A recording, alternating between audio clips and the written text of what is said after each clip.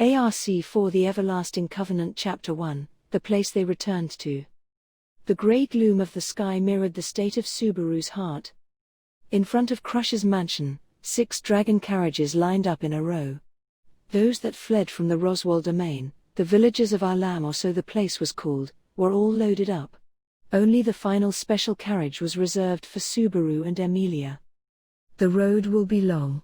So unlike the way here, they won't be riding with the children, since there is a mountain of things he has to say to Emilia. And he wasn't so insensitive as to let the children ride alongside her. I will become rather lonely. Silently gazing at the dragon carriages, Subaru heard a voice from behind him. Turning to see, it was Crush looking at him.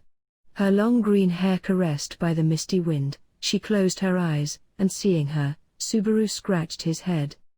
Subaru, it's not like anything will happen if I stay here. I'd feel bad to just keep sponging on your hospitality, to be honest. I really should be taking some time to recover, but it can't be helped. Opening and closing his hands, Subaru thought about the state of his health, and smiled awkwardly. Back then, it was to recover his health that he came to Crush's mansion in the first place. Roswell had a hand in sending him here, and it still annoys him to see that clown's wishes fulfilled so perfectly. As a matter of principle, even if he fulfills any of that guy's wishes, it should be by continually stomping it. Crush, Natsuki Subaru-sama, you know you're welcome to sponge here as long as you like. Even though it's hard to say that out loud. Subaru, thank you for your offer. But while I want to, there is still a pile of loose ends I need to tie up. There's the white whale, Sloth, and the whole deal with the Merchants Guild. Declining Crush's offer, Subaru shook his head. He was thinking of Julius and Anastasia. Out of the 3 factions that joined forces against the White Whale and Sloth, only Anastasia's purely benefited. Crush's camp, by slaying the White Whale, had accomplished a glorious feat 400 years in the making, but Crush's amnesia was a devastating blow. As for Subaru and Emilia's camp that defeated Sloth, the supposedly well-informed Roswell's absence from it all doesn't bode well at all. In terms of casualties, although they didn't suffer heavy losses like Crush's camp, to Subaru, his loss was far too great to bear. In comparison, only losing a portion of her mercenaries and supply trains, Anastasia's forces are almost completely intact. And even though she wasn't the main player in either battle, her forces made tremendous contributions with minimal losses, a highly profitable investment. While the damage to their forces made the other 2 factions hesitate in publicizing their victories, it was not a concern for Anastasia. In order to check Anastasia's ascent, close coordination between Crush and Emilia's factions will be necessary. Seeing Subaru deep in those thoughts, Crush yawned lazily. Subaru's brows frowned when he saw this, and Crush, an embarrassed expression on her face, only waved, nothing, with her hands. Subaru, sorry to be so sentimental. But I'm ashamed I can't repay you for your kindness. Crush, the ones that repay favors right away are not worthy opponents. Don't worry about it when there is so much on your plate. Besides, we received plenty in return already. Listening to Crush's courteous words, Subaru turned to look at the front of the special carriage. Compared to the others, it looked like an overly decorated high-class VIP dragon carriage, and the honor of pulling it goes to Crush. Such an unambitious request. You want to treat this ground dragon's wounds and take care of her? Subaru, I do owe this ground dragon a great deal. Even though it's only been a relatively short time, the number of times we rode into the brink of death is more than I can count. And I intend to face many more challenges together with her, so I won't consider Patrash to be a toy. Crush, in that case, I have no need to worry. The ground dragon, Patrash glanced at Subaru as he spoke, and then, as if rejecting his admiration, turned to Wilhelm. The old swordsman, who up to now had been checking the carriages before their departure, nodded at their conversation. Wilhelm, Diana is the most difficult breed of ground dragons to please. To shield her master with her own body, Subaru must be quite adored by this ground dragon. Subaru, even though I don't remember much, before the battle with the White Whale, I just decided to choose this one all of a sudden. It's true they have a bond. This was more than fortunate, because if he picked any other ground dragon, Whether it's the white whale or Beetlejuice, he would not have made it out alive. Anyway, Subaru, I can no longer be satisfied by any other ground dragon besides you. Ah, seductive Patrash. Touching the smooth texture of the side of Patrash's stomach with the palm of his hand as if to show off his affections, Subaru looked into Patrash's rather pissed-off-looking eyes. To Subaru's overly intimate molestation, the ground dragon reacted with an expression of profound disgust from the bottom of its heart, and jerked her body as if trying to break Subaru's fingers. Subaru, ow. That's overreacting just to hide your embarrassment. Though with all that exercise wiping windows back in junior high, my fingers won't break so easily. Wilhelm, the ground dragon is joking with you. Such amiable communication must be an indication of the unwavering trust between you two. Subaru, does that look like communication? It seemed to be just me offering my love one-sidedly and Patrash rejecting me with her body language. That unspoken trust on the battlefield is woefully absent right now. Now it's just a sassy attitude. But in the end, even with the cold demeanor, Patrash allowed him to pet her. Anyway, Subaru, so I got my name into the credits for slaying the white whale, and then I saved Emilia by killing Sloth. And now I got my beloved ground dragon. The reward is quite nice, isn't it? Wilhelm, killing the white whale, how significant that was, Subaru Dono not realizing this is something admirable indeed. Perhaps one day the world will properly thank you for this great achievement. I look forward to that day. Subaru, yeah, I think so too. Wait. But wasn't I just running around the whale's nose like bait all that time? To Subaru's not even humble words, Wilhelm looked on with a warm smile. His insides itching from that warmth, Subaru shook his head, as if trying to get rid of that feeling. Subaru, all that aside, I won't be seeing you for a while, Wilhelm-san. Please take care of your wound. Wilhelm, sorry I made you worry. It seems the distance is getting farther, the bleeding has stopped. But no matter what, the day when I fight alongside Subaru Dono again will come. Until then. Wilhelm's wound, the unhealable wound dealt by the previous generation sword saint, Theresia van Astria. Mentioning this brought a sharpness into Wilhelm's gaze. His mind turned to the sin archbishops that assaulted Crush, Greed and Gluttony. If the death of the sword demon's wife had to do with something other than the white whale, these two are the most likely suspects. Subaru, same as Wilhelm, holds a strong hatred for Gluttony. No matter what, they must eventually come face to face with this sin archbishop. While the witch cult is something they would rather avoid, Gluttony is an entirely different matter. For they must defeat this sin archbishop to retrieve those irreplaceable things. Crush's memory is one, and more importantly, Subaru Canyon, Rem-chan is settled in, want to check? Saying this, from the carriage window poked out a head with cat-like ears, Ferris. Seeing Ferris step out of Patrash's special carriage, Subaru walked over. Peeking in the spacious interior, some seats had been replaced with a makeshift bed, and on it, a girl was sleeping. She was not wearing the familiar maid's dress, but wore a soft blue sleeping gown that matched the color of her hair. A girl in an unwaking slumber, forgotten by all the world. She loved Subaru, and Subaru loved her. Perhaps, she was that kind of girl. Subaru, that thing is safe, right? Ferris, hey, I've been careful, I am a healer Nyan. Though Rem's physical wounds are already healed, she is no longer a patient Nyan. Silently, Subaru gazed at her sleeping face. Ferris' words were brash, but the side of Ferris' face showed something different from the usual playfulness. Perhaps Ferris was feeling the pain of his own powerlessness, not in regards to Rem, but Ferris' peerless master, Crush. Ferris, you really want to bring her with you? Subaru, yes, I'll bring her with me. She won't get better by staying here. No, I didn't mean it's your foul. Ferris, I know Nyan, Subaru Canyon isn't that mean Nyan. Seeing Subaru's embarrassment after his remarks, Ferris smiled awkwardly. Ferris, in fact.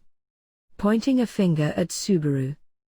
Ferris, aside from Rem, an even bigger concern is Subaru Canyon, isn't it? Subaru, me?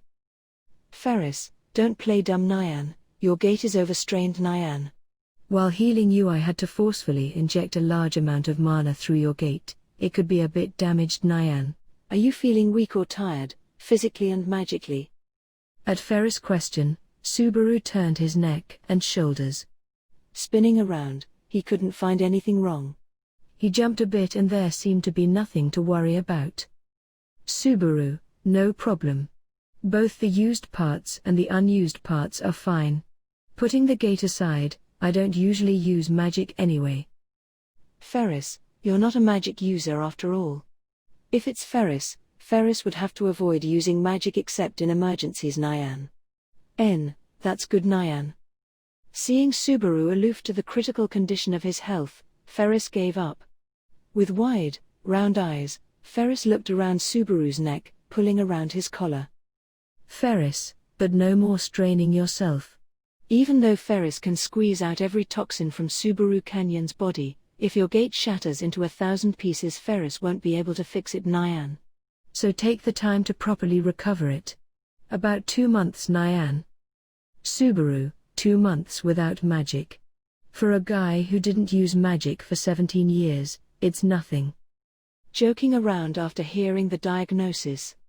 Come to think of it, Subaru hasn't even been in this world for 2 months, even though from his perspective it was more like 4 months, it all feels like a very long time. Thinking about all that happened since he came to this world, how hard would it be to finally rest for 2 months? He wasn't sure himself. Subaru, Although I do always manage to get myself caught up in some disaster. Wait, did I just trigger a flag? I think I heard the sound effect. Ferris, too bad, Ferris is no expert on treating brain problems Nyan. Subaru apparently appalled by his own remarks, Ferris looked at him rather disinterestedly. Affected by this reaction, Subaru decided this conversation should be coming to an end. After some thought, he reached out his hand to Ferris. Ferris, Nyan? Subaru, no, I really should thank you for everything you've done to help me. For healing me, and when we're against the whale and sloth, if it weren't for you, it would have all been a mess. And for Rem, thank you. Ferris. Nyan. You don't seem to be mocking me Nyan, so be it. Subaru, ooh. My ability has activated. Stay calm. A clumsy expression of thanks, but Ferris seemed to like it. In any case, his feelings got through. Ferris held onto the outreached hand, and they shook. Subaru, such soft, slender fingers. I can't imagine what you'd be like with masculine hands. Ferris, on the cute and perfect Ferris, wouldn't that be too disappointing Nyan? Be it body hair or skin, everything on Ferris is all natural Nyan. Ferris raising a hand with pride, Subaru caught a glimpse of the impeccable white legs under Ferris' skirt. Taking in the sheer beauty of its form, Subaru's shoulders dropped dejectedly. Subaru, but, he's a guy. Ferris, yep, Ferris is a man in body and soul Nyan. Subaru, how do you get so smug about it? Which part of that is like a man? Dressed like a beautiful girl, calling Ferris a man is just too much. Although Subaru isn't traditional, or anything like that, even he knew Ferris' behavior is the opposite of what would be called manly. Against Subaru's question, Ferris placed a finger on the corner of those lips. And with a charming shake of the waist. Ferris, because, Crush Summer said this suits Ferris, what I am, and this most suits the radiance of Ferris' soul. Crush Summer's words, Ferris shall repay with everything that I am. Subaru, but the current crush doesn't know this. But Subaru held back his words. Even if he doesn't say it, Ferris already knows. And if he does say it, it will only hurt. Subaru, more than anyone, would hate to do this. If someone talked about Rem, Subaru would be just as agitated. Perhaps Ferris knew this as well. No matter what becomes of the House of Karsten. Subaru? Suddenly, the voice struck Subaru's eardrums. Quiet, cold, a voice of frozen emotion. Who that voice belonged to? If he heard it now, it would still give him pause. Head lowered, Ferris' expression is hidden behind the hair of his forehead, impossible to see.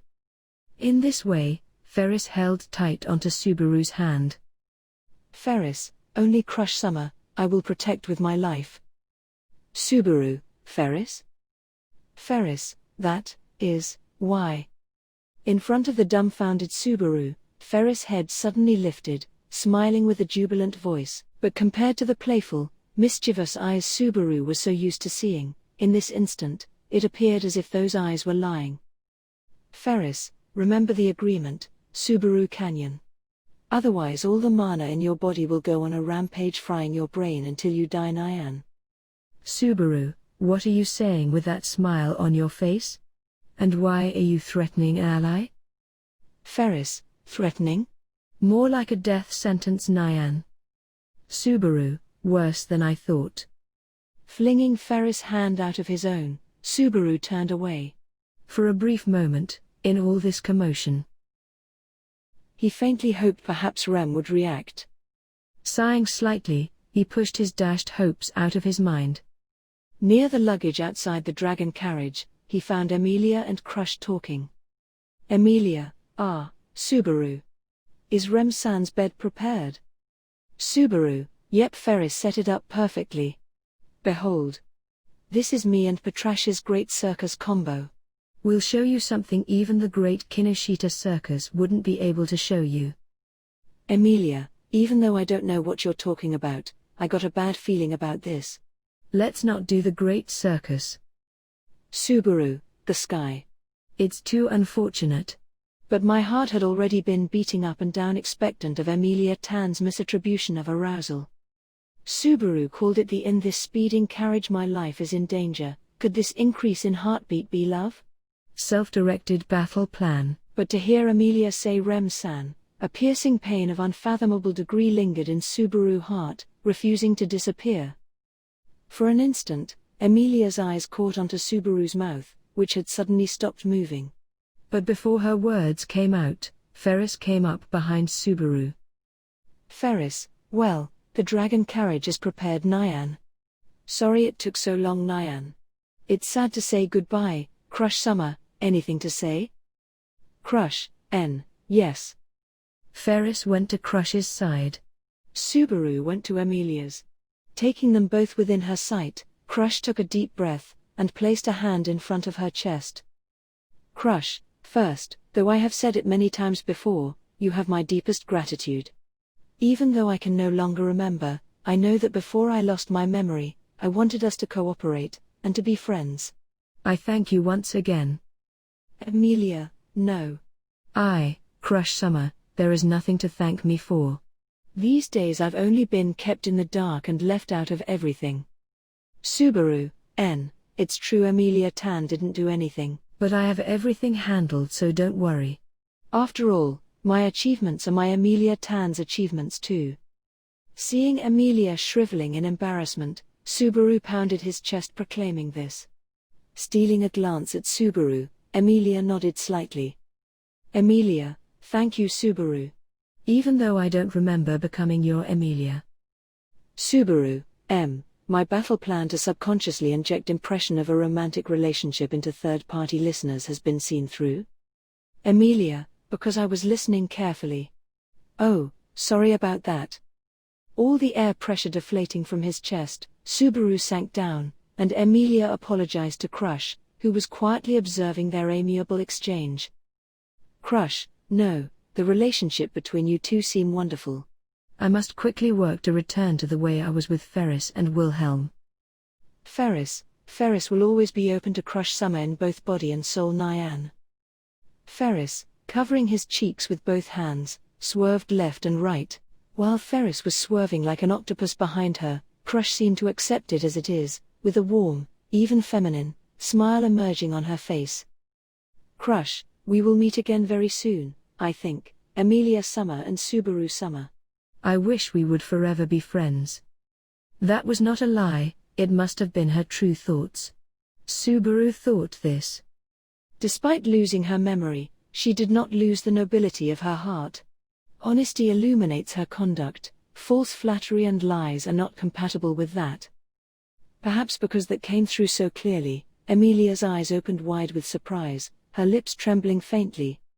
Emilia, I am. For Crush Summer, I am an opposing candidate. The alliance. One day it will return to competition between us. Crush, that is true. With Emilia Summer as an opponent, I will take care not to fall behind, so I will do my best as well. Emilia, and even without that, I am a half-elf. With silver hair. Doesn't it scare you? Subaru, Emilia that's.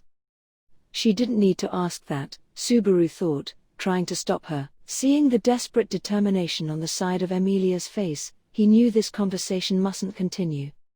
Emilia was serious in asking that question. The emotional part of her knows she should never bring up her identity lightly.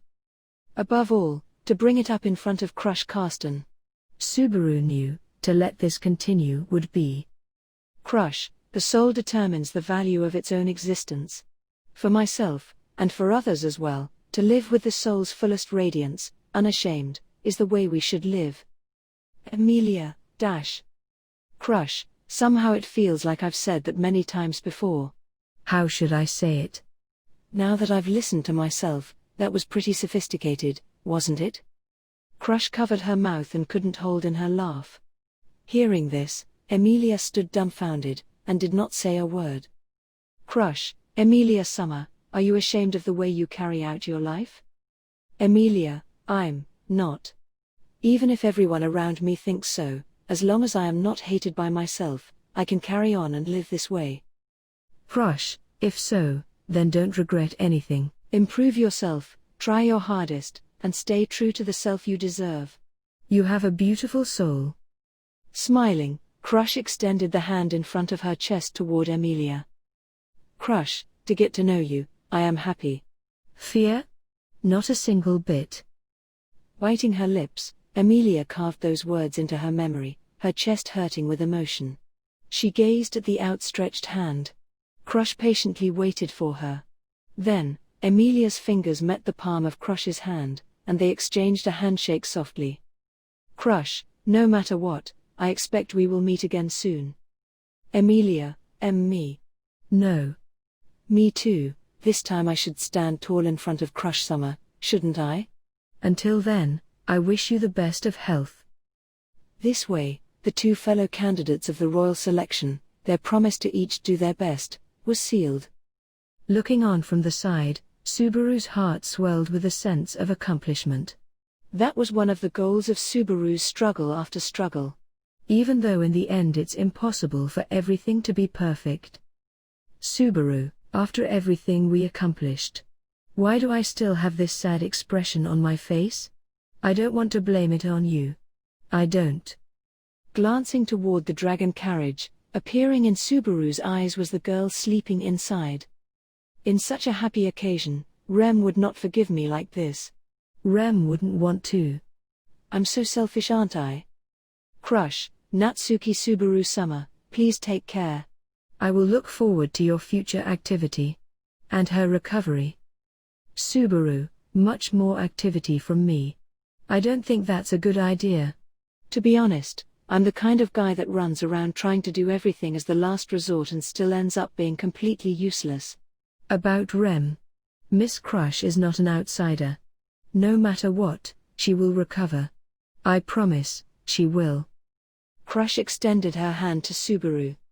But to shake hands in this state, isn't that way too embarrassing? To cover up his embarrassment, Subaru gave her a high five. A small sound rang out, and the brief contact between Subaru and Crush's hands ended. Her hand bouncing off, Crush's eyes blinked ever so slightly. Crush, we will certainly meet again. With these words, the master and servant bowed, seeing Subaru and Emilia off. On the road home, a strange, stifling gloom descended on the dragon carriage. The carriage itself, Crush had gifted to Subaru along with Patrash, as another sign of gratitude. Even without the ornamentation, it was clear that it was an expensive piece of craftsmanship. But from the softness of the seats to the glamour of the interior, everything felt a bit excessive. The spacious interior could fit 10 people and still have room left over, so it's no wonder they didn't know what to do with themselves, with only 3 passengers riding inside. In the carriage, Emilia, Subaru and Rem kept the silence. Rem was, of course, sleeping. Sitting next to her, Subaru was waiting, without even the thought of moving from his place. Perhaps out of consideration for the unconscious Rem, Emilia held back her words. Subaru, This is bad, Subaru thought, crossing his arms. Though it'd be outrageous to have a light-hearted conversation under these circumstances, there is so much they need to talk about. They have to decide on their stance regarding the royal selection, they need to get up to date on the alliance with Crush's faction, and they still haven't even talked about what happened over the past few days. Then there was Rem. How would she be taken care of at the mansion if no one but Subaru remembers her? Even though it's inevitable, just the thought of what Ram might say, when she sees the unconscious Rem, sends shivers down his spine. Emilia, I know you're worried, but right now I feel the atmosphere might have been better if the kids were riding with us. Of course, the children were also in the entourage heading back to Roswell's domain. But they are riding with their parents right now. If they asked about Rem, it would be difficult to explain, and what if the villagers think it's a disease? Unfortunately, the result is the current silence. What to do now? It is unusual for Subaru to feel so restrained. He looked up at the ceiling thinking. I don't know what, but can't you two think of something to talk about? I can't take this awkward silence anymore. Subaru, what are you saying? Sneaking in out of the blue? Wait, were you there all along? Otto, that's rude. Of course I was here. Do you even remember the conditions under which I agreed to help you out? Otto said in an over-exaggerated way, sticking his head into the carriage from the opening in front, sending a bit of spittle flying along with his voice. Otto was the one driving the carriage, sitting outside in the driver's seat. He stuck his head through the hole connecting to the carriage's interior just to comment on the quietness inside the carriage. At Otto's objections, Subaru tilted his head and nodded while muttering, Subaru, I remember. Right, I remember you asked me to help you meet Roswell, right? But, what can I say? Otto, what is it? Subaru, well if you're just chasing after guys it's one thing, but when the guy is Roswell. I'm straight by the way, and I already have Emilia, so please don't come after me. Otto, that's not why I want to talk to him at all. What do you think I am? Subaru, a trader looking for some excitement. Otto, why do you treat me like a pervert? Looking at Otto as if pitying him from the bottom of his heart, Subaru shook his head sadly from side to side. Emilia, who had been quietly observing their conversation, suddenly opened her eyes wide and said with a surprised expression. Emilia, you two are really good friends, aren't you? I'm surprised. Subaru, oi, Emilia-tan. Please stop it with the jokes. Putting me in the same basket as this money-grubbing merchant. The only thing I'm greedy for is your love. Otto, you're greedy too then. Wait, I'm not greedy to begin with. Subaru, Otto, shut up. Sighing at the traveling merchant, Subaru got up and took hold of the flap to close the window to the driver's seat. Otto, wait, don't just treat me like I'm in the way. Subaru, okay, shutting you out. Pulling the flap shut with a clap, the face of the man, who had been trying until the very end to say something finally disappeared. Joining his fingers and stretching his arms like someone who had just completed a rough task, Subaru turned around to see Emilia blankly looking up at him. Subaru, pooh. Emilia, ha ha ha ha. Looking at each other's faces, they suddenly burst out laughing. For a while they let themselves be taken along by their laughter, but after a little while, their laughter started to wane, until silence once again descended upon the carriage. At that moment, Subaru, letting this heavy atmosphere be, really isn't like me, is it? Emilia, you're right, it's not like you at all. The Subaru I know is a much more spirited, unreasonable, lively person. So much so that no matter what I'm feeling at the moment, he completely blows all my bad feelings away. Subaru, I feel like that could also be translated into an airhead who can't read the mood. In any case, Otto being there had actually cleared up the mood tremendously. Thanking Otto for this would probably make him angry, but nevertheless, Subaru thanked him in his mind while getting up and sitting down next to Emilia as if it were the most natural thing in the world. Seeing this put a wry smile on Emilia's face. Emilia, you always just naturally sit next to me, huh, Subaru? Subaru, well, it's natural for someone to want to sit next to the girl they like, so I want to sit as close as I can, and breathe the same air as you. Emilia, geez, the first half of that sentence was embarrassing, and yet somehow the second half of that sentence gave off a really bad feeling. Being hit straight with an earnest confession of love made Emilia's face turn red, but the pervertedness of the second half made her scowl. Leaning his head toward her at her reaction, Subaru said. Subaru, I was just trying to act like I always do, you know. Emilia, come to think of it, I guess you've always been like this. It's because you're like this, that I'm never able to just take in what you're saying. As Emilia looked at him, her voice turned into a quiet mumble, then faded completely. Subaru scratched his head, considering whether or not he should pick up the conversation. Subaru, guys just can't mentally handle being straightforward, and not pretending to be kidding around when it comes to this sort of thing. Me loving Emilia Tan, me looking at Emilia Tan in a perverted way, and me wanting to help Emilia Tan are all my true, honest feelings. You can believe that, you know? Emilia, I believe it, but believing and accepting are two different things. Subaru, that's fine with me, believe me, and I'll work hard until you accept my feelings. Thinking about it again, that was a pretty aggressive proclamation. In fact, hearing that from Subaru, Emilia's face was blushing. Fighting hard to remain unflustered, her cheeks and ears already turned so red that her expression couldn't keep up. She must never have had anyone confess their unconditional fondness for her before. Of course Subaru, the one trying to hit on her, didn't have any experience either, so his face was also completely red. Even so, Subaru, rather than walking on with a downcast expression, this is more like me. Right, Rem? Emilia, just now, did you say something? Subaru, I was just thinking how nice it would be to lift up your hair so I could stare at your neck pervertedly. Emilia, right there, you are trying to distract me again. You care a lot about Rem-san, don't you? Subaru still trying to wisecrack his way out, Emilia's incisive words blocked his escape. Accepting defeat, Subaru smiled bitterly, and turned toward Rem, still sleeping on the bed. Subaru, I do, yes. Immensely. I care about her. I'm always thinking I must do something, and I think, and I want to keep on thinking. Even though I wanted Emilia Tan to be the first in my thoughts, this can't be ranked. I'm sorry. Emilia, I'm not a bad child that will get angry and throw a tantrum. I won't get angry about something so important. I can tell just by looking, she is very important to Subaru. Like Subaru, Emilia turned her narrowed gaze to Rem in her sleep. Her lips trembled. Then after a short moment of hesitation, she asked.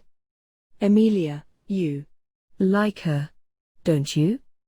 Subaru, I like her. I love her. I love her as much as I love you. Emilia, I don't know how I feel about this, but... Subaru, are you the kind of guy that flirts around? Subaru, I thought I was supposed to be a pretty faithful guy, but having someone be so devoted to you is... A guy whose heart isn't moved by that, I don't think he could have a drop of blood or tear in him.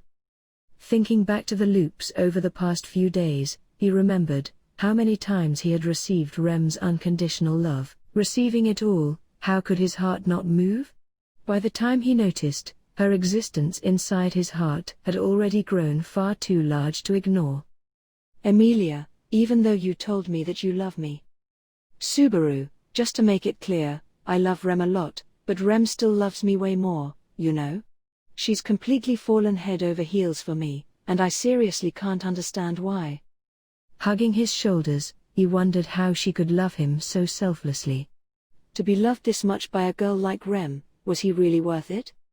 He still couldn't help but wonder why. But even so, as the man she fell for, the very least he could do is to try to live up to what she sees in him.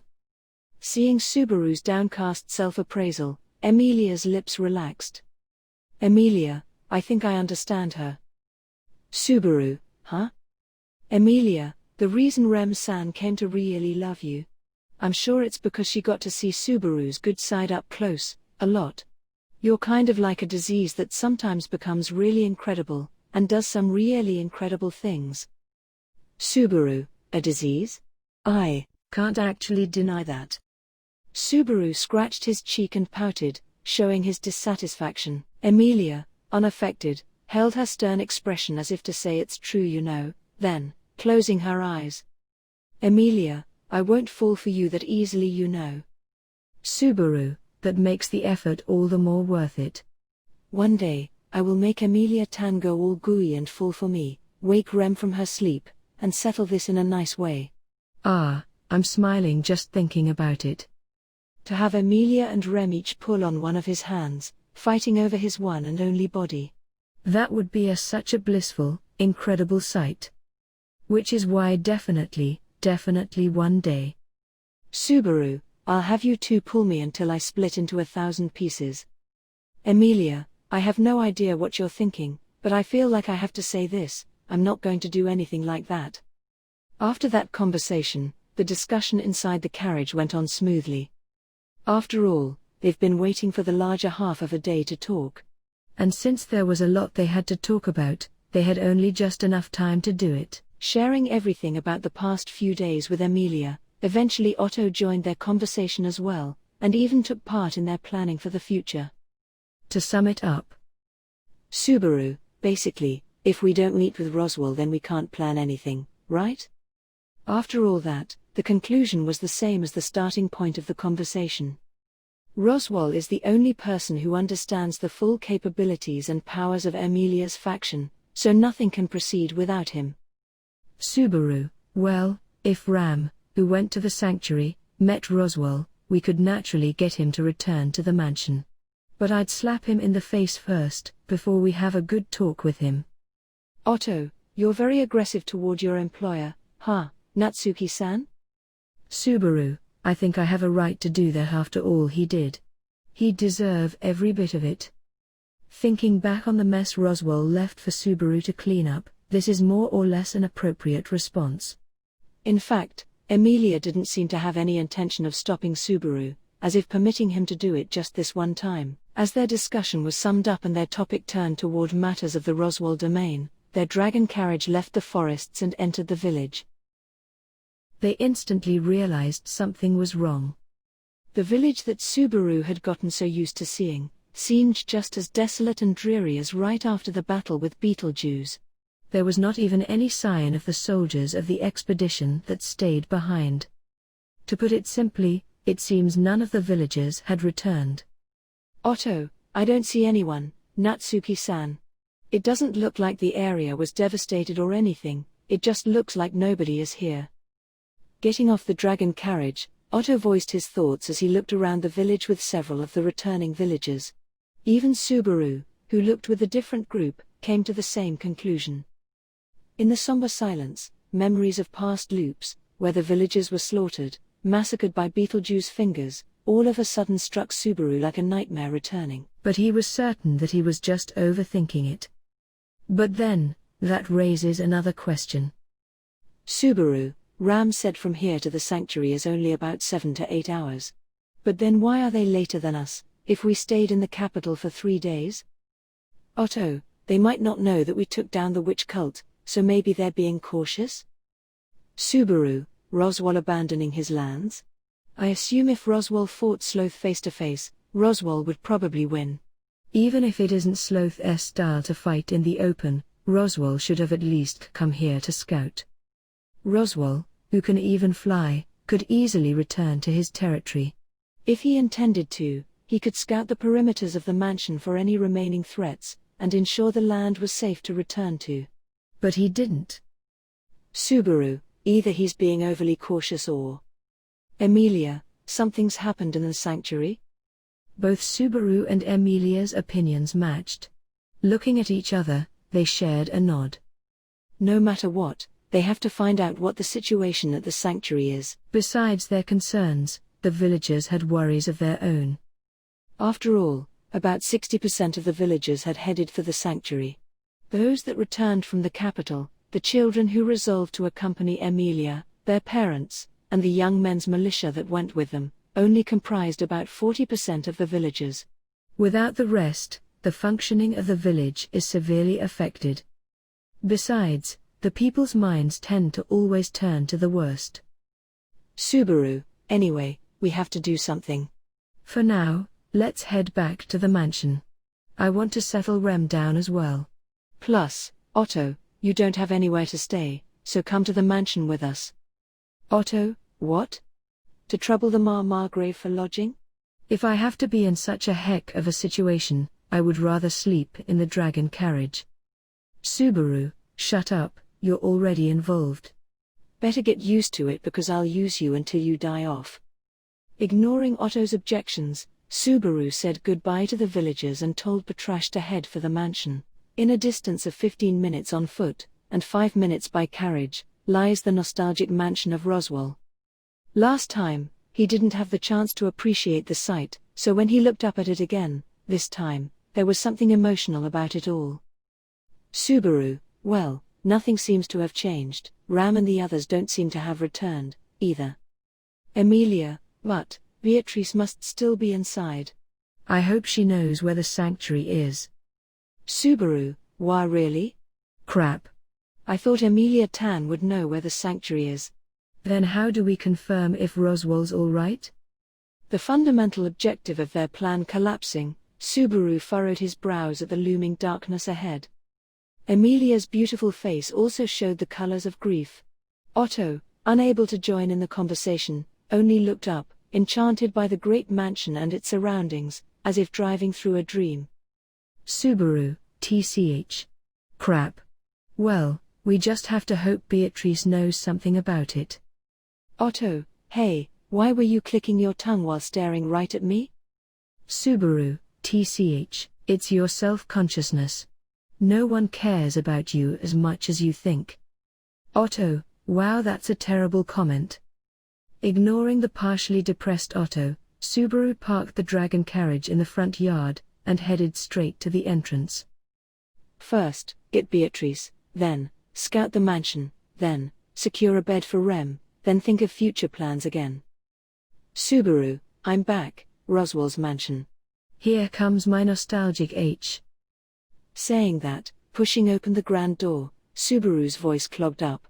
Because what greeted him was a completely different sight than what he expected. The entrance hall was spread with gorgeous carpets. In the corners of the stairs leading to the upper floors were expensive-looking vases filled with colorful flowers. From the ceiling, hung beautiful crystal lamps that could be the chandeliers of this parallel world. The familiar entrance hall was very much different from what he expected. Instead of what he expected. Subaru, it's not even vandalized. It's actually arranged? The mats were straightened nicely without a single crease, and the flowers in the vases in the corners of the stairs were blooming vibrantly. The chandeliers were delicately taken care of and were shining graciously, even more than usual. Stunned by this surreal scene, Subaru lost his words and stood still. Because of his amazement, his reactions were all too slow. Subaru, who is it? A small, weak, almost inaudible sound. Subaru frantically shot his glance toward its direction. But, when he noticed the shadow, it was already too late. The shadow had already ran up behind him, and then Subaru saw it. From behind him, as if eclipsing the moon, the shadow engulfed him whole. In that shadow, a mouth filled with white fangs, as if of a beast, were clear in the back of his eyes. And in the next moment, before he could even realize, Subaru's consciousness, and his world, had been dragged to darkness. Oi, Subaru, dying here would be pretty miserable.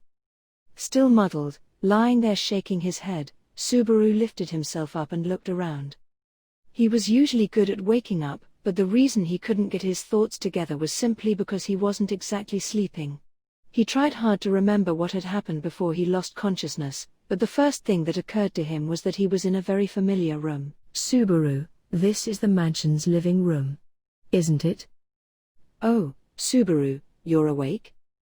A voice mumbled as if trying to make sure, then the door opened and Emilia's face poked through. Her silver hair in a braid, she had a slightly bright expression on her face as she walked over to Subaru on the couch, and bending over, she met his gaze. Being stared at so intently by her wide, round eyes, Subaru shrank down a little. Subaru, Emilia-tan, what happened? Emilia, as soon as you entered the mansion we heard you scream. Otto and I were really shocked. Then, when we ran inside to see. Subaru, I was sleeping? Emilia, saying it like that is a little deceiving, but it's not technically wrong, I suppose? Emilia put a finger to her lips, and tilted her head slightly to the side. There was no sense of urgency in her reply. Scrambling when he just woke up, now seeing her in this relaxed manner, Subaru realized there was no emergency. Yet even so, he couldn't shake the feeling that something was out of the ordinary. He was certain that just before he lost consciousness, some kind of animal with sharp fangs had, Miss Emilia, might I have a moment? There was a knock on the door from the outside, followed by the sound of a woman's voice calling out to Emilia. Looking in the direction of the voice, she gave her assent with a small, sure, and the door opened slowly. Looking at the door casually opening, Subaru couldn't help but feel mystified. I don't recall ever hearing that voice before. His doubt was soon confirmed when he saw what stood just outside the doorway. I brought drinks and additional hand towels. Oh, I see you are awake already. The form of the smiling woman imprinted itself into Subaru's eyes. It was a woman with long, almost translucent blonde hair, the lines of her back were in perfect posture. Her appearance and behavior was in every way refined, and in her fluid motions there was not a hint of unnecessary movement. She was wearing the same familiar outfit as other servants of the Roswell mansion, the cute and practical maid's uniform, with not so much as a crease or wrinkle visible. The plate in her hands held a water pitcher and hand towels, which she placed softly down on the stand in the center of the room without making a sound. If she were being scored, she would have passed with flying colors. That is, only if you overlooked her ferocious-looking physique and her fiendish smile. The uniform may be worn perfectly, but the one wearing it was slightly taller than Subaru, with an athletic build similar to his. If she were a he, it would have seemed healthy and strong, but when it was on a female, everything instantly crumbled. What's more, the smile at the end of her perfectly fluid motion was completely ruined by the set of sharp fangs peeking out through the corner of her mouth. Looking even closer, there was something unnatural about the sharpness of her gaze, and her green's pupils seemed to give off a glinting light, like a carnivorous, feline beast eyeing its prey. Frederica, it is a pleasure to meet you. I am a servant of the household of Margrave Roswell L. Mathers, Frederica Baumann. Subaru, scary face. Her respectful introduction was interrupted by the overly candor words that slipped out of Subaru's mouth.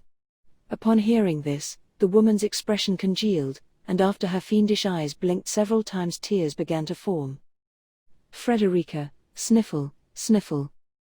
Subaru, wah? Emilia, Subaru you dunce. Without a word, the woman turned her face away, and even Subaru was shocked. Right after, he was assaulted by both an angry voice, and the painful sensation of having his ear pulled. Ow, ow, letting out a cry and turning to look, he saw Emilia with her usually gentle brows furrowed angrily. Emilia, that's a terrible thing to say to a girl. Frederica did so much to take care of you and you. Frederica, I asked that you might let it go, Miss Emilia. It is quite all right. I was the one in the wrong after all. I was so happy to have been called back to the mansion, I got too overexcited, and forgot that my looks are usually unpleasant for many. Pulling on the hem of Emilia's sleeve, the woman called Frederica, was shaking her head. With her other hand she was covering her mouth. Frederica, I apologize for startling you so. More than that, I did something very inappropriate a short while ago. I never thought I would mistake Natsuki Subaru-sama for an intruder. Subaru, Intruder, wait a minute. I think I understand what happened now. Released from Emilia's chastisement for the moment, Subaru massaged his ear while taking in her words. In fact, he kind of realized the gist of what happened. Basically, the mysterious figure he ran into right after entering the mansion was Subaru. When I returned to the mansion, Frederica-san thought I was an intruder, and so tried to take me out. Then, Emilia-tan came in after me, and cleared up the misunderstanding, and that brings us to now, right? Frederica, that's exactly right, you really can process things quickly, I see. Subaru, there are things I can't read from just the situation though, no, before that. Frederica's agreement confirming his thoughts, Subaru then turned his gaze to Emilia, who was now standing behind Frederica, nudging her chin to point in Frederica's direction. He was painfully aware of the meaning behind Emilia's action. So Subaru stood up from the couch, and facing Frederica, said, Subaru, nice to meet you. I am very sorry for saying something so uncalled for all of a sudden. I know I can't make excuses like having just woken up, or that I was just joking around and expect to be forgiven. You can decide whether to boil or fry me, though I would be really thankful if there wasn't much pain involved. To say he was acting like a man, it was more like Subaru dipped his head while saying this somewhat limp apology. They definitely started off on the wrong foot, but unlike her, who had only attacked a suspicious intruder, Subaru's words were just completely rude. So, just as he said, if it would clear up her anger, Subaru would willingly accept any kind of punishment. Preferably without physical pain, and his hopes were rather leaning towards emotional abuse instead. That much was the commitment of the man. Subaru's rather effeminate apology. Frederica, haha, you really are a funny guy. With those words, her smile hiding behind the hand covering her mouth, Frederica blew it all away. At the question mark floating above Subaru's head, Frederica bowed, the translucent, golden hair flowing around her face. Frederica, I should really be the one apologizing. On Miss Emilia's request, I have been testing you. Subaru, testing? At Frederica's words, both Subaru and Emilia tilted their heads. They had no idea what she was talking about. It'd be fine if Subaru was confused, but if he were to believe her words, then it would be strange to see Emilia showing the same air of confusion as well. Looking at their synchronous response, Frederica's smile deepened. Frederica, even though I may have been acting according to my sense of duty to protect the mansion, what I did to Subaru-sama was still rude. I was prepared, or rather left with no other choice, but to be relieved of my position after such an act. Subaru, no, I think you jumped to that conclusion way too soon. I'm a guy who will understand if we talk things out, right? Frederica, then Mississippi Emilia asserted herself ever so firmly. She really tried so hard, I thought for sure even my face would turn red from the flowery things she was saying about Subaru. Subaru, wah? Shocked by what she had just said, Subaru let out a strangled cry, looking towards Emilia. While Emilia was standing there trying so hard to hide her own deep scarlet countenance. Emilia, Frida Ricci Hands on her hips, Emilia uncharacteristically let out a hysterical voice, glaring sharply at the maid. On the receiving end of all that, Frederica calmly retorted. Frederica, oh my, so scary. I see Miss Emilia hasn't changed, still not cute at all. Normally, whether what I said was true or not, turning red and getting flustered would have been the prettiest response. Emilia, really? Wait, I'm not going to get tricked today. Even someone like me, always getting tricked, would learn to know better. That's right, I know when you're lying, one of your eyes goes lazy. Frederica, I had no idea that was the case. By the way, Miss Emilia, did you know that whenever you lie, your ears get a little longer? Emilia, no way? Emilia's expression of victory, an arm outstretched and a finger pointing towards Frederica, was interrupted when she darted her hands back to grab both her ears. Getting this response, at that point Frederica's victory was complete. Still flustered, Emilia seemed not to have realized she lost, but Subaru, who had been watching her intently, let out a sigh and shrugged his shoulders. Subaru, seems like I've been completely defeated. My name is Natsuki Subaru and... Do I even need to do an introduction? Frederica, yes, of course. I would love to hear it. Let's start over and get to know each other properly this time. With those words, Frederica removed the hand covering her mouth, revealing a smile lined with pointed fangs.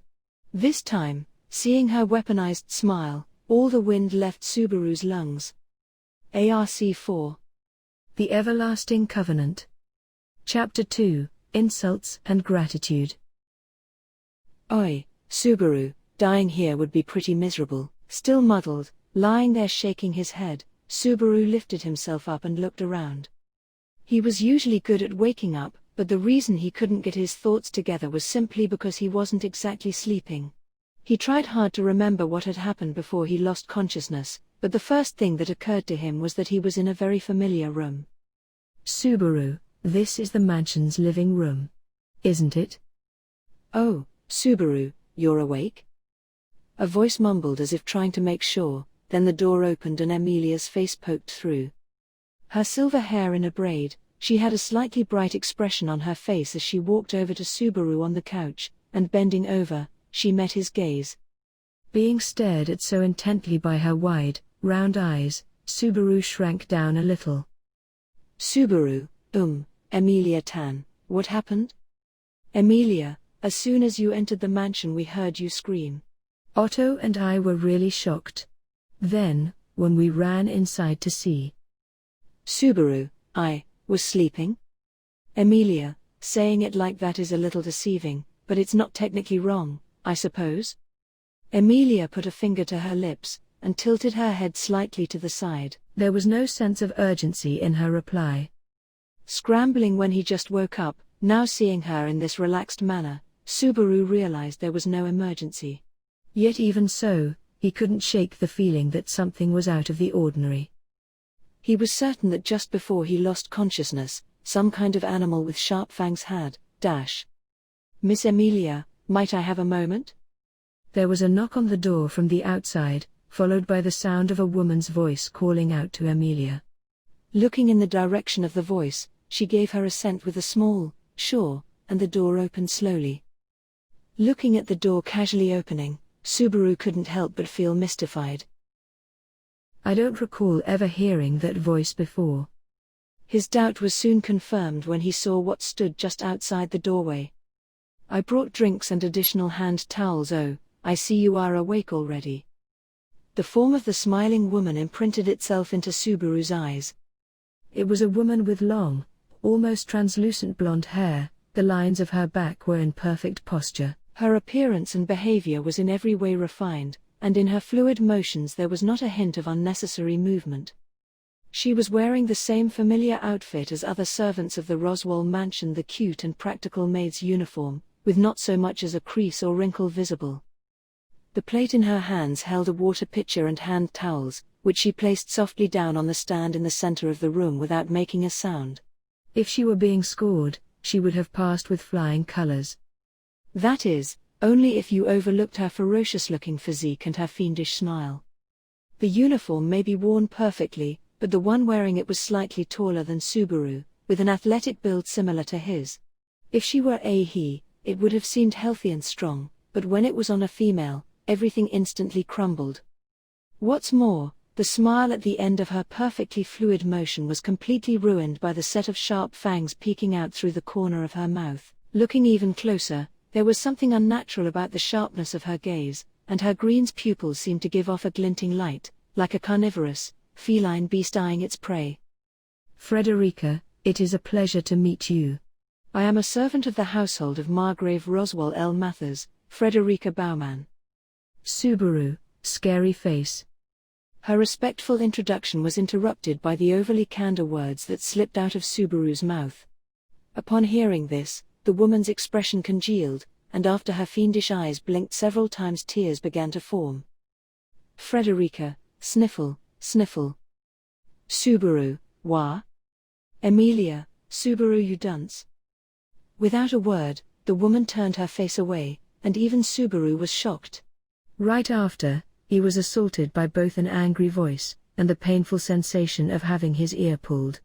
Ow, ow, letting out a cry and turning to look, he saw Emilia with her usually gentle brows furrowed angrily. Emilia, that's a terrible thing to say to a girl. Frederica did so much to take care of you and you. Frederica, I asked that you might let it go, Miss Emilia. It is quite all right. I was the one in the wrong after all. I was so happy to have been called back to the mansion, I got too overexcited, and forgot that my looks are usually unpleasant for many. Pulling on the hem of Emilia's sleeve, she, the woman called Frederica, was shaking her head. With her other hand she was covering her mouth. Frederica, I apologize for startling you so. More than that, I did something very inappropriate a short while ago. I never thought I would mistake Natsuki Subaru-sama for an intruder. Subaru, intruder, wait a minute. I think I understand what happened now. Released from Emilia's chastisement for the moment, Subaru massaged his ear while taking in her words. In fact, he kind of realized the gist of what happened. Basically, the mysterious figure he ran into right after entering the mansion was Subaru. When I returned to the mansion, Frederica-san thought I was an intruder, and so tried to take me out. Then, Emilia-tan came in after me, and cleared up the misunderstanding, and that brings us to now, right?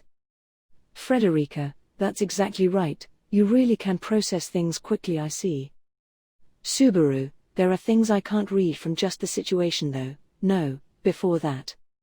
Frederica's agreement confirming his thoughts, Subaru then turned his gaze to Emilia, who was now standing behind Frederica, nudging her chin to point in Frederica's direction. He was painfully aware of the meaning behind Emilia's action.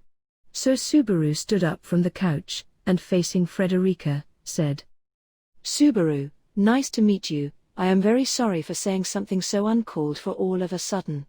I know I can't make excuses like having just woken up, or that I was just joking around and expect to be forgiven. You can decide whether to boil or fry me, though I would be really thankful if there wasn't much pain involved. To say he was acting like a man, it was more like Subaru dipped his head while saying this somewhat limp apology. They definitely started off on the wrong foot, but unlike her, who had only attacked a suspicious intruder, Subaru's words were just completely rude. So, just as he said, if it would clear up her anger, Subaru would willingly accept any kind of punishment. Preferably without physical pain, and his hopes were rather leaning towards emotional abuse instead. That much was the commitment of the man. Subaru's rather effeminate apology. Frederica, haha, you really are a funny guy. With those words, her smile hiding behind the hand covering her mouth, Frederica blew it all away. At the question mark floating above Subaru's head, Frederica bowed, the translucent, golden hair flowing around her face. Frederica, I should really be the one apologizing. On Miss Emilia's request, I have been testing you. Subaru, testing? At Frederica's words, both Subaru and Emilia tilted their heads. They had no idea what she was talking about. It'd be fine if Subaru was confused, but if he were to believe her words, then it would be strange to see Emilia showing the same air of confusion as well. Looking at their synchronous response, Frederica's smile deepened. Frederica, even though I may have been acting according to my sense of duty to protect the mansion, what I did to Subaru-sama was still rude. I was prepared, or rather left with no other choice, but to be relieved of my position after such an act. Subaru, no, I think you jumped to that conclusion way too soon. I'm a guy who will understand if we talk things out, right? Frederica, then Mississippi Emilia asserted herself ever so firmly. She really tried so hard, I thought for sure even my face would turn red from the flowery things she was saying about Subaru. Subaru, wah? Shocked by what she had just said, Subaru let out a strangled cry, looking towards Emilia. While Emilia was standing there trying so hard to hide her own deep scarlet countenance. Emilia, Frida Ricci. Hands on her hips, Emilia uncharacteristically let out a hysterical voice, glaring sharply at the maid. On the receiving end of all that, Frederica calmly retorted. Frederica, oh my, so scary. I see Miss Emilia hasn't changed, still not cute at all.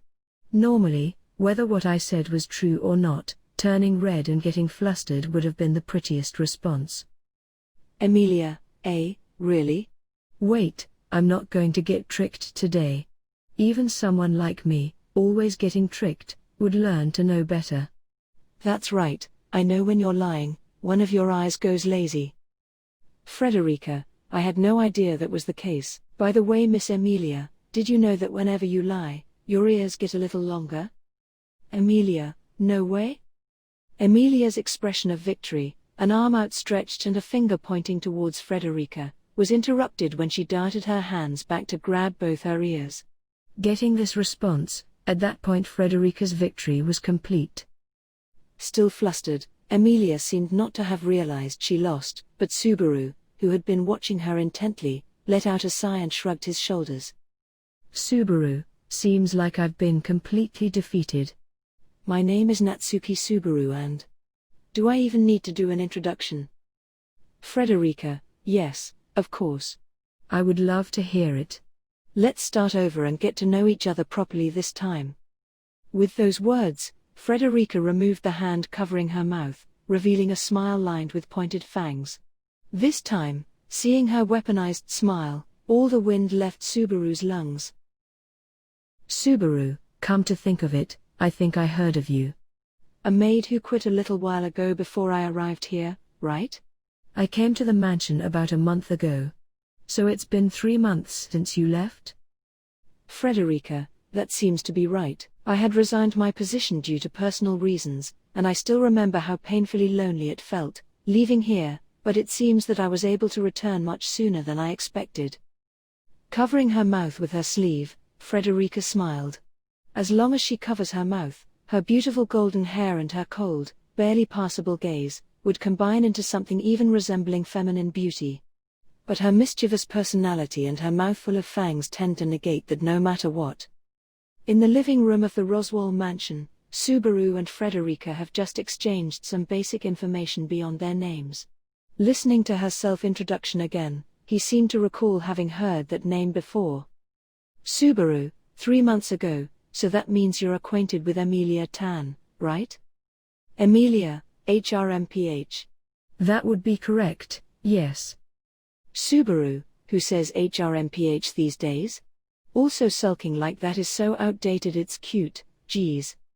To Subaru's question and gaze, Emilia sat down onto the couch, averting her eyes as if refraining from joining the conversation, though she was obviously still listening intently.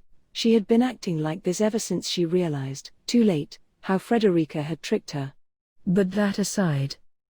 Subaru, it's only been 2 or 3 days since you returned, right?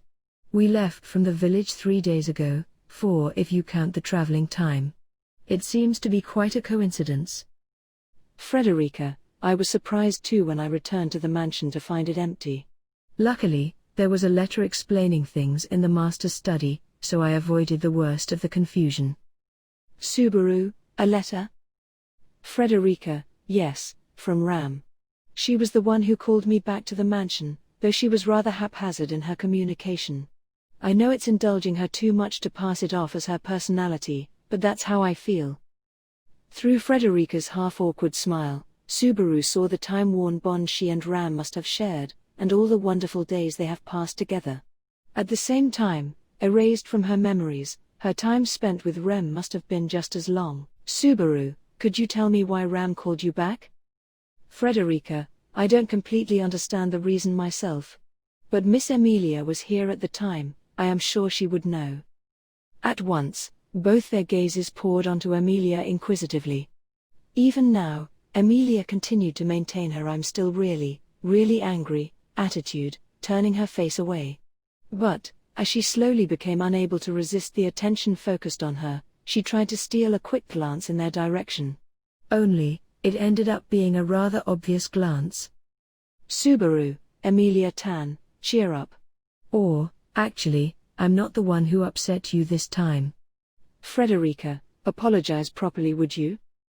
Frederica, I ask for your forgiveness, Miss Emilia. What I did a moment ago was not nice and I apologize.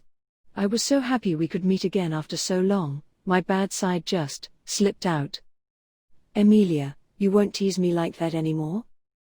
Frederica, no, I will refrain from doing so. For all the world I will never again tease Miss Emilia in that manner again.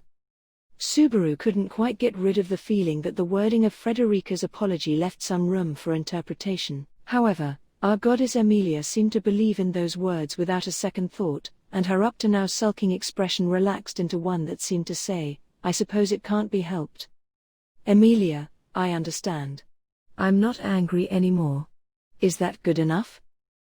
Frederica, yes, I am very sorry for before, Miss Emilia. Too easy.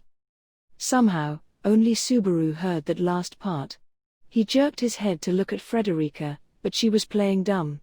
Emilia, who had no idea she was being considered too easy, placed a finger to her cheek and said, Emilia, so, let's see. The reason Frederica was called back to the mansion. Subaru, yeah. Rushing to call back someone you fired would mean there's some kind of emergency. Actually, I think I might have an idea. There was indeed an emergency. It was only a few days ago that the mansion and Arlam village were targeted by the witch cult. Considering her skill, which had been able to knock Subaru unconscious in an instant, Frederica must be another shady maid of the Roswell mansion with some crazy combat abilities. In short, Ram must have called her back to buff the mansion's defenses during their state of Emilia. It was because Ram's aptitude for housework is catastrophic, and the mansion ended up in an unimaginable state of disarray. It was only a few days, but it kept getting harder and harder to live in. Subaru, that's actually a very compelling reason. She really is all talk and no. Wait, Ram knows she's hopeless, she even said so herself. She's right about that at least, but then she should have put in some effort to improve. Right? Subaru's chest felt like it would explode from how compelling that reality was compared to his over-guessing of the situation. Emilia let out a wry smile at his outburst, and shifted her gaze to the living room, or rather, to the entirety of the mansion, as though she could see through its very walls. Emilia, but, since Frederica returned, the mansion really has become quite tidy. I think Ram made the right decision in leaving it to someone capable, rather than make things worse by ignoring it. Subaru, Emilia Tan, I don't think you meant it, but that statement's like a slap to the face. And, well, I still don't think that's a good enough reason for her to give up so easily. Frederica, putting Ram's assessment aside for the moment, it has been such a long time since I have been given the opportunity to do some really worthwhile work. Luckily, since no one was around, I was able to spend the time on further cleaning the mansion. Listening to Frederica speak of diligently holding up this household, Subaru held his breath, unable to ignore the pain wrenching in his heart. For this, was the forces of the world compensating for the eradication of Rem's existence by the authority of gluttony. Subaru, I guess since Ram can't run the mansion by herself, the obvious solution was to rely on someone else. So Ram had contacted Frederica, who had resigned, asking her to return to the mansion. Without Rem, the Roswell estate couldn't continue to function, and so, Rem's replacement, Frederica, had arrived. Yet, the only one in the world who knows of this sad truth is Subaru. Ram had only done as necessity demanded, without stopping to think about why she needed Frederica's help all of a sudden, or just how she had managed to take care of the estate until then. That was all there was to it. But Subaru, sorry for being serious all of a sudden, but is it a requirement for all the maids of Roswell's mansion to be so quirky? Frederica? Considering who our master is, what's the point of even asking that question? Subaru, that's annoyingly persuasive. At this point, all of Subaru's doubts have been answered. Seeing his response, Frederica nodded her head contentedly, and resuming her perfect posture, stared fixedly at Subaru. Then, casually, in a lowered voice, Frederica, by the way, the driver of the dragon carriage outside the mansion has been left out there for over an hour now, is that all right? Subaru, Oh, you mean Otto. I see, it's already been an hour. Well, I don't think it's that big of an issue. I want to hurry and let Patrash rest in the stable, but you don't need to pay attention to that Otto guy too much. Otto, for a companion who shared a near-death experience together, that is really quite heartless, Natsuki-san. I never thought I was lower in priority than a ground dragon. Right on cue, Otto dramatically opened the doors to the living room. His shoulders hunched up angrily, he was glaring at Subaru while disapprovingly breathing through his nostrils. At his entrance, Subaru slowly stood up, shook his head, and sighed. Subaru, no, Otto, you're mistaken. Otto, how am I mistaken? It's too late to take back your words from a moment ago. Subaru, it's not that you're lower in priority than a ground dragon, it's that you are much, much lower in priority than a ground dragon. Otto, that's twice over. That's even worse. Content with Otto's response and foot stomping, Subaru turned his gaze toward the window. That is, toward the front yard, where the dragon carriage pulled by Patrash was parked. Otto followed his gaze, and seemed to understand its meaning. With a still somewhat bitter face, he spoke. Otto, I've already put Patrash in the stables. She is a proud and difficult child, but she didn't want to cause Natsuki-san any trouble, so she was quite docile. Subaru, hearing that from you, it makes me doubt your divine protection of animal whispering. If she were a woman, Patrash would have been a total queer, even though she'd be soft on the inside. When did this change happen? Otto, how would I know that kind of thing? More importantly, as Subaru was still struggling to understand just what made Patrash so devoted to him, Otto moved the conversation to the other matter regarding the dragon carriage, that is. Otto, what should be done about the girl sleeping in the carriage? I think it's rather pitiful to leave her shut up in there. If you are busy, I could carry her to a room. Subaru, don't you lay a finger on Rem. There was not a hint of malice in Otto's proposal. But his own voice was ice cold. Subaru himself was surprised by the razor sharpness of it, when he saw Otto flinch. It was almost a whisper, the words were low and dark, a reflection of the viscous heaviness of his mind. It was good that this did not reach the ears of the girls, but still, Subaru was deeply disturbed by the abnormality of the sound that had escaped his throat. Subaru, I'll bring her in, so you don't have to do anything. Your back would be screaming if you had to carry around a girl anyway. Otto, you know, merchants are always handling heavier goods during their work. We aren't as weak as you seem to think, Natsuki-san. Subaru tried to cover up his last statement with a quip, and was thankful for Otto's conciliatory reply, which came after a moment of hesitation. He let out a sigh. No matter what, his reaction was too extreme, even though it wasn't intentional, or rather, it was precisely because it was not intentional, that it was a problem.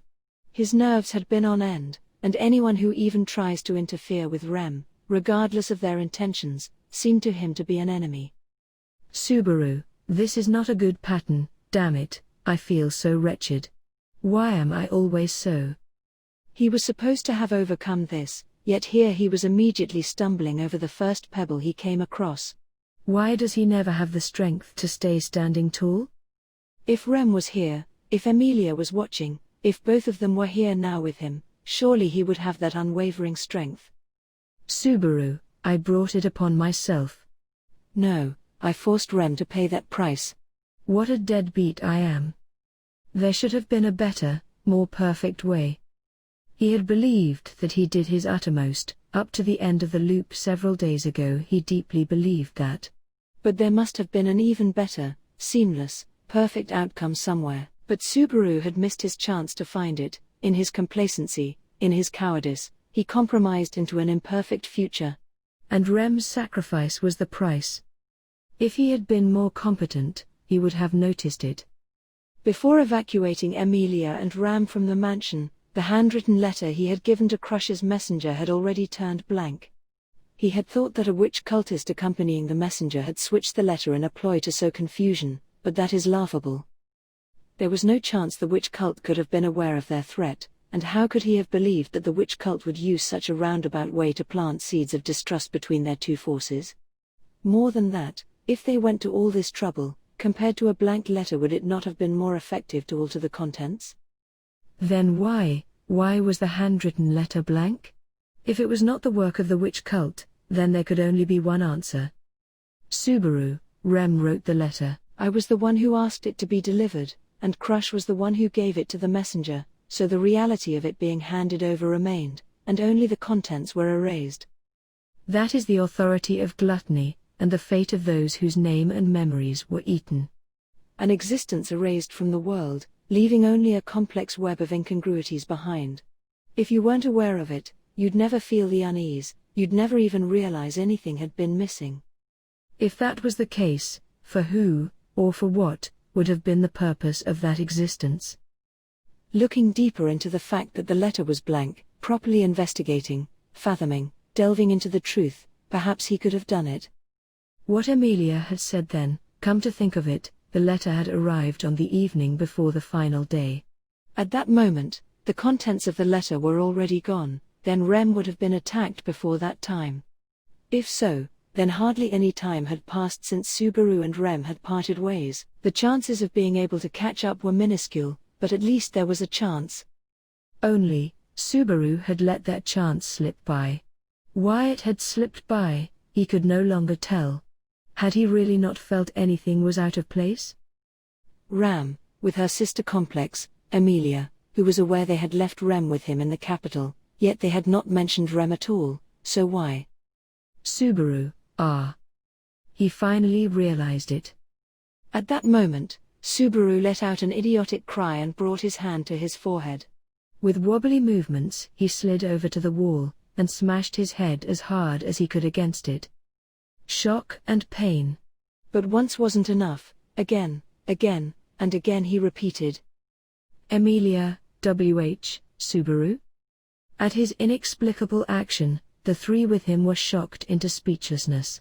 But Emilia was first to return to her senses, and called out to him bewilderedly. She gripped his shoulder from behind, turning him around. Emilia, what's wrong all of a sudden? It's not like this is the first time you've done something strange, but this is. Oh, look, your forehead has gotten all red. Subaru, the extent of my stupidity, from the bottom of my heart I am amazed, really. Feeling the coolness of the tips of Emilia's fingers on his forehead, Subaru shook away his head in a trance of self-loathing. Like he said, he could not bear to look at this own foolishness. Then, suddenly drawing close to Emilia, Subaru fixed his gaze into hers.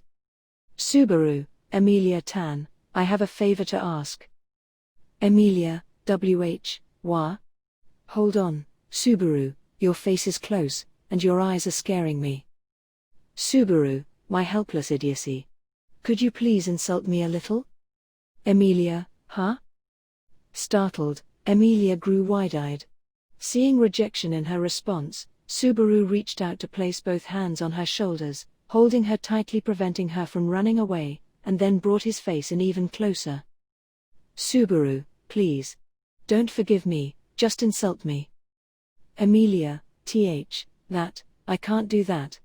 I don't think you've done wrong or anything. Subaru, just find a way. Emilia, even if you asked me that. Subaru, please. If you do this for me, I'll offer you my very soul. Emilia, saying something this heavy is only making me more uncomfortable. Geez, I guess I really don't have a choice. Emilia hesitated agonizingly against Subaru's desperate, perverse plea, but finally she nodded in resignation. She cleared her throat and looked up at Subaru. Emilia, Subaru, you blockhead. Subaru, ooh. Emilia, you naughty, hyperactive, stubborn, selfish, rascal, don't know when to give up, get way too cocky jerk. Subaru, goo, gull. Emilia, no one asked you, yet you only worry about other people, and don't know your limit. You're a softie who supports a hated half-elf. When I am rebuked and feeling depressed, you take my place, and behave rashly, get abused and do reckless things. Subaru, goo, eh? Emilia, you listen but don't respond properly, a coward who flirts and then runs away. A fool who comes to help someone in trouble, even after they had a huge fight. When things just aren't working out, when you want something you say the right thing, it's so unfair. Then, when it's all over, and everyone is running around taking care of the loose ends, You go to sleep by yourself and slack off. Subaru, you dullard. Subaru, dullard, now there's a word you don't hear much anymore, you know, Emilia-tan. He had been expecting a rebuke, but the abuse he received was far from it. The words didn't scratch at his heart and leave ugly scars, instead they were deep and kind, and left their mark on his and Emilia's hearts alike. At Subaru's call, Emilia kept her gaze pointed up at him, pursing her lips. Emilia, what? Subaru, how do I say this? Is that how you feel about me? Emilia, I know, it's like all my feelings just flew out. Then I sort of went with it, and after a while I had no idea what I was saying. Subaru, do you think that is how I really feel? Subaru, I wonder. When you get caught up in the moment, are they your true feelings? I don't know if I could tell. At the very least, Subaru had experienced regretting things he said in the heat of the moment. Were those long pent-up feelings wanting to finally escape her heart, or just the thoughtless emotions of a moment blurted out all of a sudden? He thought no one could ever answer that question. Subaru, thank you, Emilia-tan. Emilia, all I did was say bad things about you. To get thanked for that, Subaru, you really are abnormal, aren't you? Subaru, abnormal, but for Emilia-tan alone. If I hear it from you, then no matter if it's insult, abuse or a traffic safety poem, it will stir up my pleasure senses. Emilia, the last one I didn't understand, but it seems like something I really don't need to know, so I'll forget I heard it. So, are you satisfied now? She tried to respond while suppressing a giggle, but in the very end, her eyes looked tinged with sorrow. It was unfair, the raw expression she showed him sometimes, and it was why he couldn't leave her be. In answer to her gesture, Subaru smiled a broad smile that showed his teeth. Subaru, yeah, I'm fine now. Actually, maybe I'm still not okay. But, if I were to get a kiss from Emilia-tan to break my curse, I should be able to find the courage I need, if only. Emilia, that's too bad, because the request office has closed for the day. Subaru, damn it. I screwed up. Why am I always too late? As if full of regret, Subaru fell to pieces. Seeing this, Emilia let out a wry smile. After spending some time looking wretched, Subaru finally stood up and looked around the room. Subaru, that said, I'm afraid there is some business I need to take care of. I feel bad for leaving everyone and Emilia-tan, but I need a little time. I don't think it will take too long, but, what's with your face, Otto? Otto, I feel like charging you for reparations after witnessing that ticklish scene, but I'll leave the negotiations on pricing for later. What were you doing? Otto, forgotten until now, voiced his discontent, to which Subaru crossed his arms and cocked his head in contemplation. Come to think of it, Otto doesn't know about the last person in this mansion he has yet to become acquainted with. If that's the case, to tell Otto where he was planning on going next, just what words would be proper? After agonizing over the problem for just a bit, Subaru unfolded his arms and said, Subaru, well, I'm going to go meet a loli with drill curls holed up in a room that smells like mold. With that, he completely abandoned any responsibility to explain the situation, and left Otto to his state of confusion. Prelude to Arc 4 Chapter 3 excerpt from Arc 3 Chapter 71, The Girl in the Forbidden Library. Subaru, wah? This is odd. Even though Subaru had heroically volunteered to find Beatrice and set out full of bravado. It's not going so well. Usually, when Subaru wants to call Beatrice to come to dinner, all he has to do is to open the first door he sees and he'd find Beatrice and the Forbidden Library on the other side. One time, he even found her just by opening the door to the dining room. Beatrice's magic, door crossing, is a spatial transition dark type magic of a level far beyond Subaru's comprehension. A little girl, and an expert user of dark magic, Beatrice uses the doors of the mansion to randomly obscure the Forbidden Library's entrance. Basically, there is only one right choice, and as if to toy with anyone who seeks to find it, the right choice would continually change without warning. Somehow, Subaru easily breaks this with what he casually calls his door-breaking ability, and it's unclear exactly why the one person who can always find the door in the first attempt just also happens to be someone who utterly can't read the mood. Subaru, To suddenly stop working at a time like this, it's a whole new level of disappointment, geez.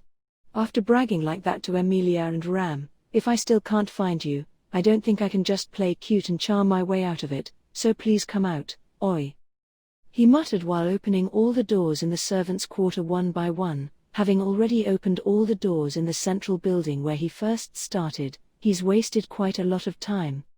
This is the first time he's had so much difficulty finding Beatrice, and even if he tries to make light of the situation, it still won't stop the sweat from forming on his brows.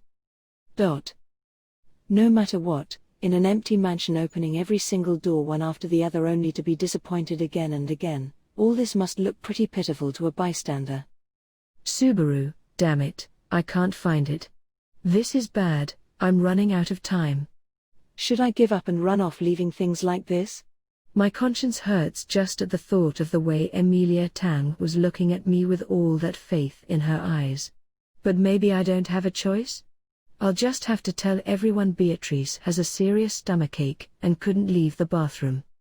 You can't think of any better excuses, I suppose, you jerk? As Subaru tore at his head, bemoaning his situation, he was met by the abrupt retort the moment he opened the door. Before his eyes, the room that was supposed to be the bathroom was instead piled with the kind of paper used for something other than wiping one's butt. In short, it was replaced by a library stuffed full of books. The Forbidden Library, a sight he had grown so used to seeing, yet one he hadn't seen for a long time. Its guardian, a little girl wearing an extravagant dress, sat in front of him as always. Entering the room, there was a wooden stepladder straight in front of him, and seated on top of it was a girl with a thick book open in her lap. Subaru, Biko, found you in the bathroom safe and sound. My instincts aren't half bad if I don't say so myself. Beatrice, it's only that I took pity on you, since you won't give up, I suppose.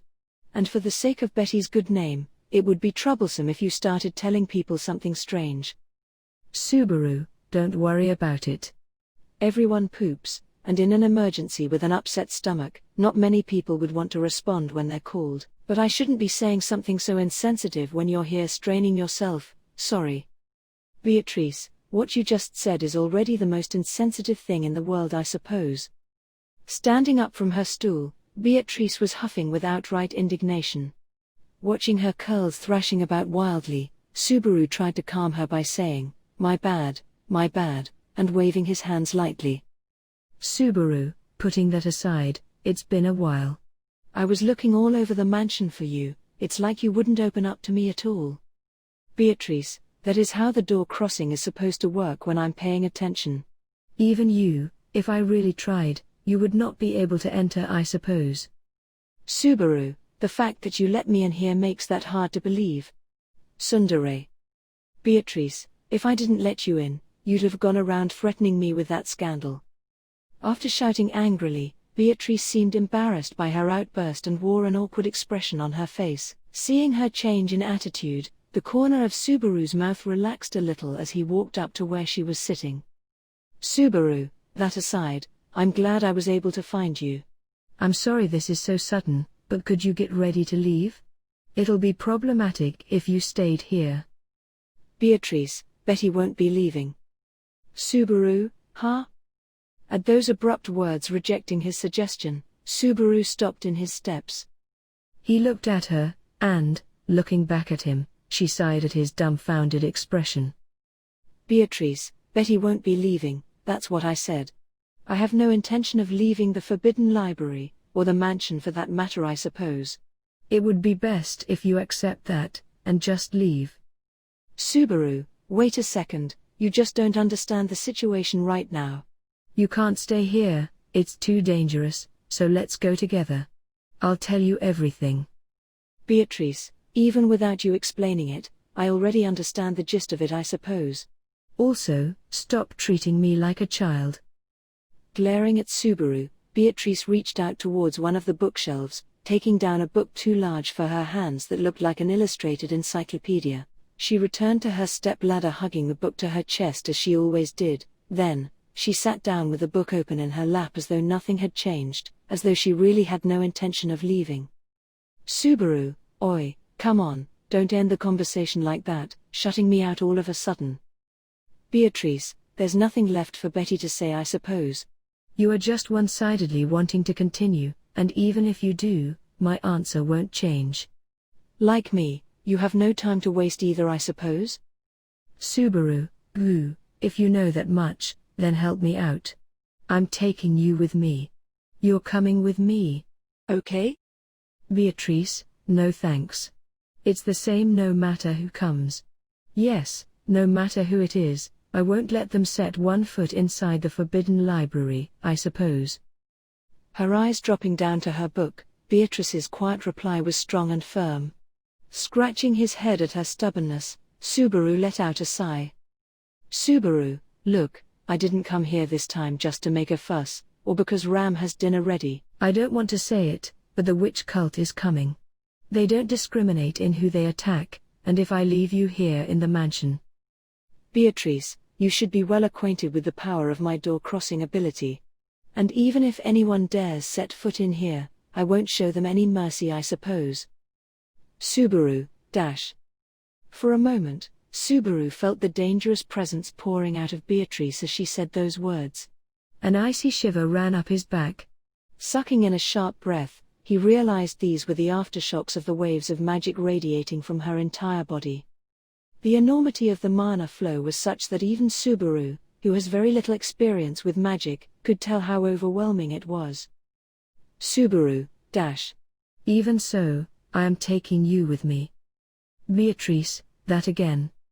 Subaru, whether you are strong or not, it has nothing to do with that. You're a girl, you're little, that's reason enough. I don't want to leave you here where it's dangerous. Do I need any other reason? Even being pressured by the might of her aura, Subaru planted his feet firmly on the floor, shouting. Seeing the man in front of her arguing even more vehemently, Beatrice's eyes opened wide with astonishment. Then, as though enduring something painful, she closed them again. Subaru furrowed his brows at her response, but still pushed forward, intent on taking her with him. Just then. Beatrice, Betty, can't go with you. Please, don't confuse things anymore. Subaru, I'm not mistaken. You are. That's all I have to say. Beatrice, you're stubborn, I suppose. You know, I hate stubbornness.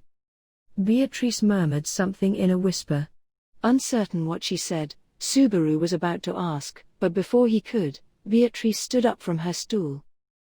Beatrice, I see, I suppose, you win. I'll do as you asked, I suppose. Subaru, oh, that's good. You understood that good. For a moment, after you stood up, I was getting ready to get blown out of here flying, you know. Beatrice, for Betty, blasting you away so only your shadow remains in this world would be too easy, but I won't do something so cruel as that. Saying something so frightening as though it were nothing, Beatrice returned the book she had taken back into its shelf. Curious at her movements, Subaru realized something and raised his brows. Perhaps it was because she had agreed to go with him that he let his guard down. On a whim, he asked. Subaru, by the way, there are tons of books in here, but are you familiar with any languages other than the Yi-Ro-Ha systems? Beatrice, I was wondering what you would ask all of a sudden. By Yi-Ro-Ha I suppose you mean the alphabets like Yi and the others? Using an expression like that, it is bound to anger the professional linguists. Subaru, yeah, my bad, sorry. But, getting down to business. Giving Beatrice, who was glaring sharply at him, a nervous smile, Subaru pulled a single book out of his jacket. The book was bound all in black, and its contents. Subaru, well, it's this thing, but all the letters inside are nothing I've ever seen before. I was wondering if you might know. Beatrice, I should like to know why you are holding that right now, I suppose. Suddenly, her rigid voice overpowered Subaru's words, cutting him off. Looking at her, Beatrice's eyes were stretched wide, staring fixedly at the gospel in his hands. Subaru was surprised by the intensity of her reaction, having only brought up the subject casually. Beatrice, I would like to know why you are holding that right now, I suppose. Answer me. Subaru, even if this is trash. I took it from that idiot from the witch cult. He was treating it with some crazy religious zeal, so I thought it might have some clues written in it. Beatrice took it? From the witch cult? You, of all people. Putting a hand to her forehead, slightly swaying back and forth, Beatrice's expression changed. The blood drained from her already pale complexion. Subaru was disconcerted by the way her eyes swam, unfocused. She seemed as if about to fall over at any moment, so without thinking, Subaru reached out a hand to steady her. Subaru, Oi, are you okay? if you aren't feeling well, don't push yourself. Beatrice, Betty is, it's no good, if that's how things are, but, leaving it in his care, it's unthinkable, but maybe Roswell has been, until now? Subaru, hello? Sorry to interrupt you when you are looking so serious, but can you hear me? Beatrice, I am only thinking right now I suppose, so you can just wait for a moment. Beatrice silenced the worried Subaru with a sharp look, and he calmed down quietly. He closed his mouth as he watched Beatrice shut her eyes, changing her expression. After some time had passed, and she seemed to remain unresponsive, Subaru opened the Gospel in his hands for the first time in a while, flipping through the pages he still couldn't understand. Then, he suddenly noticed it. Subaru, this book, the latter half is all blank, but, was this page here before? It was written in an unknown alphabet, and the second half was missing pages that seemed to have been ripped out. These two facts hadn't changed. Only, the last page to have writing on it seemed to have had words added to it. Though he couldn't read it anyway. Perhaps he was just imagining it, there was no reason to worry about it that much. Beatrice, that book, what do you plan to do with it, I suppose? Beatrice, who had been silent for a long time, asked all of a sudden. Resting her hand against her lips, as if reaching some conclusion to her own mind, Beatrice threw this question at Subaru. Even if you ask me, Subaru responded, affected by her demeanor. Subaru, decipher the contents, though I'm not interested in the teachings of the witch cult or anything, it's just in case there is any kind of useful information here. Otherwise, I wouldn't want to be carrying around a book that creepy guy cared so much for. Beatrice : at the very least, Betty can't read what's in there. However, if you don't want to hold on to it, you could entrust its care to me, I suppose. Subaru, entrust it? Beatrice, it is a strange book that was once cherished by a strange owner, I suppose. If you have any reservations about carrying around a book like that, I could take it off your hands for you.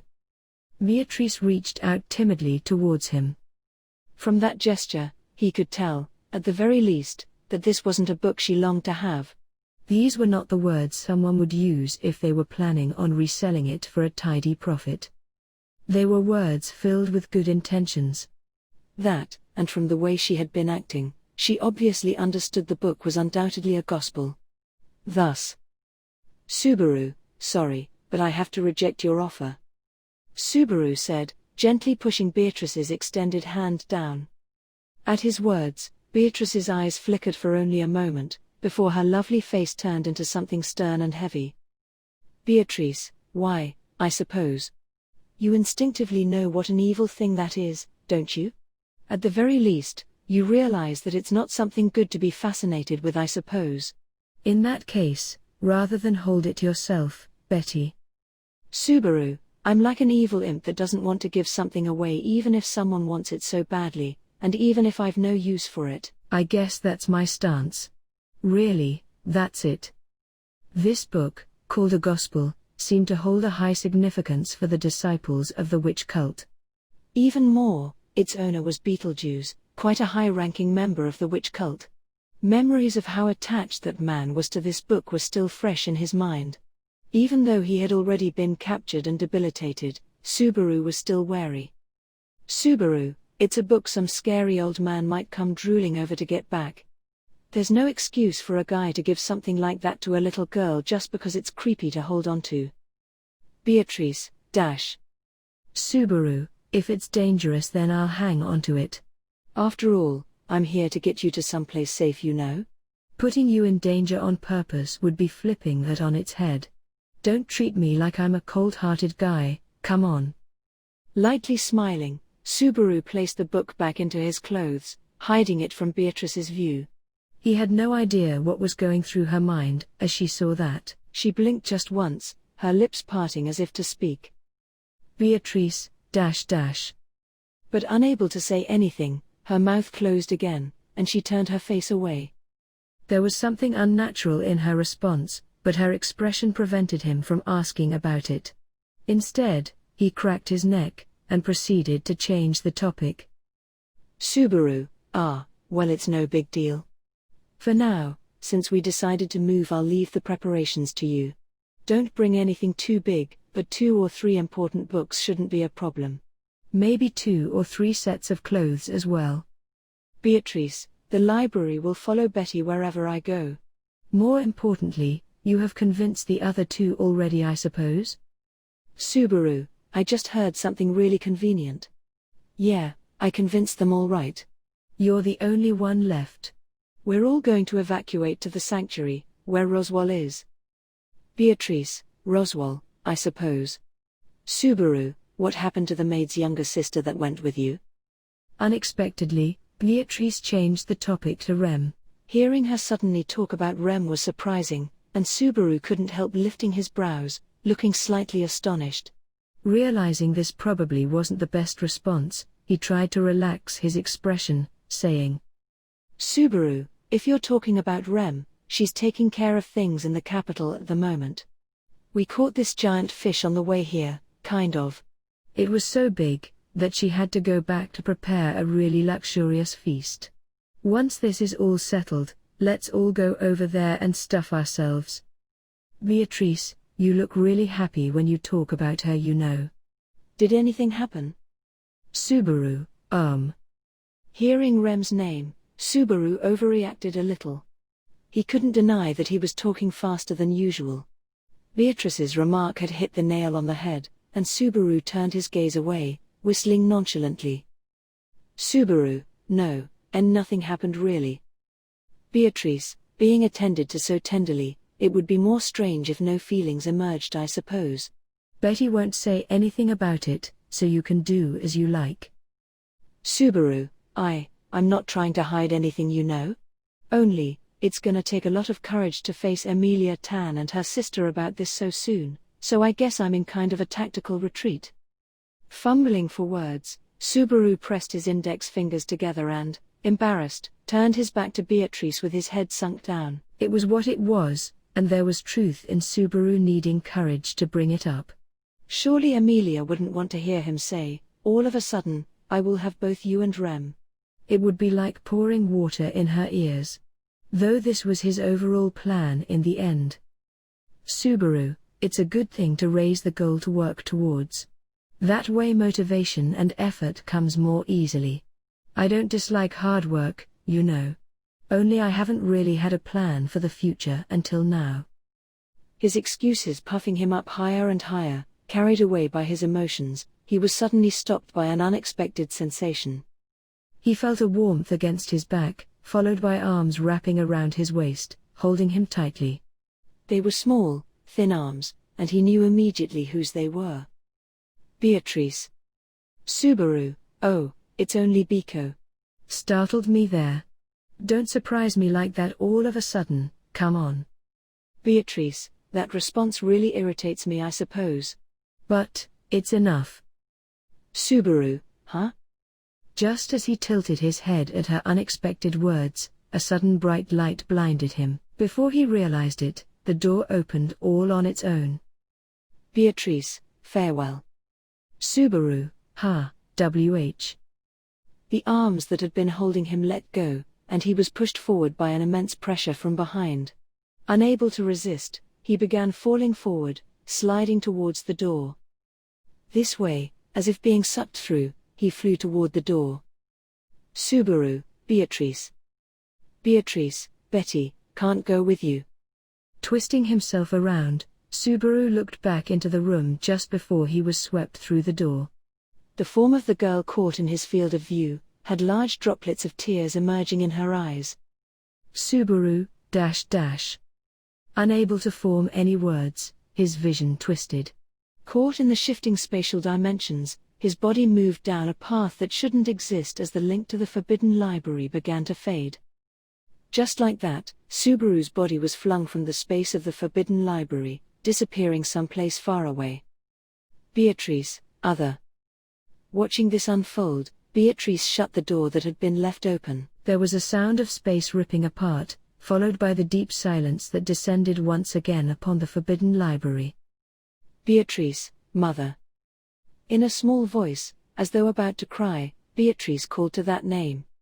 The large droplets of tears had already disappeared from her eyes, though her expression remained. Beatrice, just. How much more? Must Betty? About to break down crying, Beatrice walked back to her stepladder, laying down all her weight onto it. She reached out her arm behind the ladder, from a shelf that was usually behind her, she took down a book, and hugged it close. Beatrice, mother, mother, mother. Like a child, lost, clinging tightly to the book pressed against her chest, Beatrice's quiet cries resounded through the forbidden library. The book in her embrace, bound all in black, never responded. When later, Subaru died, ambushed by the witch cult, all this was lost. Except, like so many things, he, alone, still remembers it. This was a scene from a loop that was cut from the anime, taking place around episode 22. It is basically 2/3 of Arc 3 Chapter 71. We included this as a prelude to Chapter 3 because this conversation has a huge impact on how Subaru confronts Beatrice in Chapter 3. Only Subaru remembers this, because after being thrown out by Beatrice, Subaru was killed on the way to the sanctuary, ending that loop and everything that happened in it. ARC 4. The Everlasting Covenant. Chapter 3, Reunion and Passing. Slowly, focusing only on turning the doorknob in his hand, Subaru held his breath. He had a feeling this was the one. Quietly wandering through the mansion like this, he'd all of a sudden notice a door that particularly draws his attention. Leaving Emilia and the others behind in the living room, having been granted a little bit of time, Subaru wandered through the mansion alone, and found it just as he set foot into the hallway on the second floor. The moment he touched the doorknob, his suspicion turned into conviction, and as he started to push it open, there was not a single doubt in his mind. And, taking in the existence of that room, in that place, at that very moment, he stepped inside. Subaru, hey, it's been a while. The forbidden library, just as he remembered it, stretched out in front of his eyes. The little girl, who is the master of that dimly lit room, hadn't changed a bit either, sitting on a stepladder like it's a makeshift chair. She was in the middle of leafing through a book. Beatrice, the mansion was noisy today, I figured you returned I suppose. Her eyes lifted for a moment to take Subaru into her gaze. However, after muttering as if she was bored, she immediately lost interest, and dropped her eyes back into her book. Beatrice, if you're back, that means Ni-cha must be back as well. I sense that girl, and a few other annoying insects as well I suppose. Subaru, Puck hasn't shown up yet, he's recharging his batteries I think. Ah, I don't like how you talk about Emilia Tan like she's in the same category you know. Though I don't mind the part about Otto. Beatrice, you're really noisy. Beatrice huffed her nose at Subaru's small talk, and rearranged her legs under her extravagant dress. Seeing that, Subaru continued to walk closer, stringing words together as he did so. Subaru, but it sure has been a long time since I saw you. Since that time with Bet. Ah, wait, that didn't happen. The last time was before I left for the capital, wasn't it? It's about 10 days now. Beatrice, not long at all I suppose. While Betty is in this room, the flow of time outside really doesn't matter that much. Subaru, and there you are saying strange things again, geez. Also, when you're talking with someone, you really shouldn't have your nose buried in a book you know. Seeing me again after 10 days, I'd understand if you're so happy that you want to hide your blush, but still. Beatrice, I can make your mouth spit blood instead of noise until you turn pale in the face, you know. At the girl's unhidden annoyance, Subaru loosened the tension in his face. Whenever he comes to talk with the girl guarding the forbidden library, Subaru couldn't help but want to do things to poke at her stubborn attitude and mess up that deadpan expression of hers, cracking jokes and clowning around, annoying her until she gets really pissed off, then keep prodding her until she finally couldn't stand it anymore and throws him out. There is a part of himself that thoroughly enjoys these exchanges. But just why does he always have this feeling towards her? He isn't quite sure if he knows. Beatrice, I take the fact that you've returned as a sign that the recent disturbances around here have settled, I suppose. Subaru, you noticed. Well, that's only natural, I guess. Emilia and Ram ran around all over the mansion looking for you, you know? It would be nice to apologize to them later. Beatrice, Betty? Apologize? To whom, and for what? I can't imagine why I should do such a thing. Huffing with her perfectly formed nose, Beatrice closed her book with a loud clap, and rose from her seat on the stepladder. Then, putting the thickly bound book back onto its shelf, on tiptoes, she stretched as hard as she could to reach for the one right next to it. Seeing she was having trouble getting it out, Subaru walked up beside her. Subaru, this one? Here.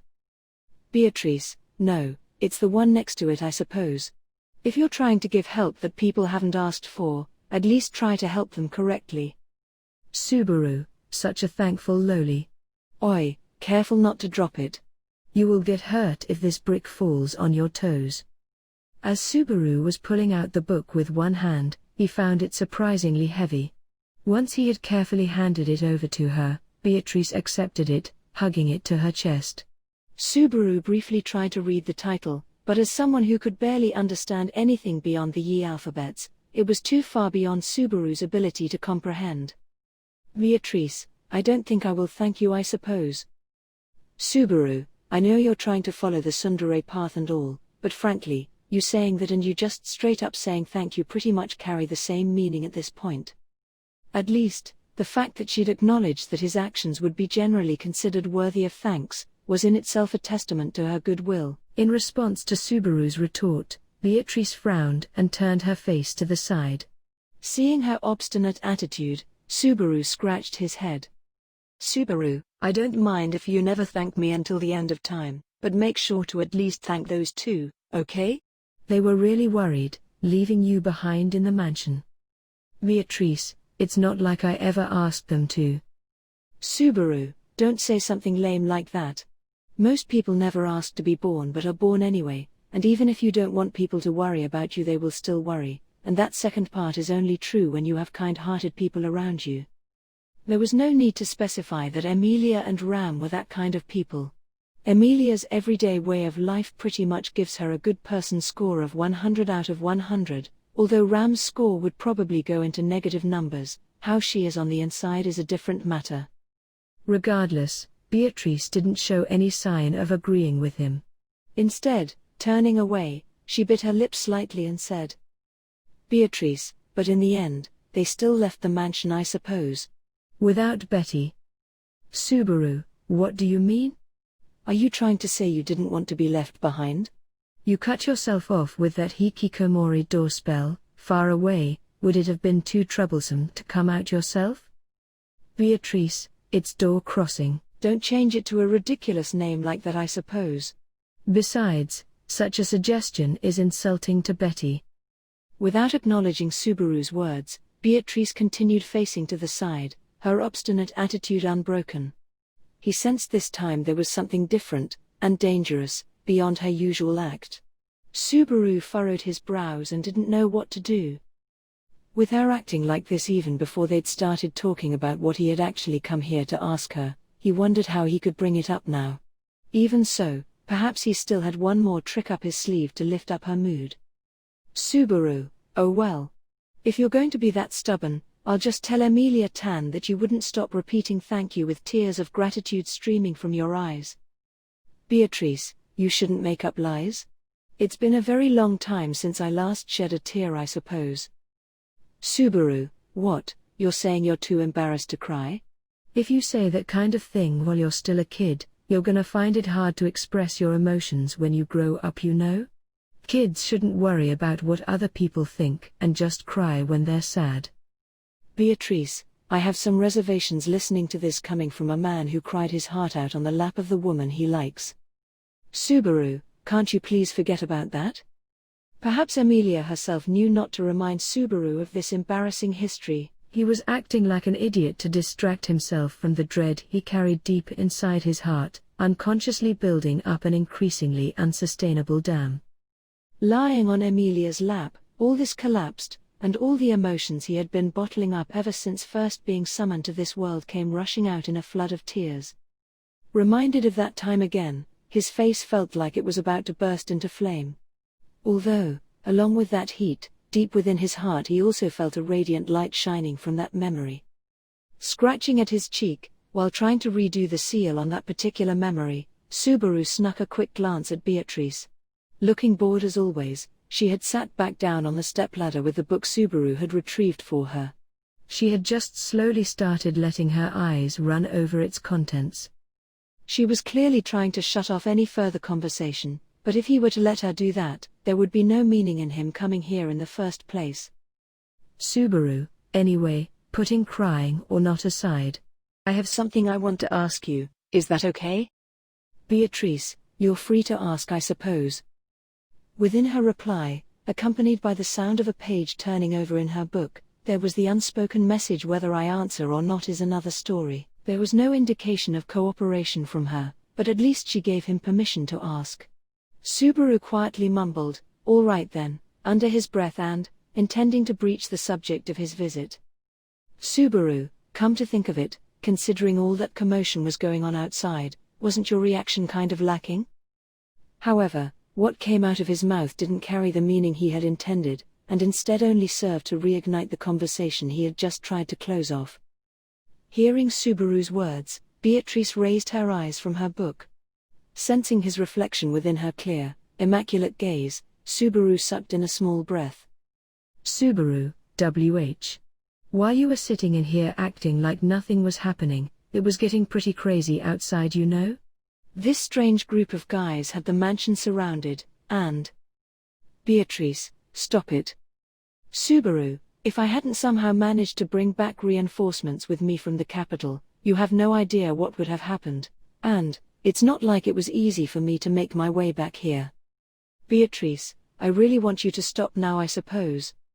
Subaru, it was actually a journey so rough, if I were to tell it to you, both you and I would be in tears by the end, but having finally cleared that hurdle.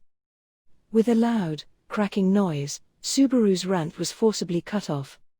Looking around, the source of the sound was the book Beatrice had been holding in her hands, which she had slammed shut with all her strength. Subaru tried to understand Beatrice's expression, and her intentions, but she turned to face him with a sharp and merciless glare, and said, "Beatrice, how about you say what you actually came here to say, you spineless coward?" Subaru, yeah. He couldn't deny it. She was right, and had clearly seen through his attempt to run away. To run away from the answer to the question he knew he had to ask. Subaru, do you? Gulping down his breath, he squeezed shut his eyes, listening to the beating of his heart. Beyond his closed eyelids, he saw her sweet smile, smiling back at him. Subaru, do you remember Rem? His question became sound and, having exploded into reality, could no longer be taken back. In the loops after the slaying of the white whale, Subaru had only spoken to Beatrice once in the Forbidden Library. The purpose of that conversation was to convince her to escape from the witch cult, but she refused, and in the end, the girl was left in the mansion all alone. While he could no longer remember everything they had discussed, looking back, there was one fact that he could not miss. Beatrice, at that point in time, had asked him about Rem, who was supposed to have returned with him.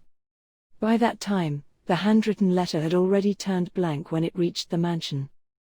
In other words, the conversation took place after Rem had been attacked by the Sin archbishops, and Beatrice, who had never seemed to care much about Rem up to that point, had suddenly asked about her. Subaru, answer me. Do you remember Rem who used to live in this mansion? He wanted her to remember, she must remember. Thinking this, Subaru's voice distorted toward the end. The depths of his memories confirmed this, and his ever-weakening heart, so close to sinking, to drowning, yearning to be revived, would not deny this. Beatrice silently stared at Subaru. Within her pupils, there was neither feeling nor emotion. What she was thinking was impossible to read. Normally, she was a girl whose emotions are easy to understand, but at this moment, Subaru could not pick up anything at all. His teeth itched, it was as if time stood still, and Subaru's heart was burning down to ashes. Subaru, hey. Why don't you say anything? You either remember, or you don't. It's not a difficult question to answer. Of course, there was only one answer he wanted to hear. That Beatrice remembers Rem, and that she would laugh at the sheer stupidity of his question. Memories eaten, names swallowed, removed from the world, what a stupid notion that is. Let her feel as he feels, let her feel that same indignation at the cruel outrageousness of this world. Or, even if they could just share the common reality of her existence, perhaps they would find the solution together, and that would be enough. So, tell me you know her. Like Emilia, like Crush, like Wilhelm, like all the others, Rem, don't tell me you have forgotten her. Wanting to hear her answer. Dreading to hear her answer. Agitation, contradiction, his emotions wrenched and twisted. Then, to Subaru's faltering, convulsing heart, Beatrice spoke. Beatrice, I don't want to answer. She turned her gaze away from Subaru, answering neither yes or no. Losing his breath with a ha, for an instant, Subaru's mind stopped. Then bewilderedly flinging his arms in the air. Subaru, wait. What do you mean you don't want to answer? Doesn't that question only have the answers yes or no? Beatrice, I don't know what you mean by /yes/ or /no/ I suppose. And my answer will never change. I don't want to answer. Subaru, I'm saying that isn't an answer.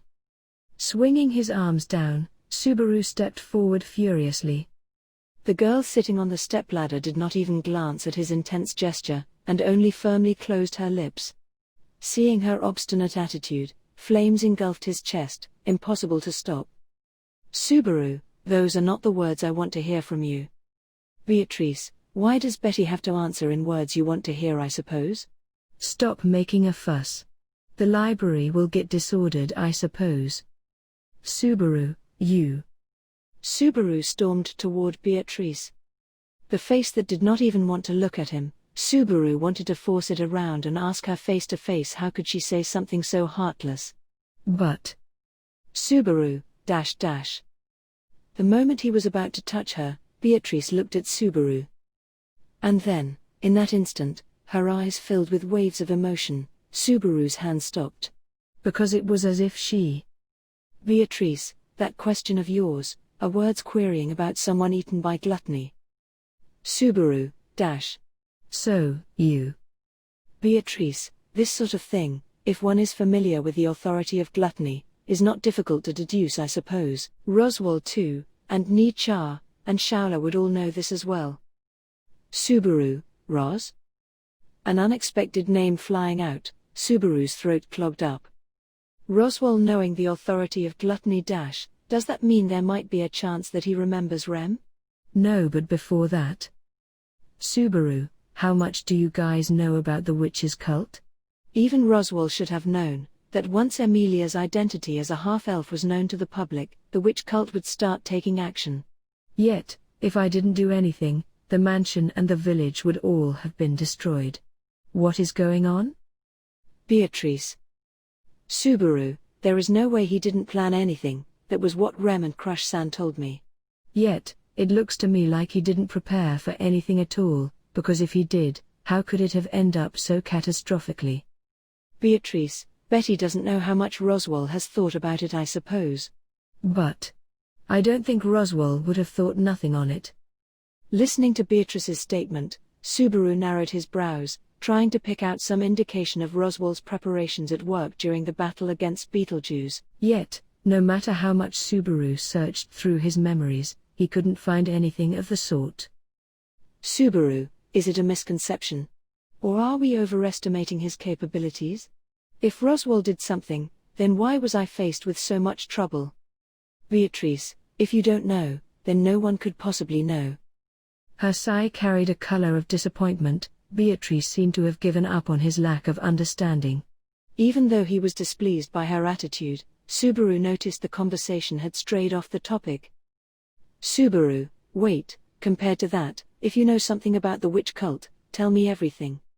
About the Sin archbishops, about gluttony, there's a mountain of things I want to ask you. And this too. One after another, Subaru wanted to ask Beatrice everything. Subaru put his hand into his jacket, and took out a book with black binding. The book, dirtied with blackish blood on the cover and partially on the inside, was the loot he received after a fierce battle against a formidable opponent, several days ago. Subaru, I know this thing is a really important and deep part of the witch cult. I can't read what's inside, but as the guardian of the Forbidden Library you might know something. Beatrice, a gospel. Looking at the book in Subaru's hands, Beatrice's eyes opened wide. Her peach-colored lips trembled, staring at the gospel with a frozen gaze. The illegible words written on the cover, she skimmed over them, and with an incredulous expression. Beatrice, why do you, of all people, have? Subaru, I plundered it, but it's not that I actually wanted it, you know. Like I said, the witch cult had the mansion surrounded. So I took it off of their leader. The owner doesn't exist in this world anymore. Beatrice took it, but that. Beatrice's voice quivered as she reached out her hands for the gospel held by Subaru. Though he hesitated, seeing Beatrice's small fingers trembling, Subaru slowly placed the gospel in her hands. Receiving the book, as if checking, she traced her finger over the mysterious letters on the front cover, and Beatrice, its owner. Died, you said, I suppose? Subaru, yeah, he's dead. He got engulfed by the carriage wheels and I killed him. All things considered, Beetlejuice wasn't directly killed by Subaru. But still, everything from the reason, the circumstances, to the events leading up to the reality of his demise, were all inevitable extensions of Subaru's actions. Subaru wanted to kill Beetlejuice, for if he didn't take that man's life in a duel to the death, in his soul, he would never be able to forgive himself. Therefore, Subaru had no reservations about his intention to murder Beetlejuice. But even without reservations, it could not be said that dirtying his hands did not leave him with any regrets. He could not pretend it didn't affect him, nor would his heart lie for him on this matter. The fact that he killed Beetlejuice, and had once been killed by Beetlejuice as well, he will never be able to forget. For as long as he lives, he will be carrying the life he took from that man, but these sentiments did not come out of Subaru's mouth. Beetlejuice was an existence that deserved to die, and Subaru, believing this, murdered him. That's all. But, to all these thoughts carried within his words, Beatrice did not show any reaction. She only quietly murmured, I see, keeping her eyes dropped down at the gospel in her hands. Beatrice, so even you weren't leaving Betty, huh, Juice? Subaru, dash? Who is that? Beatrice, there is no need for you to know. What happened to the witch Jean, if you have killed Sloth I suppose?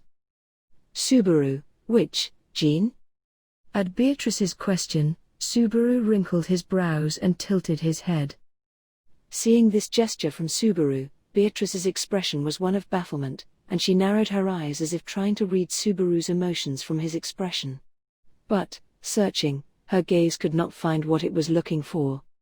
Subaru clicked his tongue in agitation.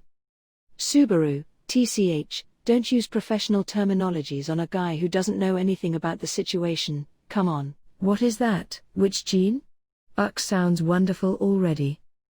Beatrice, you don't know? Wait, seriously? Then, for what reason did you kill Sloth I suppose? I don't understand. Subaru, I was just getting rid of falling sparks. What are you trying to tell me? The conversation that just doesn't seem to mesh is straining Subaru's patience, but unlike Subaru, who was trying to force the pace, Beatrice is getting closer and closer to a complete silence. Placing the back of her hand against her lips, as if in deep thought, she only continued gazing at the front cover of the book. Beatrice, I don't know, this is beyond Betty's ability to decide. Subaru, what are you trying to decide alone, hey? Shaking her head, Beatrice threw the gospel at Subaru. Quickly catching the throne book, Subaru breathed a small sigh of relief and, Subaru, what are you doing all of a sudden? I'm not saying it's dangerous, but it is still an eerie book. handle it more carefully. Beatrice, you should hold on to it, I suppose. What would the witch Jean choose, or not choose? Either way, a decision will be forced. When that time comes, if it helps you in your decision, Juice would be able to pass on peacefully too, I suppose. Subaru, what do you mean a beverage passing on? You're nothing at all. Subaru understood none of it as he clung to the incomprehensible words. But, before Subaru could say anything, there was a strange feeling forming behind him. There was the sound of space being bent by an unnatural force. Subaru instinctively understood, though he didn't know why he knew this. Subaru, are you going to kick me out? I haven't been able to ask you anything yet. You want me to leave with just this, seriously? Beatrice, the answers you want to hear, and the words you want to hear, why must Betty say them, I suppose? Selfish. Stop being prideful. Subaru, Just tell me, I want to know. I won't ask for any more. So, please. Beatrice, Betty is. All the hair of his back stood on end, for they were being physically drawn backwards by a force pulling Subaru's entire body back. Space was distorting. Only when he turned his head to look behind him, he saw that the door, which was supposed to be shut, had been opened, and he knew that the space of absolute darkness shall soon engulf him. No wind was blowing, nor were his legs or arms being grabbed by anything. Only, there was an indescribable pressure all over his body from the front, and a gravitational force invisible to naked eyes from the rear, as if embracing him, pulling him away. Absolute and forceful, it was the true form of door crossing. Subaru, Biko. Beatrice. Beatrice, what is trying to get out is your body, and your soul. Subaru, what are you? Beatrice, your heart doesn't want to hear the true answers, because of your weakness your gaze avoids reality, and your selfish mind does not want to look at your own sins. All this distances your body further from this forbidden library. But Subaru, Beatrice, Betty is not a convenient tool for you. Subaru, Beatrice, what you want to hear, when you want to hear it, in words you want to hear, in the way you want to hear it. I am not a convenient existence, like that. As these words wrenched through Beatrice's lips, Subaru could not pronounce another syllable. They penetrated deep, and pierced the mark, and completely unprepared, Subaru was mauled by those words into speechless astonishment. Then, as void emerged, Subaru's body's resistance collapsed, and Subaru, This way, as if being sucked into the door behind him, Subaru's body was pulled toward the door crossing. If he goes through, he would be kicked out of the library. At the last moment, Subaru grabbed the edge of the door, and as his other half was about to swing out, he stomped onto the other end. Panting, clenching his teeth tightly, he looked up. In front, there was a girl with an expression full of sorrow. Beatrice, if you have something you want to know, ask Roswell. Ni-cha or Betty won't say anything to you. Subaru, why are you almost crying? At Subaru's final query, Beatrice cast down her eyes, and did not respond. At last, the girl extended her fingertips and wrapped them around Subaru's fingers on the door, and took them off. Sucked in. Thrown off. Locked out. To the door, from the forbidden library by the heart of a girl named Beatrice. Subaru, Sliding through, the door vomited him out and sent him flying into the hallway. In front of his eyes, the door that threw him out closed up violently. Seeing this, Subaru extended out his hand to the flap, but it was too late. Subaru, that drill lowly. The other side of the door was not the forbidden library, only another unused guest room. He looked around at the mansion, but couldn't feel the sixth sense which connects him to the forbidden library. Today, he can't meet her anymore. This realization fell on Subaru's heart. What he wanted to hear, what he wanted to know, rather than that, he was only turned round and round by the girl's mystifying words, and kicked out before gaining anything. Subaru, what the hell? If you know something, then cough it up, you stingy brat. You mopey shut in hikikomori. Which son of the Natsuki family do you think you are? Subaru kicked at the door, which up until a few moments ago had been connected to the forbidden library, and let out a long sigh. Shaking his head, he tried to forget the image in his mind. The last thing he saw at the time of their parting, Beatrice's expression, would not leave him. But, surely she was. Subaru, with a face almost crying like that, stop shutting yourself in all alone, stupid. Thinking it was his fault that she had that expression on her face, and having accomplished nothing, he could not blame her at all. ARC 4. The Everlasting Covenant. Chapter 4, The Next Place. After Beatrice ejected him from the forbidden library, Subaru returned to everyone in the living room empty-handed, looking rather ashamed of himself. Awaiting him, the living room was the same as when he left. The only difference was that Otto was now sitting in Subaru's seat, and seemed to have just finished discussing something with Emilia. Putting on a face that left no doubt in anyone's mind just how much he resented another guy talking to Emilia in anything vaguely resembling an intimate way, Subaru headed towards Otto. Subaru, I see you're happily chatting with Emilia Tan while I was gone. It would be nice if you go and drop dead now. Otto, it's not in my nature to just sit around silently and let time pass. More importantly, what kind of sane person says a line like that immediately after coming back? It's very unpleasant when you always take your anger out on me, you know. Subaru girly voice, don't talk like you can understand. As soon as I buy your oil and fulfill my promise, it's all over between us, we're through. So don't get the wrong idea here. Otto, could you please not talk like there's something between us that might cause a misunderstanding? In the short span of time it took Otto to yell at him for being a tsundere, Subaru, as if suddenly completely losing interest, turned towards Emilia. Kept out of the conversation, she was clearly waiting for him and Otto to finish talking, and seeing him looking at her, she looked back up at him and asked, Emilia, were you able to meet with Beatrice? A surprisingly difficult question. On the one hand, the answer to her question was yes, but the answer to the question she was actually asking was closer to a no. While he had been able to make contact with her, he hadn't actually broached the most essential topic. He almost wanted to laugh at what a limp, indecisive, cowardly adventure RPG protagonist he was. Subaru, no, it just wasn't happening. Emilia, oh. Oh well, I guess, that was to be expected. When Beatrice hides using door crossing, I guess there's no way to find her. Neither Ram nor I have managed to meet her after all, so. Subaru, actually, I did manage to find her. But she was, how should I say this? I guess she was in a bad mood, a bit mopey. Anyway, I wasn't able to get an answer from her.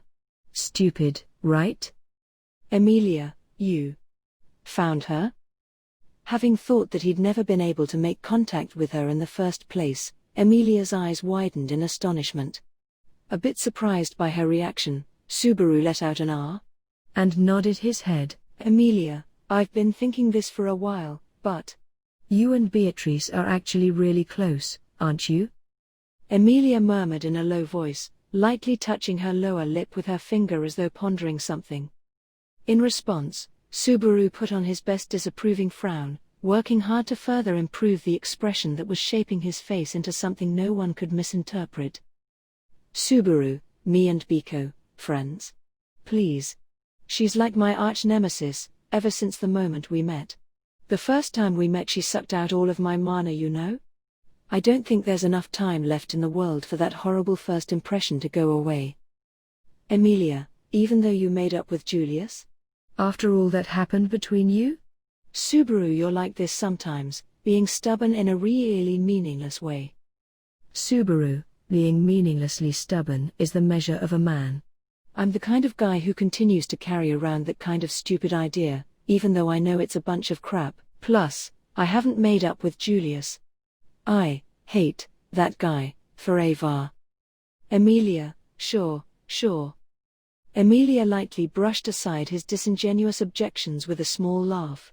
Seeing this, Subaru screwed up his face to show his dissatisfaction. However, on the inside, he just felt relieved that the subject had been laid to rest.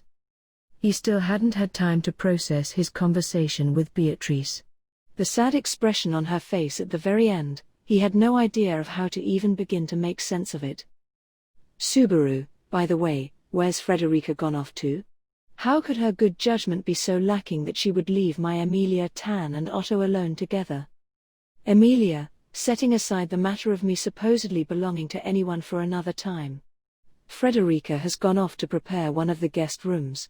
Since we're going to need a place for Rem-san to rest. Subaru, I see. Subaru responded in a low whisper. Emilia, looking pained, narrowed her eyes. While he hated himself for causing this expression on her face, he simply couldn't hold back the rending pain filling up his chest every time he was reminded of Rem. However, with a blink and a shake of his head, he extinguished the grief from his expression to keep his pain from extending to Emilia.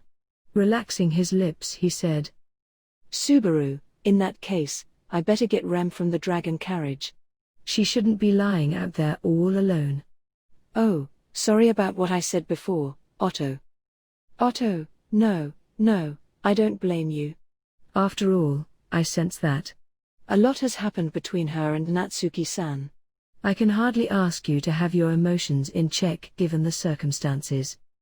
Subaru, it's just that when I think of you touching my Rem with your dirty, money-grubbing hands, I can't help myself. I'm really sorry. Otto, there's no way you'd say something like that if you were really sorry. I also really don't think that's a line a person who just labeled a totally different girl as his should be saying. Subaru, that's just me using you in my plan to make Emilia Tan fall jealously in love with me. Don't make me say it out loud, idiot. Otto, you said that out loud all on your own. Grinning at Otto's reliably explosive reaction, Subaru snuck a glance at Emilia's face. Having been intently observing their exchange, Emilia's lips seemed to soften just a little, and the sorrow of moments ago had all disappeared. Confirming this, Subaru drew a small sigh of relief. Emilia, Subaru and Otto-kun seem to be really close. Even though you only met just recently. Subaru, that's what you got jealous at? Compared to my feelings for you, Otto is just a toy, a plaything on the side.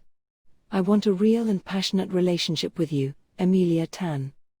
Otto, why am I the one being discarded?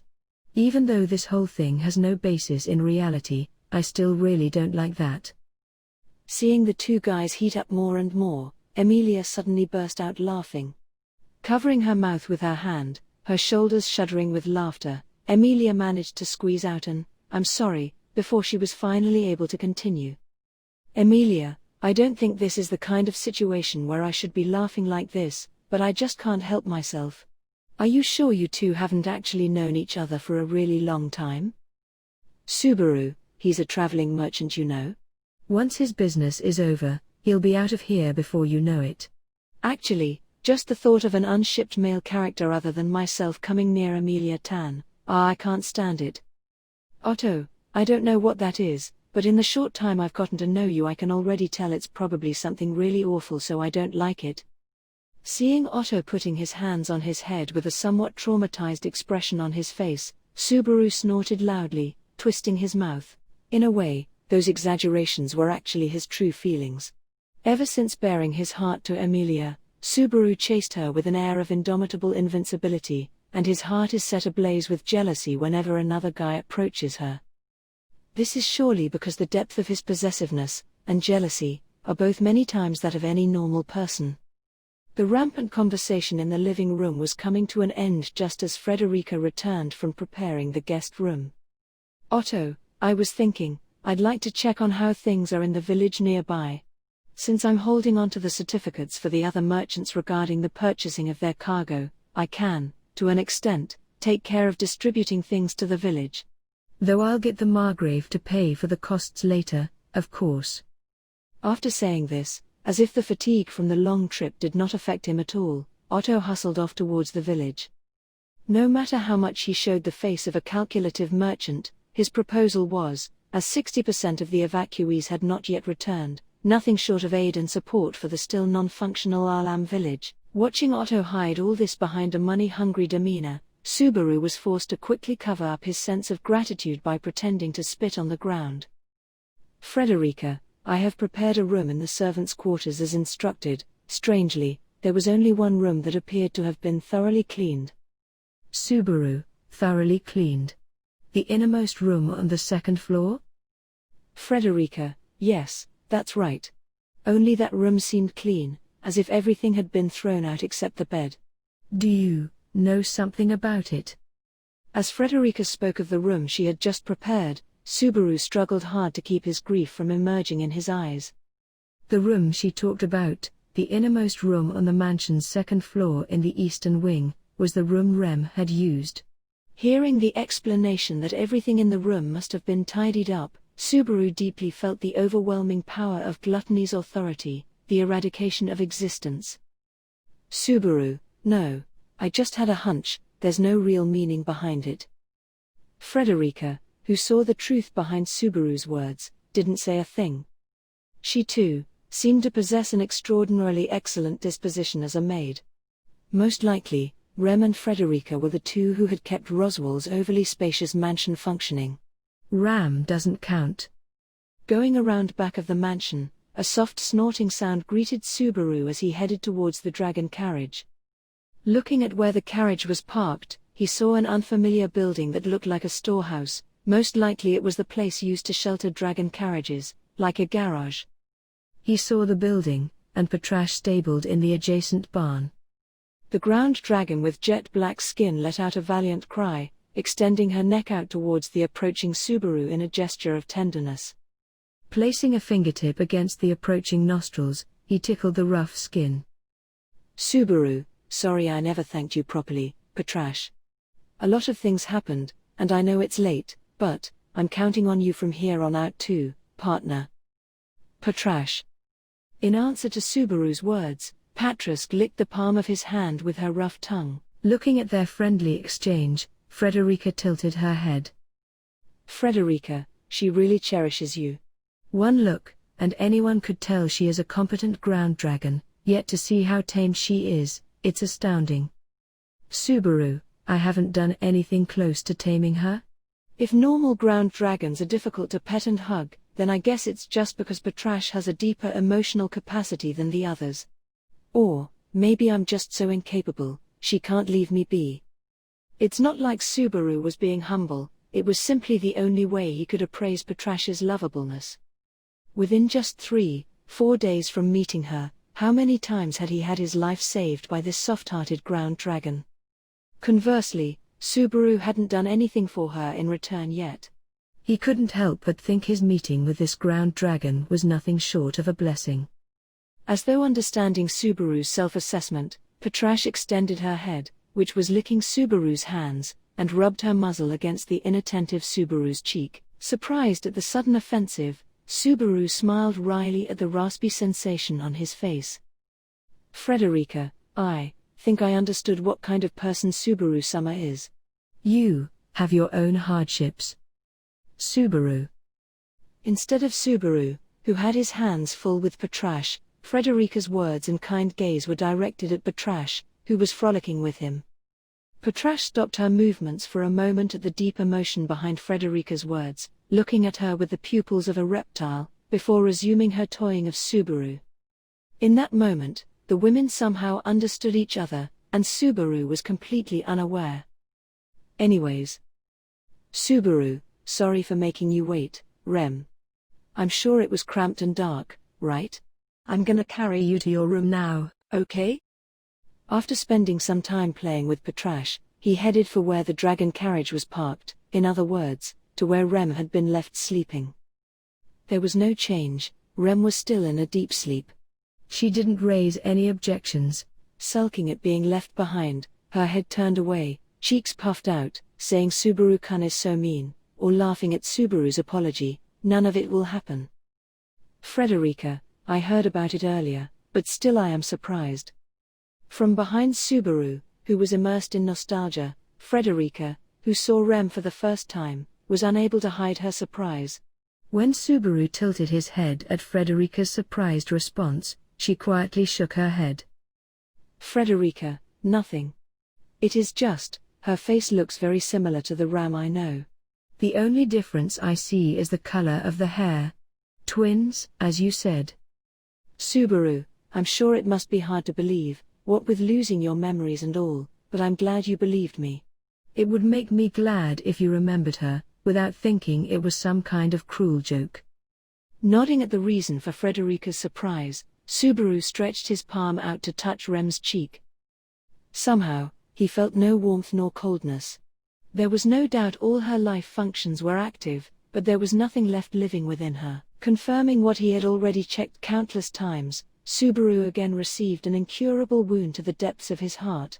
Even knowing this, he still could not help but check. Frederica, Subaru-sama. It would be fine for me to carry. Subaru, I want to do it. Please let me. I want to be the one that takes Rem to the mansion. To her room. Sorry I'm being selfish. Frederica, not at all, it's really touching. Your eyes look like those of a murderer, but you are kind, I see. Subaru, I also have a heart that gets damaged from such casual dissing. Responding to Frederica's words, Subaru wrapped Rem up in his arms. He has carried her several times now to move her, but even so he was reminded of how light she was. It was with this body she had stood in front of him, fighting hard to protect his useless self. The more he dwelt on this, the more his feelings of just how precious she is swelled up. Subaru, I'll wake you, as soon as I can. So, please, scold me angrily for feeling the softness of your body with these fingertips of mine. Frederica, it was such a good line, until you had to go and ruin it. Subaru exited the dragon carriage, leaving Frederica's disgruntled words behind him. He nodded a quick goodbye to Patrash, who had poked her head out of the stables. Subaru then entered the mansion, led by Frederica. Led to the Eastern maid's room, the room that once was Rem's. Frederica, you talked with Beatrice Summer. The statement was thrown out abruptly, as they walked. Subaru, who had been carefully going up the stairs, looked up at Frederica's back. She narrowed the pupils of her sharp eyes, and looked back down at Subaru with a gaze that held only intimidation. Although, Subaru understood it was only a misunderstanding, as he had the same kind of eyes, with more white area than was usual. Coming to the correct assumption that his silence was affirmation at her question, Frederica said. Frederica, is she doing well? I ask because, since my return to the mansion, I have yet to see her face. Subaru, I already told Emilia Tan, but she was doing okay I guess, though, I couldn't talk to her as much as I normally do, since she was in a worse mood than usual. Frederica, is that so? As though anxious, her expression at Subaru's answer was not a bright one. Seeing that look, Subaru couldn't help but wonder about something. It was about what the role of the girl named Beatrice actually was, in the mansion. Up until now, Subaru had not dug deep into her position or background. The girl, in the mansion of Margrave Roswell, stayed in a mysterious magical space, the Forbidden Library, and was treated by Rem and Ram as both guest and nobility. Then again, she seems to childishly adore Puck, a spirit contracted to Emilia, a candidate for the royal election, as though he were an older brother. Also, the way she behaved towards Subaru seemed appropriate for her age, though her actions during their last encounter, they were all mysteries. Subaru, Frederica, you've been working in the mansion for a while? Frederica, oh, are you interested? Emilia Summer, the girl in your arms, and Beatrice Summer, you seem to have a lot of interests. Subaru, stop mixing Biko in so smoothly, I'm not interested in young kids. You can see that both my hands are filled with Emilia Tan and Rem, right? Frederica is, honestly, it's only been a short time, but you're not my type. Frederica, oh, I'm hated. Subaru, it's no good, you trying to yank my chain feels just like what one of Roswell's maids would do. Oh, and it's only an issue of personal preference, I don't hate you or anything. Frederica's eyes danced, and she laughed at Subaru's comeback, while covering her mouth with its cruel-looking fangs. Frederica, I'm not much concerned. You also seem to be a worrywart. Subaru, it's because I hurt you when we first met. You laughed it off, but it still hurt a bit, didn't it? Frederica. At Subaru's words, Frederica's eyes flickered with an expression of surprise this time. The smile wiped from her face, she stared at him. The gold in her eyes sparkling, she slid her gaze to meet his, and Subaru was met with the sensation that she was trying to look through him. Slowly letting out a small sigh, Frederica said. Frederica, it is not very often that someone sees into my heart. I would appreciate it, if you refrained from doing so. Subaru, I just tried to put back together what I trampled over. Besides, I'm one to talk, what with my eyes being just as fierce-looking. Well, for me it's the whole family though. Since both his parents had naturally fierce expressions, their son had it too. During dinner, they all wore the same expressions as they squirted out mayonnaise from their own personal tubes, and it probably looked as though they were performing some black magic around the dining table. Frowning as he saw his own memories objectively, Frederica deepened her sigh even further. Frederica, you are not a discomforting guy, just really strange. I think I understand why Emilia Summer behaves the way she does. Subaru, Emilia Tan, what? Frederica, it is nothing. This time, Emilia Summer would truly be upset with me. What will you do once you know how long I have worked here? Shaking her head, Frederica shifted the topic back. Even though he couldn't make sense of those words, Subaru too returned to the original topic. Subaru, so the thing is, I wanted to talk about Biko. Beatrice. If you worked here as a maid for a long time, then I wanted to ask how long she's been living in the mansion. He hadn't voiced it as a question or anything, but from Subaru's estimation, Frederica was several years older, around 23 or 24. Even if she was a veteran maid of 10 years, and since Beatrice was around 12 now by all accounts, all he had to do was count back, and he could come up with an estimate. But, at Subaru's question, Frederica shook her head. Frederica, I am sorry, but I do not know. Beatrice Summer has shut herself up in the library a long time, since before I started working in this mansion. Subaru, well I guess it can't be helped. Your background as a maid doesn't necessarily mean it directly correlates with how long you've worked in Rozchi's mansion. So you came to the mansion as an expert maid then? Frederica, no, that is not the case, Subaru Summer. Frederica interrupted Subaru, who felt his conclusion had been denied by a rather plausible reason. As Subaru furrowed his brows, she straightened her back, and complimented by her vicious countenance and a noticeable concern, she said. Frederica, the only place I have worked at as a maid, is here at the master's mansion. And when I was first taken in as a servant, I was 12 years old. That was over 10 years ago. Subaru, wait, isn't that weird? Because, calculating back since then, that would mean Biko has been shut up in that moldy room from when she was a toddler. Frederica, don't you already know? As though criticizing Subaru's stubbornness, Frederica shook her head. With her attitude confirming a doubt he had held within his heart, Subaru understood what he had tried to avoid thinking about too deeply. In other words, the girl in the library. Subaru, her appearance hasn't changed. I guess she really isn't human then. Frederica, since the beginning of the Mathers family, the librarian who took an oath to continue watching over the forbidden library, that is who she is, the great spirit Beatrice Summer. Unable to detect a lie in her words, Subaru was left with no choice but to accept them. The true identity of the girl he had interacted with until now was an existence that belonged to a completely different dimension. Subaru, Great Spirit. That title is the same as Puck's, but she looks really different and all. Frederica, it relates to the absence of a contract and the oath. No, that is more than I should say. Please forget it. Subaru, impossible, totally impossible. How many times had Subaru's ignorance caused him to be dragged around by what other people knew but wouldn't share?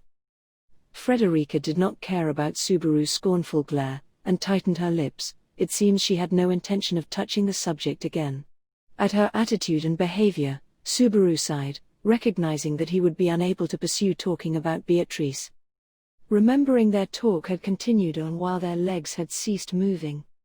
Subaru, Frederica. Frederica, forgive me, Subaru-sama. My tongue was a little too loose. I was just glad someone appeared that cares about Beatrice-sama. Please, forgive me. Subaru, it's okay, but my arms are at their limit.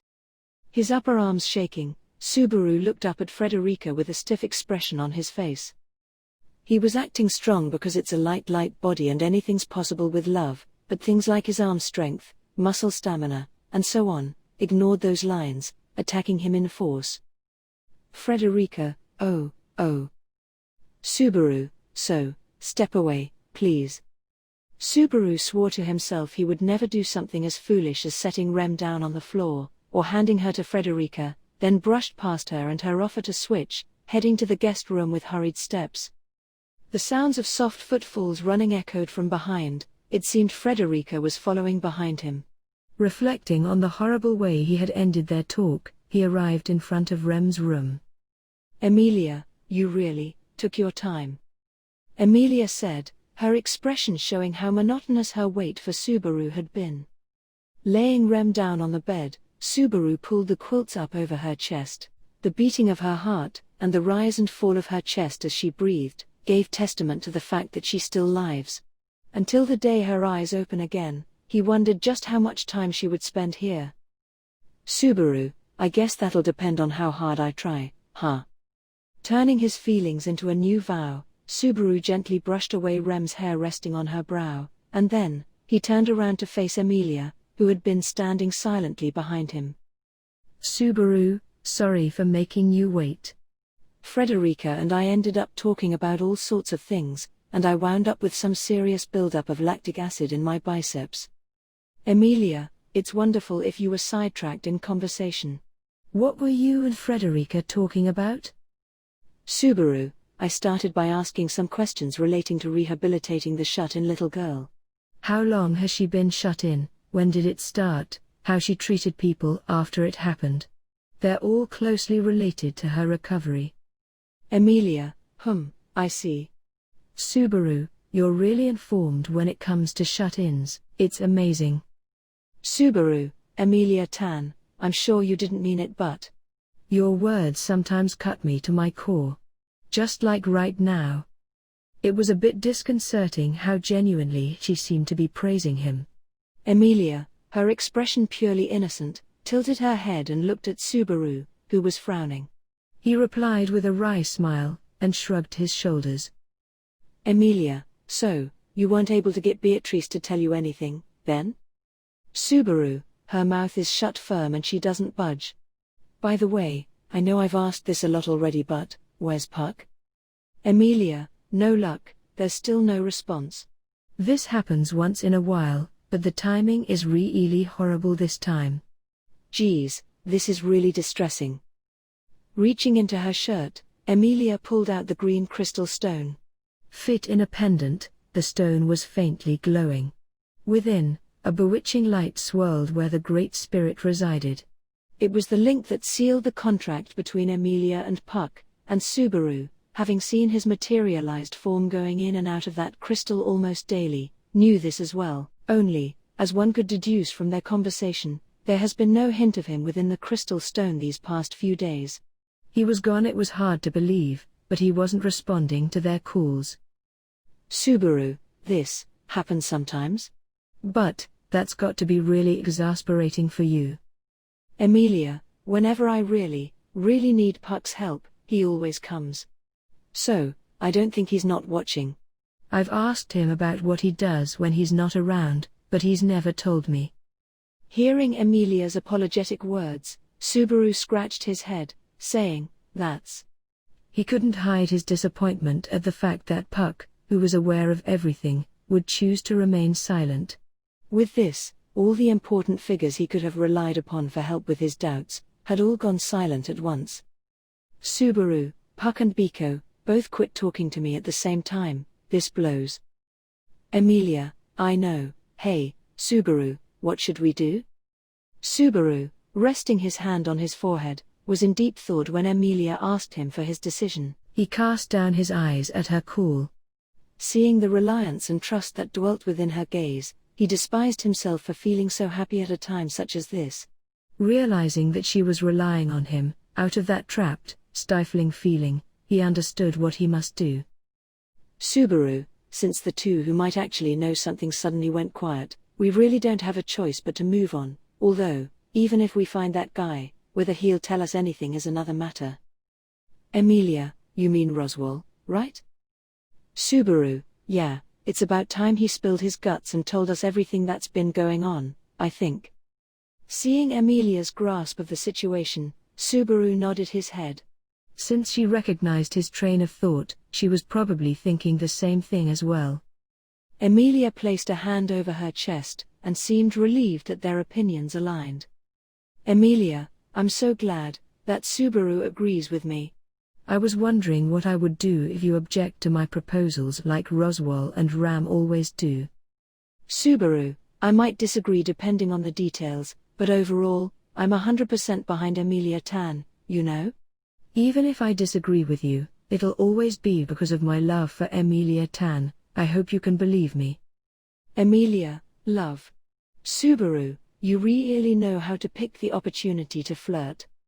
Subaru's irresponsible pickup line took Emilia by surprise, and she quickly turned her face away. Subaru's cheeks were reddening slightly as well as he clenched his fists, while Emilia, still refusing to look at him, said, Emilia, then, I have a proposal for you, Subaru, since you're always on my side. Subaru, all right, let's hear it, whatever you want. Subaru placed a hand to his chest in respectful subservience. Seeing this, Emilia closed one of her eyes saying since you said it so nicely, pursing up her lips and looking back at him.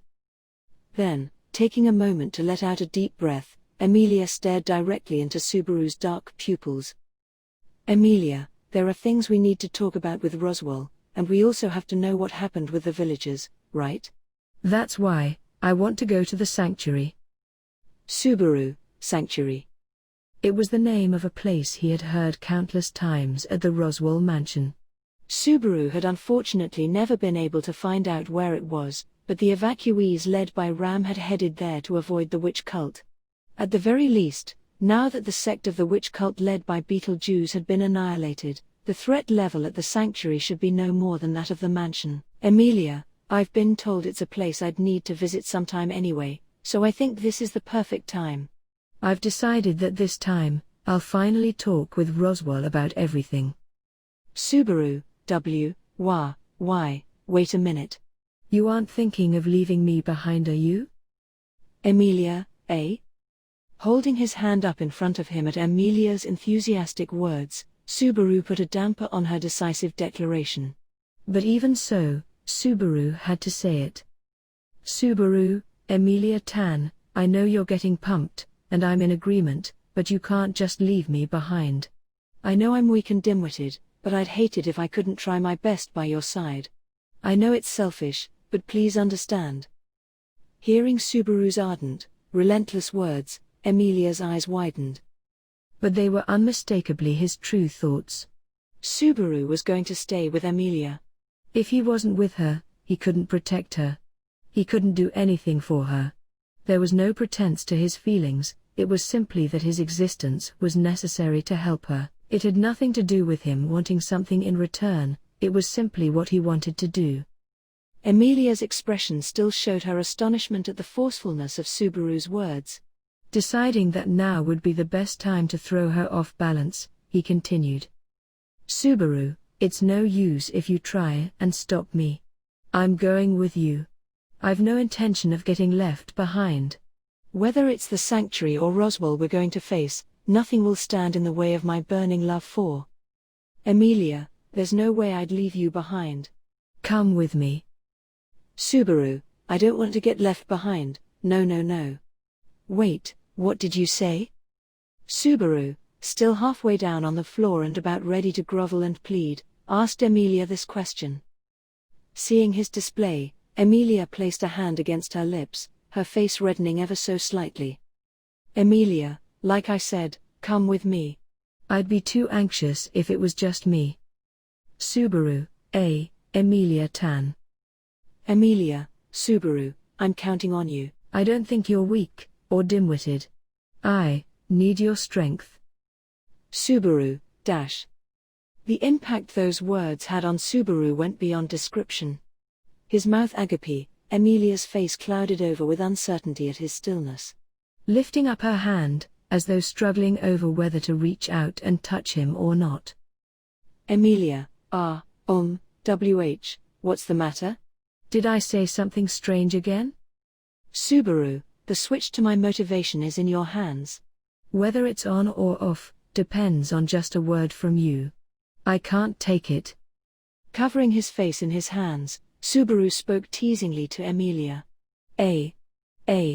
What do you mean? Unable to read the intention behind his words, Emilia fumbled for a reply. Seeing her so confused, he almost wanted to rub it in her face. After all Subaru had just went through at her hands, he's savoring every last bit of it. Frederica, it sounds like you've come to an agreement. Subaru, Gyar. Their exchange, which must have looked like two people flirting, was tragically interrupted by a knock on the door followed by Frederica's entrance. Emilia wasn't surprised by her arrival, but Subaru, trying hard to conceal the thumping of his heart, couldn't help but glare at her. Even though Frederica must have easily seen through Subaru's feelings, not a hint of it appeared in her calm, but still vicious-looking expression. Frederica, I have no objections about the two of you heading to the sanctuary. However, preparations will take about 2 days. Subaru, by preparations, does that mean you're coming with us? Frederica, not at all. As I still have duties here, I will be unable to accompany you. I will instead give the directions to the sanctuary to the ground dragon you brought back with you. Subaru, you mean Patrash? Subaru widened his eyes at the unexpected proposition. His response received a, "Why, yes," from Frederica, who continued as though it were obvious. Frederica, ground dragons are very clever creatures. If you instruct them properly, they can understand which roads to take well enough that a guide is unnecessary. Since she seems especially clever, I don't think it will be an issue. Subaru, Patrash, you just keep on getting more and more valuable. Really, just what triggered this turn of events? Frederica, more importantly, there are several things I must tell you too. Subaru tilted his head trying to understand his partner, but Frederica ignored his question. Straightening her muscled body, she looked at both of them. Frederica, if you are headed for the sanctuary, there are several things I would like you to remember. Especially Emilia, I would like you to be careful of the issue of your birth and appearance. Emilia, yes, I've prepared myself. After all, I've heard it's a place with some complicated issues. At Frederica's dire warnings, Emilia tightened her jaw, the look in her eyes carried her strength of will. To show he respected her decision, Subaru moved to stand beside her. Subaru, honestly, I don't know anything about that place except that it's called the Sanctuary, but my supreme goal is to support Emilia-tan. So I'll listen to whatever you have to say. Frederica, actually, I sense a very refreshingly pure, ulterior motive there. Exasperation and admiration flashed through Frederica's eyes at the same time, then, blinking once, she pushed down her sentiment, and held up a finger. Frederica, in that case, let me tell you about the sanctuary. But before that, there is one thing I need you to remember. Subaru, need us. Emilia, to remember? Subaru and Emilia's heads tilted at the same time. Seeing this, Frederica nodded with a, yes, dropping her voice ever so slightly. Frederica, beware of someone named Garfield. Within the sanctuary, you two must be very careful of coming into contact with that man. ARC 4. The Everlasting Covenant. Chapter 5, The Emilia Faction. Just as Frederica declared, it was 2 days later when they set out for the sanctuary. In between her duties at the mansion, Frederica had been teaching Patrash in the stables about the location of the sanctuary. Since she was responsible for most of the work at the mansion, Subaru suggested she could lighten her workload if she just told him the location of the sanctuary directly, but Frederica, my apologies, but the location of the sanctuary is of great importance to our master. As a mere servant, I cannot act rashly in this matter. I would have preferred to not even teach it to the ground dragon if I could avoid it. So she politely refused to teach him. Although it didn't sit well with him, complaining about Roswell's overcautiousness wouldn't get him any closer to the sanctuary. And considering how things were unraveling, Subaru had no choice but to submit to Frederica's judgments. And so, Subaru spent 2 uneventful days hanging out with the villagers, and, returning to the role of a servant, performing some of the menial tasks at the mansion. All the while, pursing up her lips in annoyance that Puck still wouldn't come out, Emilia, who also had nothing to do, would timidly follow Subaru to the village and make an effort to reduce the distance between the villagers and herself, and also, reading all sorts of books and texts Subaru couldn't understand, she spent her time building her knowledge. As they each spent their 2 days in their respective ways, there were a few changes that occurred. The first was, Otto, why is everything dumped in a heap? Documents that need to be prioritized, documents that can be discarded as soon as they've been read, and documents that aren't even worth reading. When they aren't sorted properly, it ends up like this. Scratching his head violently while grumbling, Otto sorted the documents around him at an incredible speed. Quickly looking over a document and roughly grasping its contents, he tossed it into one of the giant sorted piles on the table, then onto the next, and the next. He continued to separate and organize. Watching Otto's eyes and hands flicker here and there, turning his head from side to side so quickly one would almost expect to see flames shooting out, across the table, Subaru, resting his chin in his hands, sighed in amazement. Subaru, that's amazing. If it was me, even if they were printed out neatly, it'll still be gibberish to me. Otto, it's not as if I'm trying to understand them, I'm only separating them into documents relating to finances, relating to petitions, and various other types efficiently first. If only each document was sorted when they first came in. But, looking at this arrangement, it's organized in a way that only the man himself could understand, I'm afraid. It was unheard of that Subaru should find himself feeling a sense admiration for Otto, who was glaring at the mountain of documents looking rather appalled. Hearing him speak of the document's owner Roswell's face emerged in Subaru's mind, and he couldn't help but feel that, despite being blurted out casually, Otto's theory was probably spot on. It's a frightening thought, to think Roswell would be so capable that he could see some kind of logic to this giant pile of documents. But the problem was, that since no one else could understand it, without him here, there was no choice but to sort them all from scratch. Otto, okay, it's in broad categories now. Next, is to arrange them in chronological order. But before that, maybe I should separate them more into processed and unprocessed first. Subaru, I don't know whether I should call you meticulous or obsessive-compulsive, but Otto, you're definitely a type A, aren't you? Otto, what's a /type A/? That doesn't sound like anything good at all. Seeing Otto stare at him, Subaru waved his hand from side to side without bothering to explain. It's not like he actually believed that blood type had anything to do with one's personality, aside from being useful as a half-assed conversation topic. Incidentally, Subaru is type B, or rather, the entire Natsuki family is type B. Whenever this was mentioned to someone, the reply they get would always be, I knew it, and so it wasn't a very pleasant subject for them. Otto, wait, now that I think about it. Subaru, what's that? Why did you stop? You were going at such a great pace, keep going. Otto, as someone who cares about efficiency, I don't really mind doing this, but isn't this situation a bit odd? Why am I, a traveling merchant, standing in the Margrave's office with sweat all over my forehead working so hard to sort through his documents? Isn't my position a bit odd here? Subaru, that took you pretty long to notice, didn't it?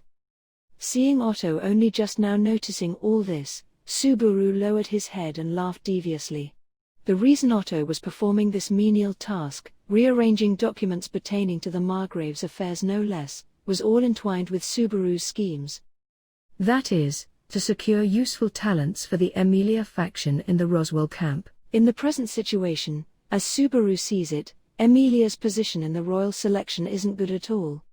As her knight, or at least as someone generally recognized as such, he was instrumental in repulsing the witch cult and slaying the white whale, but, compared to the abysmal negativity still surrounding Emilia's situation, just how much of an effect did all this have is still a question. Compared to each of the other camps, Emilia was behind before the race had even begun. Further increasing the difficulty of her position was the fact that her key supporter, Roswell's true intentions are still utterly indiscernible. Although he was publicly backing her, so far, Roswell's performance as her patron could only be described with the word failed. He failed to prepare a single countermeasure against the witch cult even though he should have foreseen it from a mile away, and now, after having overcome that threat, they don't even have a way to contact him. If he could just come out and announce whether he is an ally or enemy already. Either way, he is certainly a troubling existence. On top of that, the people surrounding Roswell all tended to keep their mouths shut when it comes to their master's true intentions. Revering Roswell above all else with unquestioning devotion, Ram's behavior was only to be expected, and Frederica, with her strong dedication to her role as a servant, would not say anything either. Even Puck and Beatrice would not break their silence on the matter to Subaru and Emilia. In other words, there was not a single person Emilia could safely confide in. Of course, Subaru wanted to become that person to her, and was in fact acting in a way befitting such an existence, but Subaru's reach was too short, even compared to an average person. He was sadly aware of the fact that he was not a man who could reach her every itch, and by himself alone, he could not wipe away her every discomfort, and this bothered him to no end. So then, the one who caught Subaru's eye was the man going back and forth between our lamb village and the mansion, the one who would smack his lips after dinner and tea saying things like AAA, having no ambition and getting settled down like this would surely make anyone rot while smiling relaxedly. Otto, Subaru, in other words, the if there aren't any allies around, why not start cultivating some now battle plan? Otto, I find what you suddenly said somewhat disturbing, but what does that have to do with me? Subaru, I dunno. Maybe. Ah, Otto-san. You still haven't sorted the documents over here. Otto, oh, sorry. Let's see, the mining locations for arcane minerals and the quantities of their reserves and this. Aren't these the kind of documents outsiders absolutely shouldn't be allowed to see? Subaru, you saw. I see, you saw them. Okay. Yeah, well, I'll to do my best to explain it to Roswell, so don't worry, okay? Otto, it's amazing how nothing in that sentence puts me at ease. While Otto was complaining and trying to hold the documents he'd just been given as far away from his eyes as possible, Subaru just grinned, acting like he was only some innocent observer. Seeing Subaru's attitude, Otto's face took on a look of horror, and he said, with his lips shaking, Otto, I don't want to believe it, but are you really trying to make me disappear by showing me documents no outsider should see, and then not coming to my defense when there's trouble? Just to trample over the terms of our agreement? Subaru, of course not. The payment for your cargo and the favor you asked, I intend to fulfill all of them. And on top of that, I'm going to drag you even further into this, until you're in so deep that you won't be able to run away. Otto, do you really have to be so twisted? I'm just a little traveling merchant. I don't know why you are trying to put so much weight on my shoulders, but please stop it. With a face that looked completely overwhelmed, Otto tried to object. Hearing this, Subaru felt he might have gone a little too far, so nodding his head lightly and changing up his expression, he mumbled, "My bad," softly. Subaru, I went a bit too far there.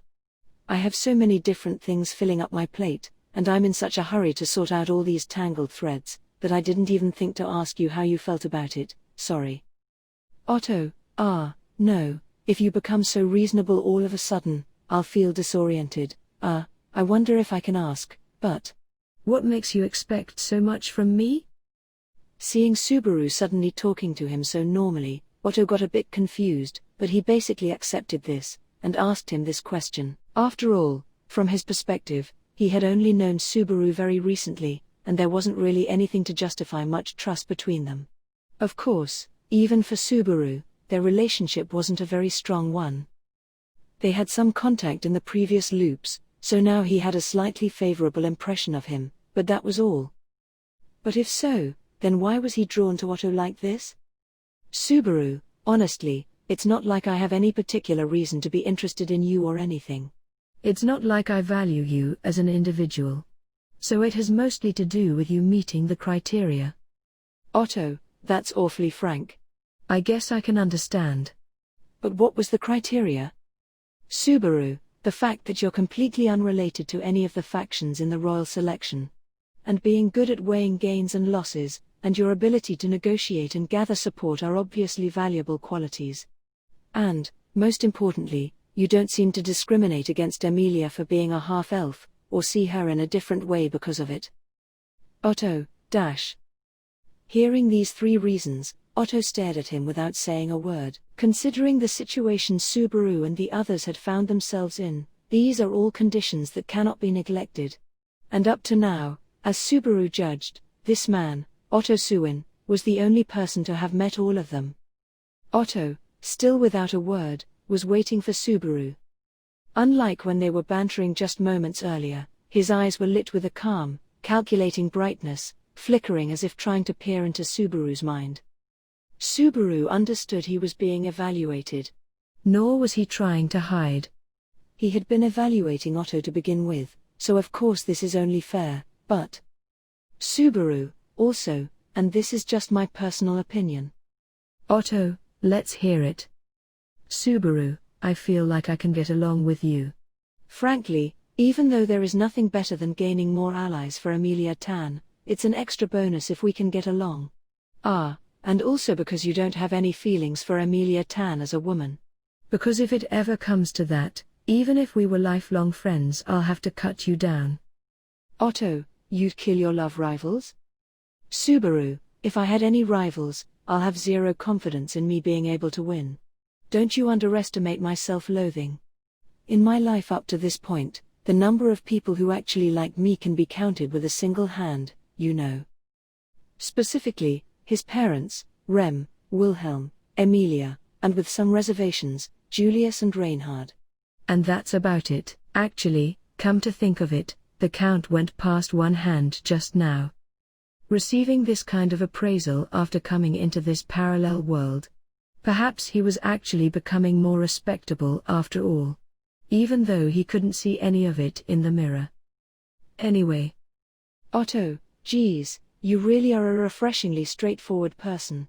But, without any kind of reservations when sitting across a merchant on the negotiation table, you might as well be a sitting duck, you know? Subaru, if this were a negotiating table even I might try to hustle you a little, but it's not a merchant and a duck sitting here, it's just me and you, right? But, if that's how you see things, I'll go change my equipment and my attitude. Otto, after having just praised me for my aptitude as a merchant, you go and say something like that? That idiom about how your tongue hasn't even dried before changing your words applies perfectly here. What is it with you? With a bothered-looking expression, Otto sighed, and all signs of the suspenseful and guarded attitude of moments ago disappeared from his face. He took a quick glance at Subaru, who was trying to look indifferent, and said, Otto, I don't know why I'm saying this here, but, Natsuki-san, I have a goal too. It's not something so grand that I could brag about to other people, but it is a dream nonetheless. Subaru, I think a man's dreams can either be so ridiculous that they need to be ludicrously exaggerated, or so ridiculous that they have to be kept inside and never told to anyone. Those are the only 2 kinds there are, I feel, but are you going to tell me yours? Otto, the fact that I agree with you is really unpleasant. Anyway, you see, I was born the second son of a fairly successful merchant family. Ever since I was little, I was brought up in an affluent environment, though when it came time for me to become independent, I didn't receive much support. Subaru didn't know how many similarities there would be between the sibling situations of this world and the world where he came from, but at least the same basics of passing on titles and inheritance seemed to apply here as well, specifically, that it would be passed on to the eldest son. In that case, as Subaru had expected of a fantasy world set in the Middle Ages, Otto, having been born as the second son, only had a choice of either becoming his elder brother's assistant, or aiming for independence by himself. Otto, while helping my brother manage his business, I learned the fundamentals of the trade, and managed to save up enough money to set out on my own. With that money, I bought Fei Fu, my ground dragon, as well as a wagon to go with him, and, well, I also had the divine protection I was born with, so all in all, it went pretty smoothly, I think. Subaru, by divine protection, you mean the divine protection of anima whispering, right? Being able to talk to different kinds of animals, depending on how you use it, I guess you could make quite a crazy profit from it. Otto, but it's not as useful as you make it sound. There are quite a few inconvenient problems that comes with it that Natsuki-san hadn't thought of. In any case, it was followed by several years of me plugging away and barely scraping by, but in that time, something of a dream had sprouted inside my mind. Continuing with his story after delving into how he became independent, Otto once again brought up the word dream. Hearing that, for no particular reason, Subaru sat up properly, as if to listen attentively. Receiving this attention, Otto smiled warmly, and started off with, "It's a pretty common dream, you know." Otto, any merchant who's been a traveling merchant will have this dream. It's to own a place of my own, just like having my own castle, to have my own shop. To settle down there and do business there. If I could have this in some big city, it'll probably be the greatest happiness a merchant can hope for. Subaru, that's your dream, Otto? Otto, it's a pretty boring thing to hope for. But after having traveled and traveled, in the end, all I want is just to have the same thing I had when I was growing up. But, well, I guess you could say, that environment had been the symbol of happiness for me. Scratching his cheeks in embarrassment, Otto spoke faster and faster to try to cover it up. Subaru took in Otto's answer, and, wondering whether he would get a favorable reply, he leaned back, and dropped all his weight into his chair, but, aloof to Subaru's concern, with "That's why," Otto continued on. Otto, a chance to make a big shot like the Margrave indebted to me. As the second son of a trader family, as a traveling merchant, and as a great merchant of future to come, I can't possibly let such an opportunity pass me by. Especially considering I'd be selling a favor to someone who might become the future king of this country. It's a business opportunity so huge that even if I redo my entire life I won't be able to find the likes of it again, isn't it? Subaru, okay, so you'll join us then. Thanks, I'm glad.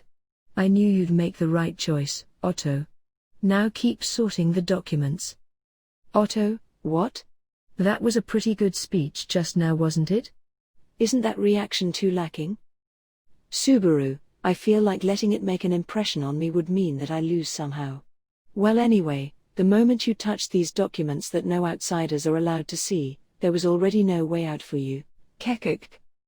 Otto, no matter how I look at you, you're still a terrible person. At the end of this long conversation, it seemed as though nothing had actually changed, and Otto didn't receive much compensation for his newfound determination. But even while teasing Otto like this, deep down, Subaru was thankful for it. Though these words will never come out of his mouth. Otto, but I have to say this first, unlike Natsuki-san who supports Emilia-sama unconditionally, I'm only cooperating because of the present circumstances. If the Margrave and Emilia-sama ever fight amongst themselves inside the faction, I'll need to weigh the gains and losses before choosing a side. So please don't mistake me for a full-fledged ally. Subaru, if you're weighing Emilia Tan and Roswell on a balanced scale, you're completely in my hands. I will slowly and surely feed you all of Emilia Tan's good qualities, so don't you worry. You heard everything loud and clear just now, right? Brushing aside Otto's long-winded excuse, at the end his last sentence, Subaru turned his face and his words toward a completely different direction.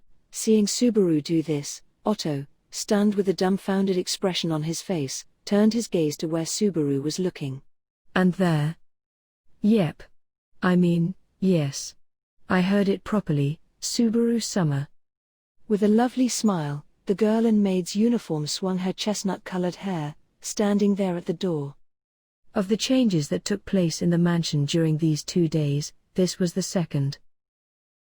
With only Frederica, Subaru was also helping, but his ability as a servant was half-assed at best, and his health still hasn't fully recovered yet, Managing everything at the mansion alone was physically impossible.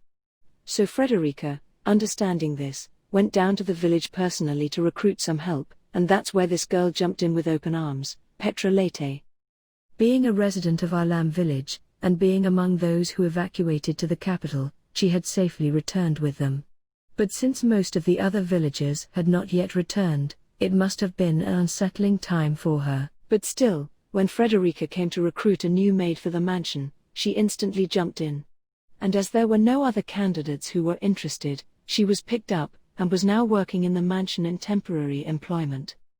Subaru, you are still so small, but you're leaving your parents and coming here to work as a maid. You're amazing, Petra. Petra, I'm already 12, so I'm an adult who can work now. Actually, I am just an adult. Subaru Summer, could you treat me like one, please? Subaru, I will consider it, if you say it politely, after you get the temporary part removed from your temporary employment and after you get an official certificate from Frederica. Until then, I'll always treat you like a cute little girl.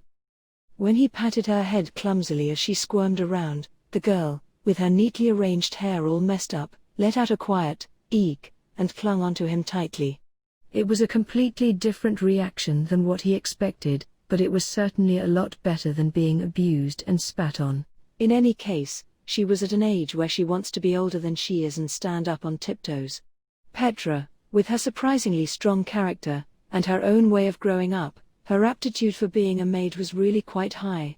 Although she didn't meet all the points, in cleaning up the mansion and preparing food with Frederica's support, she has already surpassed Subaru in ability. Well, Subaru is really useless.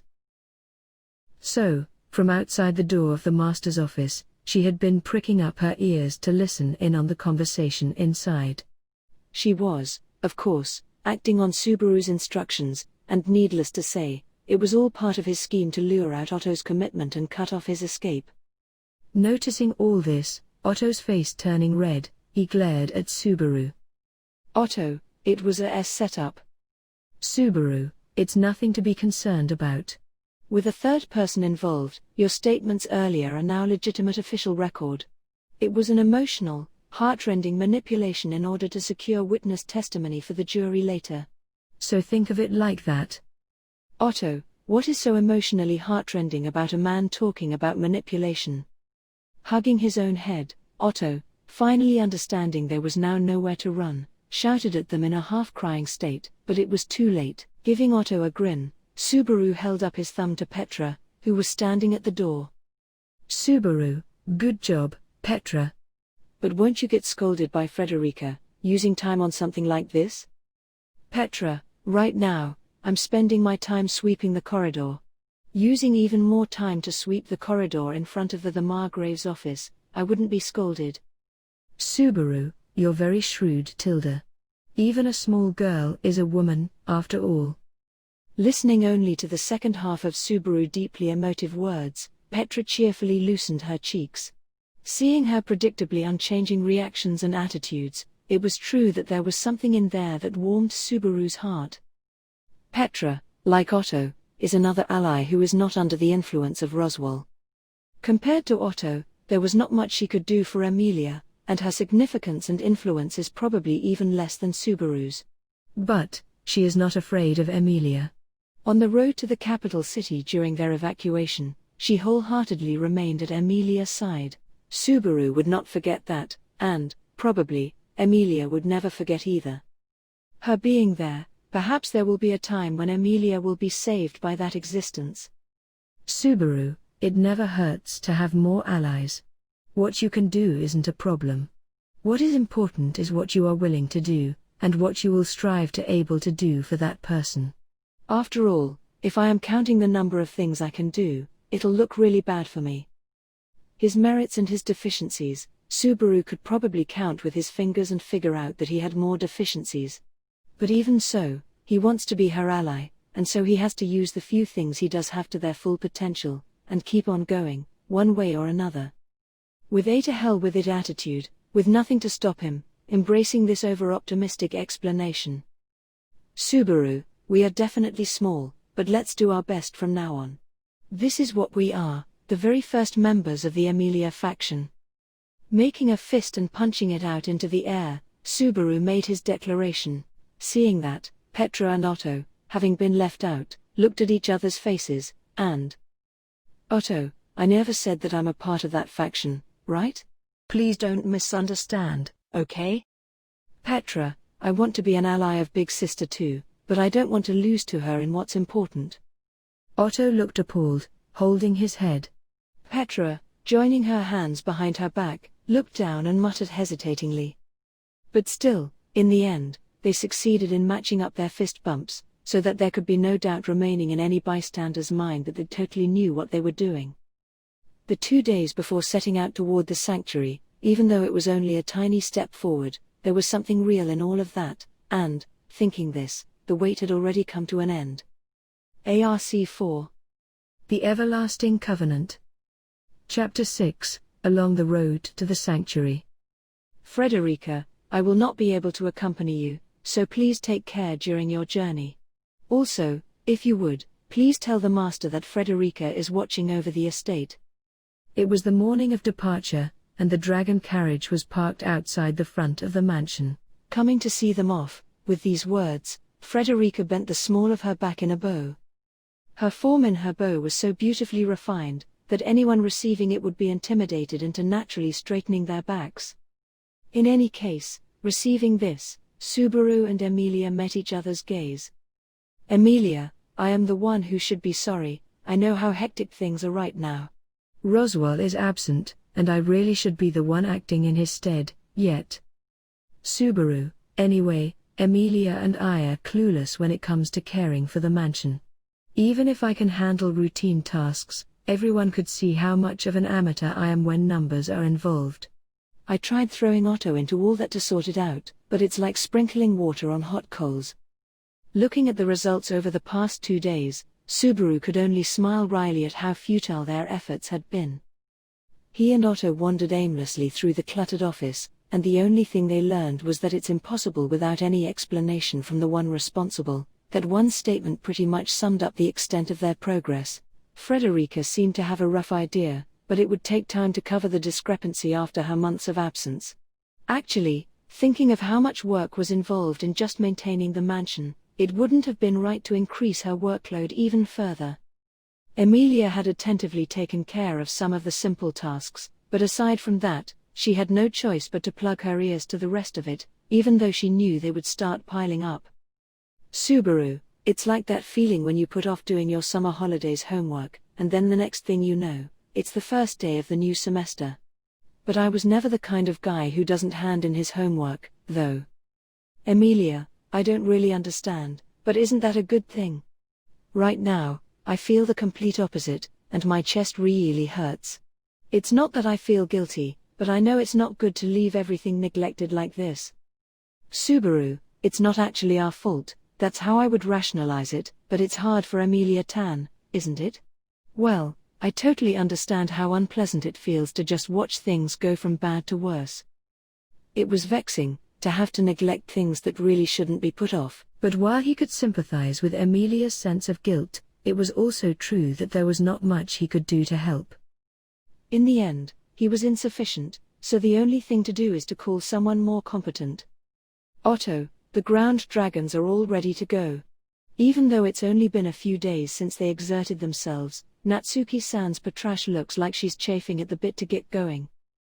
Subaru, she's a good hard-working girl, isn't she? Her previous owner must have had an impressive character, unlike her current one. You think she can guide us there? It'd be horrible to get lost on the way and end up stranded. The one who broke into their conversation was the man sitting in the driver's platform of the dragon carriage, conversing with the 2 ground dragons, Patrash and Fuyufudash, Otto.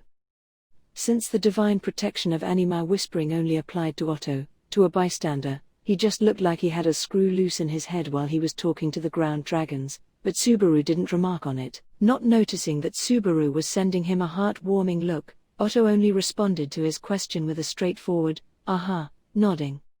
Otto, Frederica's directions were good, and there doesn't seem to be any problems.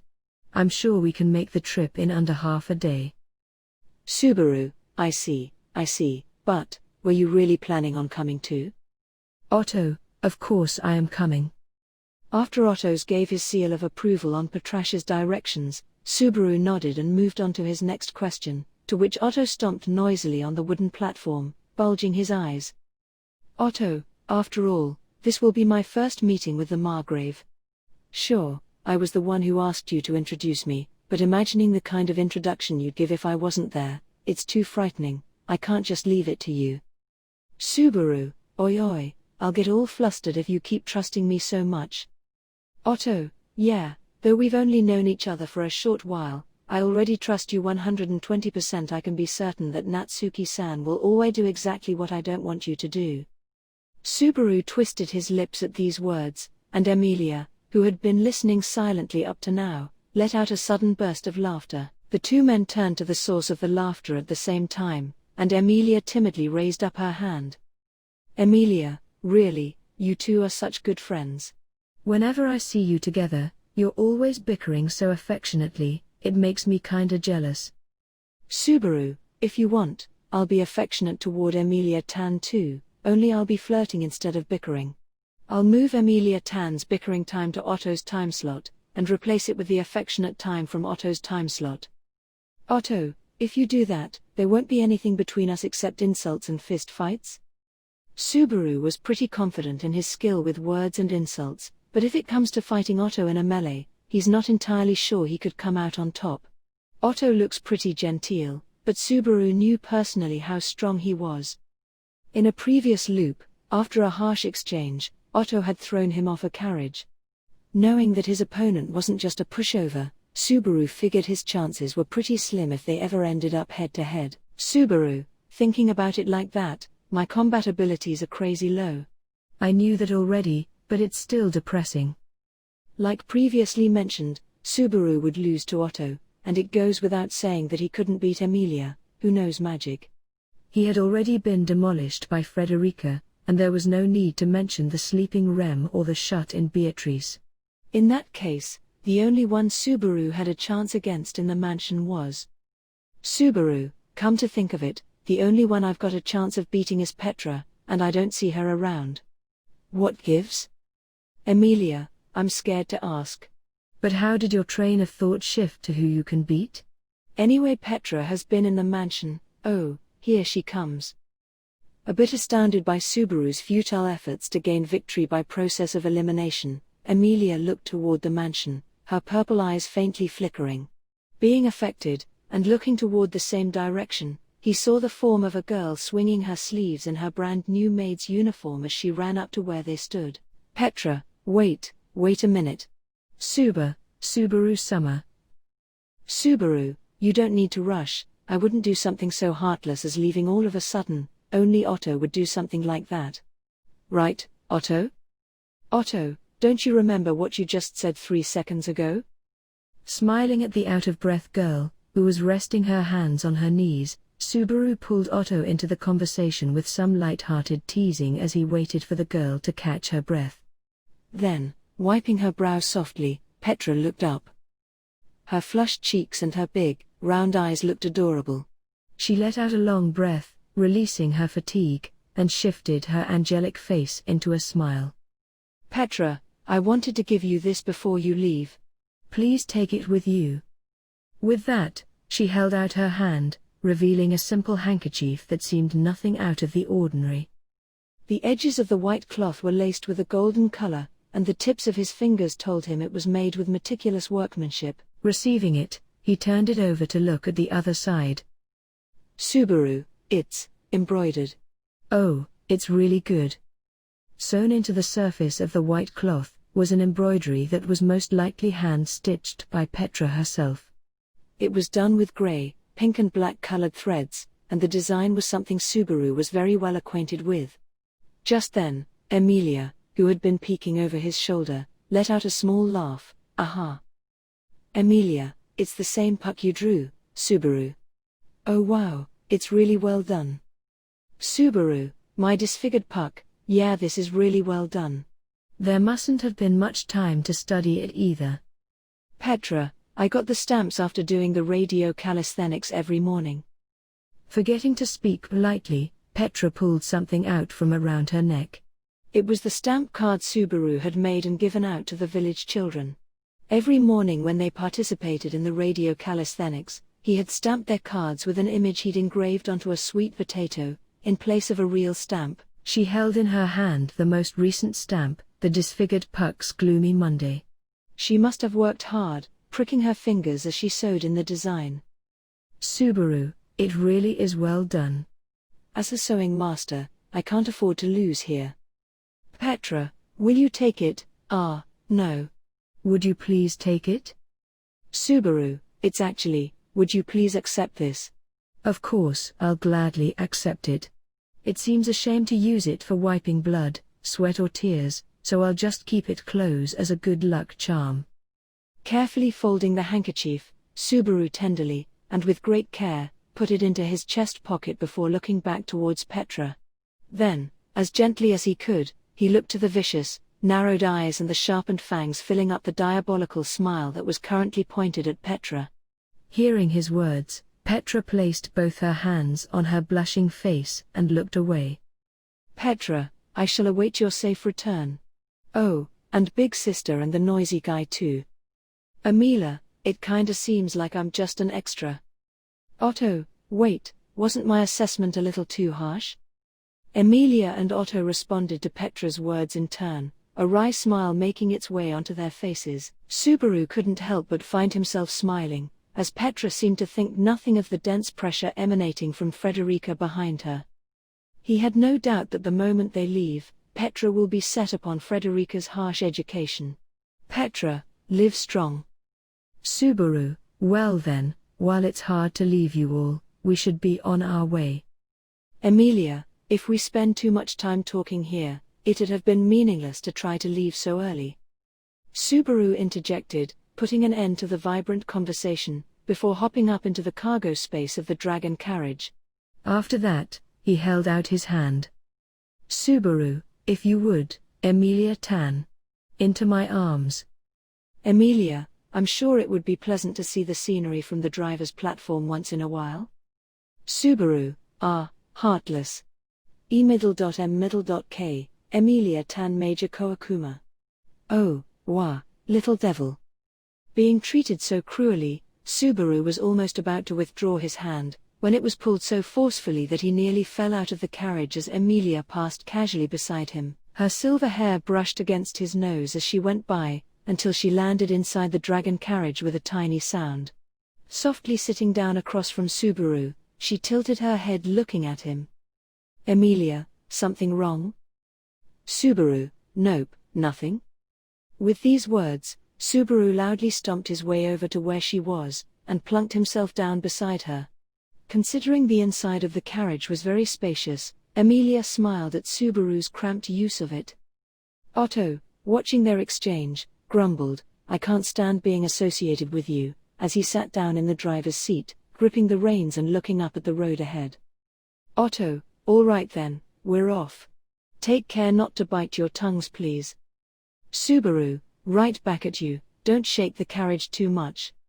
And if you're going to suddenly apply the brakes please use the signal we talked about before. Without that, it'll be hard for me to time when to push Emilia-tan down. Emilia, you're thinking of something like that? Otto, I never heard that devilish plot in my life. Wait, when did I get turned into an accomplice? Emilia turned a gaze of near disdain upon both Subaru and Otto, and didn't seem to acknowledge Otto's outcry at the false accusation. Thinking Otto's wailing at the injustice of it all suited himself well, as though that had nothing to do with him, Subaru lifted up his hand. Subaru, all right. Destination, sanctuary. Let's be off. Otto, who are you to say that?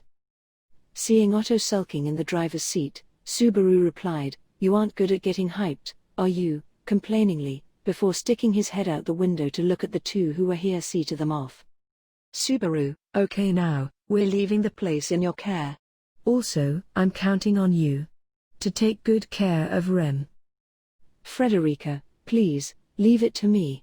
In return, I leave Emilia Summer and the master in your hands. Petra, take care, and come back safe. Subaru's voice held none of its usual playfulness, and as they prepared to depart, Frederica and Petra bowed in farewell. After that stupidly formal exchange, this time, Subaru decisively unfortunately, not without some hesitation, severed his thoughts from the mansion. Subaru, oi, we haven't left yet, Otto? You're slow, W. Otto, I can't understand this treatment. This exchange blowing away the rest of the tension, they set off for the sanctuary. Frederica, it seems I'm going to have to teach you to speak more politely, and bow properly again. Petra, I'm so sorry. It's just, I wanted to be cosseted, if only a little. Petra quickly lowered her head, her gesture nearly perfectly imitating Frederica's teaching. She was a fast learner, and could take things in quickly, and was certainly a student worth teaching. The exchange from a moment ago was understandable given her age, so there was no reason to scold her over such a minor thing. Frederica, I know that you have been close with Subaru Summer and Emilia Summer these past few days. Still, it is not good to forget that your relationship is that of servant and employer. Petra, yes ma'am. I am deeply sorry. The girl was conscious of the fact that her behavior had been selfish. She could have behaved exactly as she had been taught, and seen Subaru and the rest off properly, but she had instead intentionally separated herself from her duties as a servant, and chose to see Subaru and the others off as just a simple girl. There must have been a reason for it, and perhaps the reason was small, but it was one she was unable to part with. Frederica, there is no propriety in discussing this further. Instead, as penance for what you did, you will be hand-copying extra texts this afternoon. Petra, will the number of topics increase? Frederica, you should have been prepared for at least that much. Then again, if you had already calculated this would be your punishment to make up for your actions, then I am quite looking forward to your future as my student. Saying that, Frederica clapped her hands with a, now then, continuing. Frederica, even if Emilia Summer and the rest are out for now, Beatrice Summer is still in the mansion. We can't afford to become lax with meals and cleaning. If we don't finish quickly, there won't be enough time for studies. So Petra, hurry up and finish your tasks. Petra, yes, ma'am. I'll go finish them in no time. Watching the young girl run off, her clothes flapping, Frederica's mouth softened ever so slightly, revealing her fangs. With a practiced motion, she covered the smile with her hand, and looked towards the direction where the no longer visible dragon carriage had gone towards Emilia and the rest, who had departed from the mansion. Frederica, it is as you said it would be, Master. Whether they can overcome the sanctuary or not, is up to Emilia Summer and Subaru Summer now. Closing her eyes, she let the gentle wind wash over her. Frederica, will Emilia Summer be able to overcome it? Bound with the witch's blood, that inescapable impasse that is the Garden of Paradise. Subaru, so, Puck hasn't shown his face yet, after all? Emilia, no, he hasn't. I do call out to him, and I still feel his existence inside the crystal butt.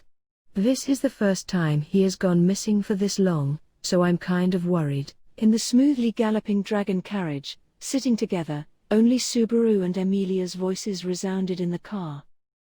Under the divine protection of wind evasion, the sound of the wind and all the noises outside were almost completely cut off from the dragon carriage. Even while running with such great speed, the near absence of turbulence or sound all made it feel like being in something of a dream.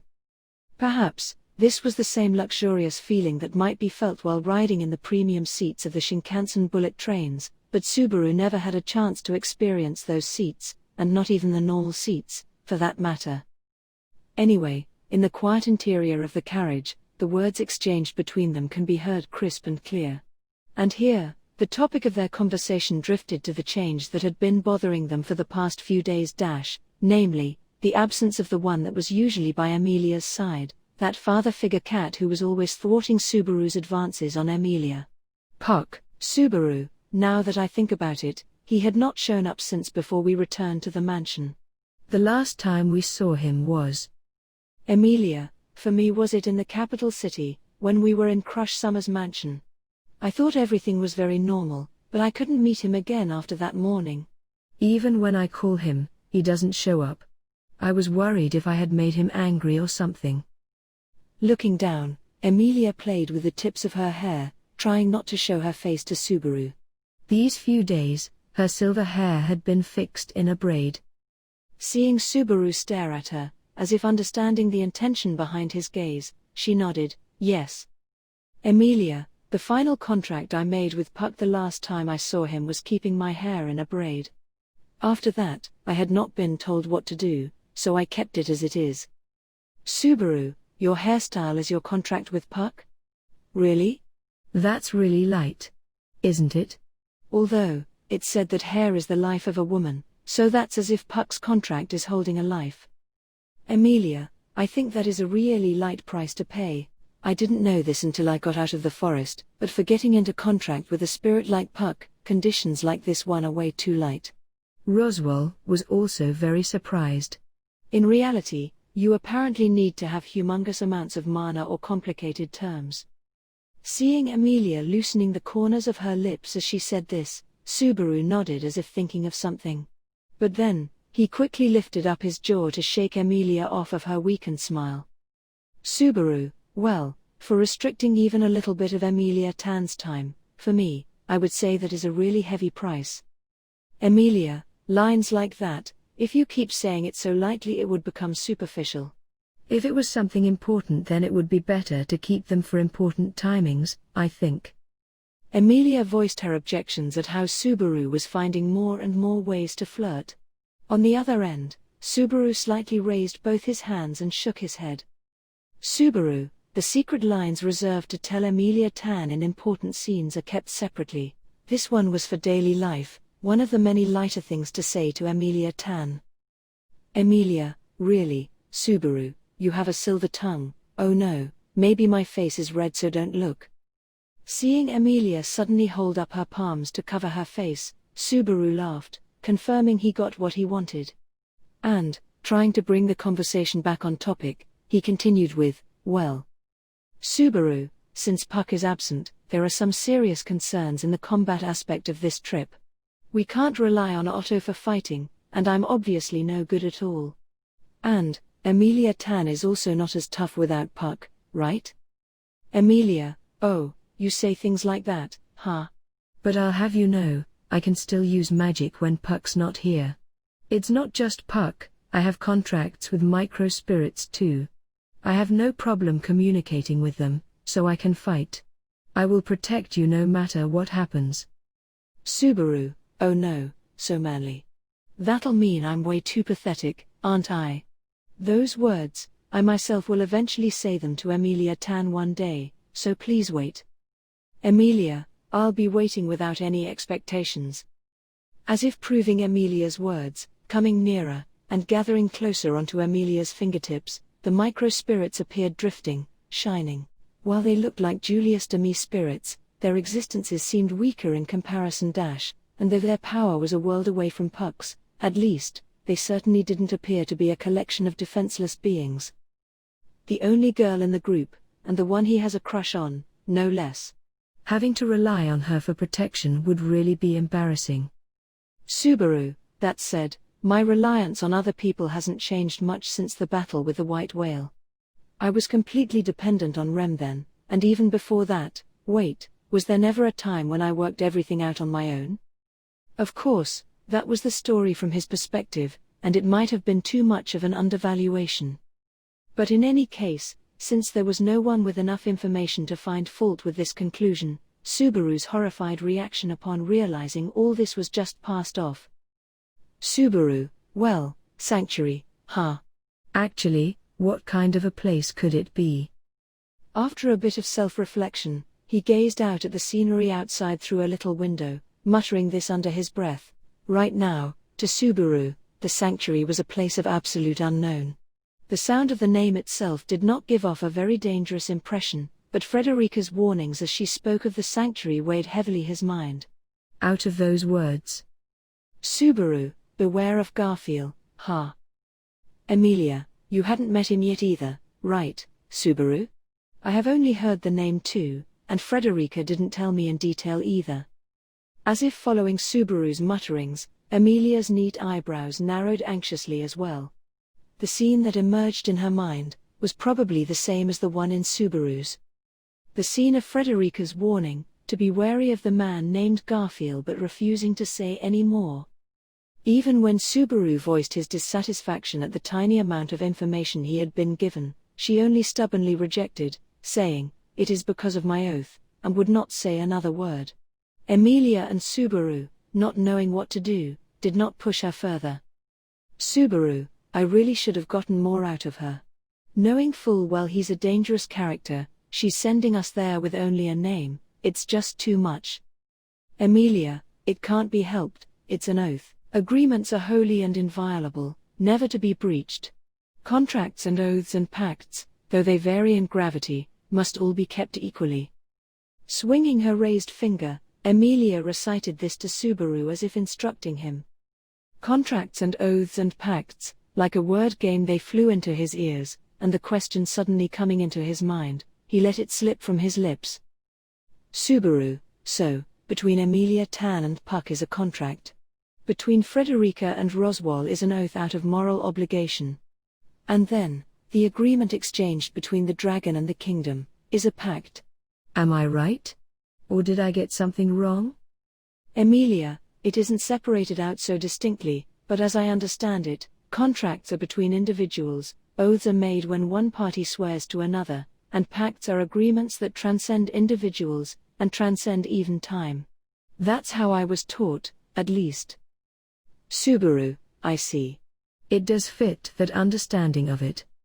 Nodding to Emilia's explanation, Subaru proceeded to violently scratch his head, and continued with, "But still. Subaru, it's adorned with such lofty words, though. Agreements are holy and inviolable, right? Emilia, agreements. Promises are important things. Of course, oaths, and even contracts have no force to protect them. It isn't there, but still, we keep promises. We work hard to keep them, right? Even if no one is watching, or no one realizes it, promises are kept. Whether it's the other person or myself, we would do our best to keep it." Holding her hands to her chest, Emilia locked her gaze on Subaru, who had asked the question so lightly. The tone of her voice was gentle, and there was no sense of blaming him. But his heart hurt all the more because of it. "Emilia, because we believe this, we give our word, and work hard to fulfill them. Because promises are kept to protect the trust between one another, right? Subaru, about that. I am really sorry." In the interior of the carriage, without the slightest hint of turbulence, Subaru fell onto the floor and dropped his head straight in front of him. Seeing him rubbing his forehead on the floor in a full dojiza, for a moment, Emilia flapped her eyelids in astonishment, then a few seconds later, reflecting on what she just said combined with Subaru's current movements, she seemed to understand. Dojiza is falling prostrate and pressing one's forehead and hands on the ground, for kneeling to one's lord or when praying to a god. Tappei wrote dojiza in English in the Japanese text. 3. Emilia, oh, I wasn't blaming you or anything. Well, it is true that you didn't keep your promise, and then didn't even apologize, and instead turned on me, so it's true that I had gone like, what's this? Subaru, ow ow ow, my ears hurt. Emilia, but then, after thinking about it, I realized I was being unfair and was only seeing my side of things. I should have gone to reconcile with Subaru right after, but I was so obstinate that I didn't, so it was also my fault. Really, sorry. Subaru, ow ow ow, my chest hurts. Emilia, agreements and things like that, maybe they are deeper and heavier for me. Because I am a spirit arts user, contracts are more vital to me than to normal people. Spirit arts users must honor our contracts with spirits above all else, and that's why I'm oversensitive when it comes to this. Yeah, so promises are a really big deal for me. Now that I think about it, Subaru, reflect on what you did. Subaru, ow ow ow, my heart hurts. While she was blurting all this out, as if remembering everything Subaru put her through, Emilia started to pout. Sensing this, Subaru pressed his head down even harder. It was clear now why she was so infuriated with him in the royal palace. It was not just anger due to a broken promise. For her, The promise in itself meant something far more, and far heavier. When Subaru had broken it so lightly, even a soft-hearted person such as herself could not stay calm. Because, without realizing, Subaru had trampled on something very important in Emilia's heart. Emilia, did you reflect on your actions now? Subaru, I repent. Deeper than the oceans, higher than the mountains, wider than the skies, and more expansive than the cosmos. Emilia, all right, I forgive you. Softly poking Subaru in the forehead as he looked up, Emilia then touched her finger to her lips, smiling lightly. Relieved that there was no hint of anger from her, and also because her next movement was so adorable, Subaru found himself unable to connect his words.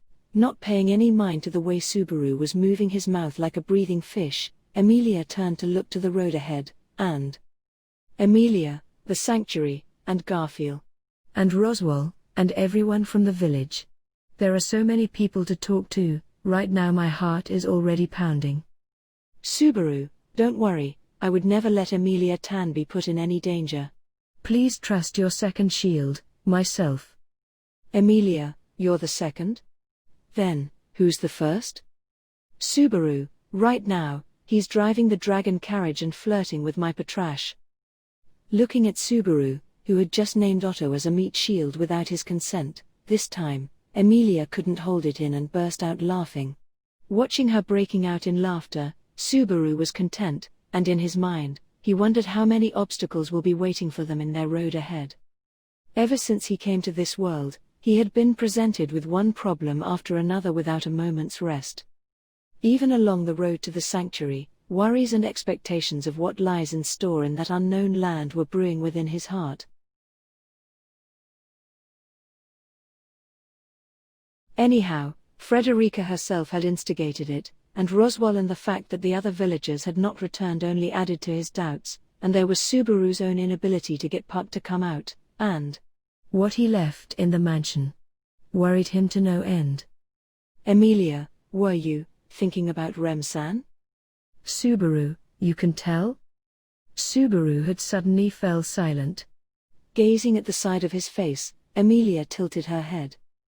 Her silver hair slid off of her shoulder as she did so, and lifting the tip her braid with her fingers and swinging it side to side, she said, I can, and Emilia, just like the way you always look at me, I'd think about Subaru the same way, too. Subaru, so that means, Emilia Tan, you are thinking about me all the time? Emilia, oh, actually take it as half of that. Subaru, that means 3 hours. Emilia, half of.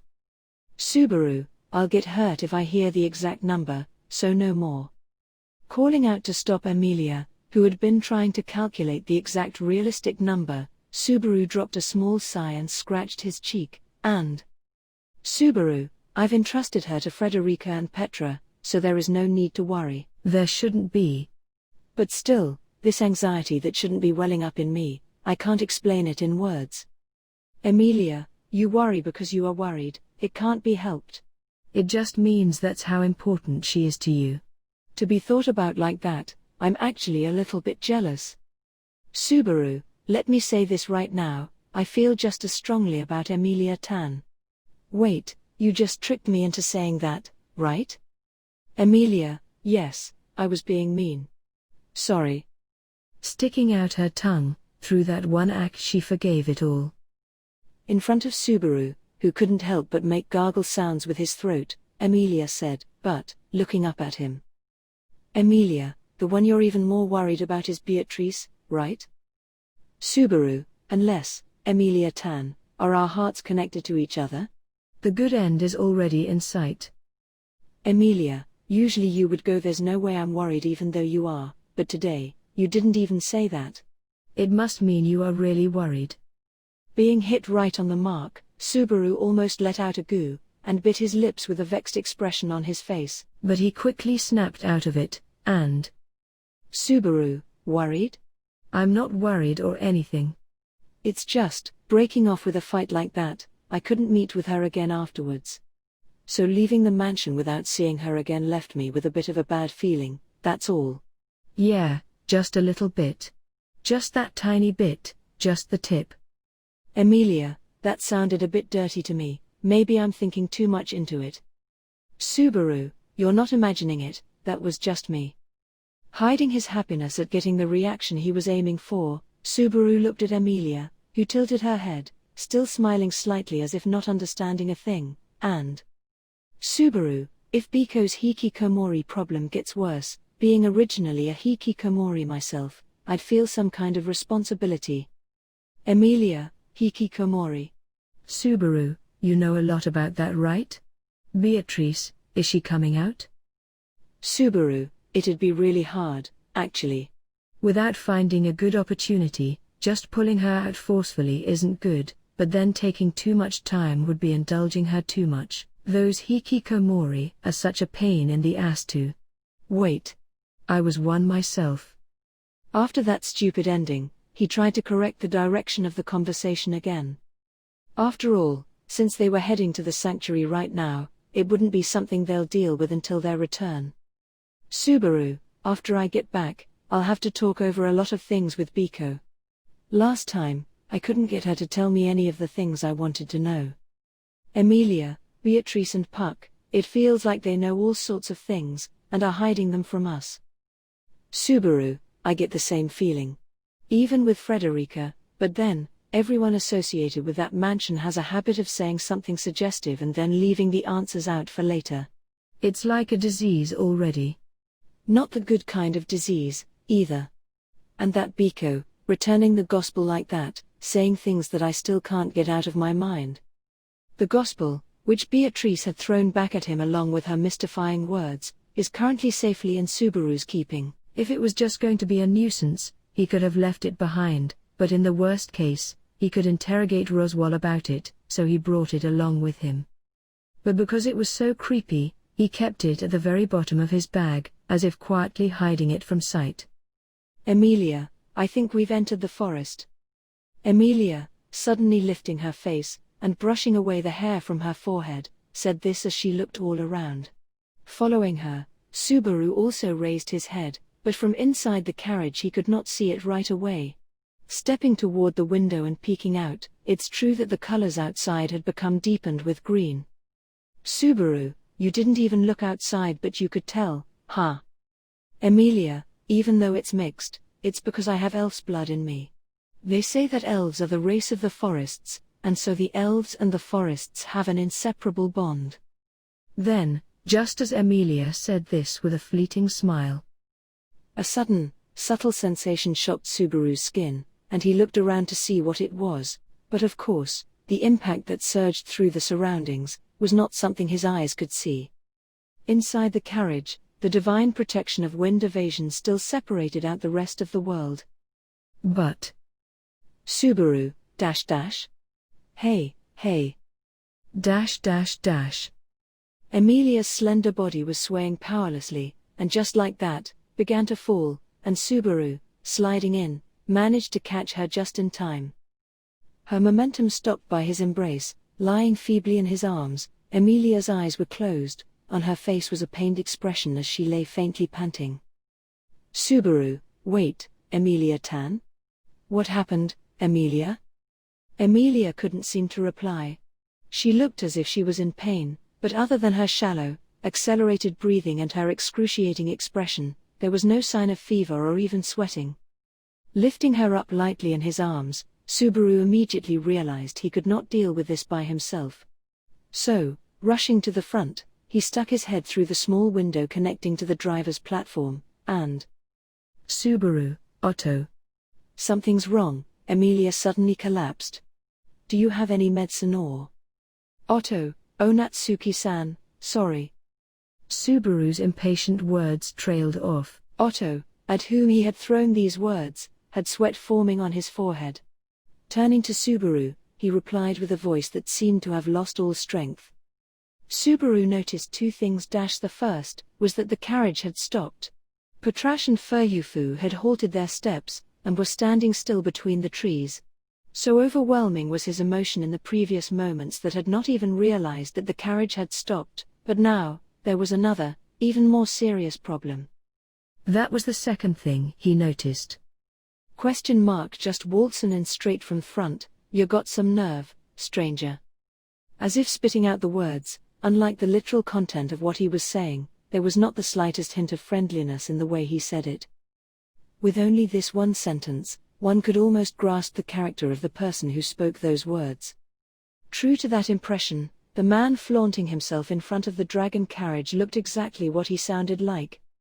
With spiky short blonde hair, a white scar prominent on his forehead, the sharp leer of his eyes did not lose to Subaru's in their viciousness, and like that of a feline beast, the canine teeth in his jaws peered out, exceedingly white. His curling, slouching back made him seem rather short for a man, but the darkly ferocious aura emanating from his entire body removed any inclination to underestimate him for his small stature. Know where hell you came from, but you look like your steak goes through with a brittle point kind o' guy. Subaru, huh, wah? Hearing a strange idiom he had never heard before, Subaru only let out a confused moan, but his opponent, listening, must have taken it for fear, and with a dismissing laugh, ha. Oh? You're scared, eh? But's true you struck some bad luck.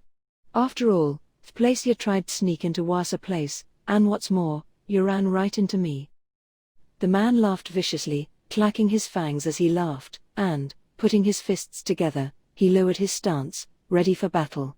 And in that posture, he looked up with a glare at his silent adversary. Garfield, meetin' up with Garfield was th' end of your luck. Now get wrecked like your partso mazzo right and left.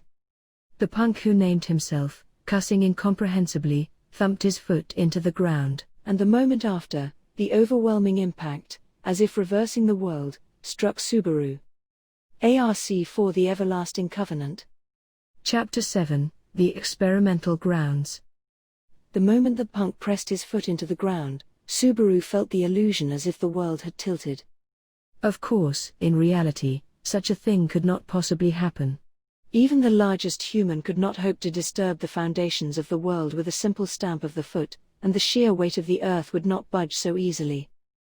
So, the tilting of the world can only be Subaru's illusion. What had actually happened was that starting from the point where Garfield's placed down his foot, a wave spread out in the ground, and like flipping a piece of tatami, it tossed the dragon carriage into the air as it passed. Subaru, impossible, you were? Like on the end of a seesaw, the sensation of upward momentum reached its peak, and then, as if floating, the dragon carriage glided through the air.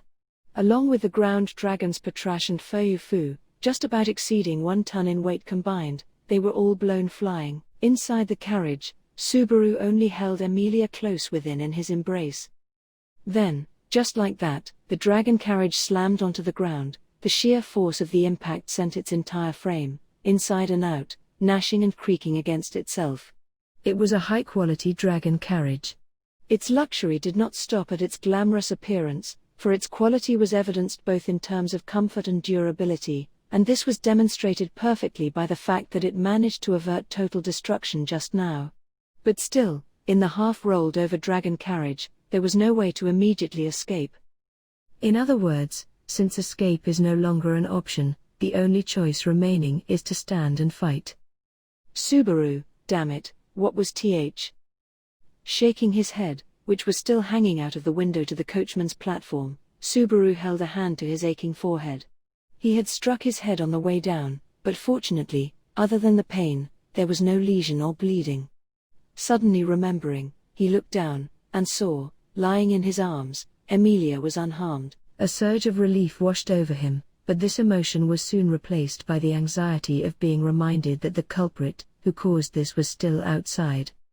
Quickly lifting up his head, the dreaded sight that met Subaru's gaze was Subaru, Patrash. Screeching, fangs bared, the enormous jet-black ground dragon leapt toward the scrawny figure. Making use of the loosened connection to the dragon carriage, with a twist of her body, Patrash broke free, and with rapid movements she set off against the assailant for a counterattack. With pointed fangs as sharp as blades, the power of her jaw can slice through human flesh and crush through bone, and still have strength to spare. With speed like the wind, she aimed for Garfield's neck, about to tear it to shred without a single question asked. Garfield, exciting choice. Good ground dragon. No, you're a good girl, aren't ya? Hell, the sound of breaking bones a sign a love asazi. Dash dash. Lodged in her closing jaws, was the front end of an outstretched arm, that should by all accounts have been completely shredded. Garfield had held out his right arm against Patrash's bite. And the ground dragon, zeroing in on the target, chomped down on the wrist, ripping the forearm arm clean off, and then fell upon the torso. Or at least, that was what should have happened. But instead, Patrash froze in place. Not only her body, but even her jaw clamping on the arm lodged inside stopped moving completely. Was some special ability being used, or was it caused by magic? This question turned in Subaru's mind, but soon, Garfield's action answered his doubts. Expanding the muscles of his lodged arm, it completely overpowered the force of Patrash's jaw, stretching it open wider and wider. Garfield, to job, you. Got going right away, and still not giving up, even better. You passed. Dash dash. The jet black ground dragon lowered her body, still clenching with her mouth she twisted her waist. The strength of her jaw sealed on the man's right wrist, she swung her tail whooshing upwards to swipe him flying. Subaru took a blow from her tail once, but, watching Patrash's movements now, it's immediately obvious how much she had been holding back that time. Literally putting her whole body behind the blow, she directed all her hostility into striking the body that was left completely open. But even so, it was casually stopped in its tracks by Garfield's left hand. A dry cracking sound rang out, and after the shock dissipated, all that remained was a hand grabbing onto the end of a tail. His right hand in her jaws, his left hand holding her tail, Garfield smiled, revealing his beast-like fangs. Garfield, won't hurt ya. Sleep tight. Making a wide swing with his arm, like some kind of joke, the circular trajectory of its motion carried Patrash's massive body gliding through the air.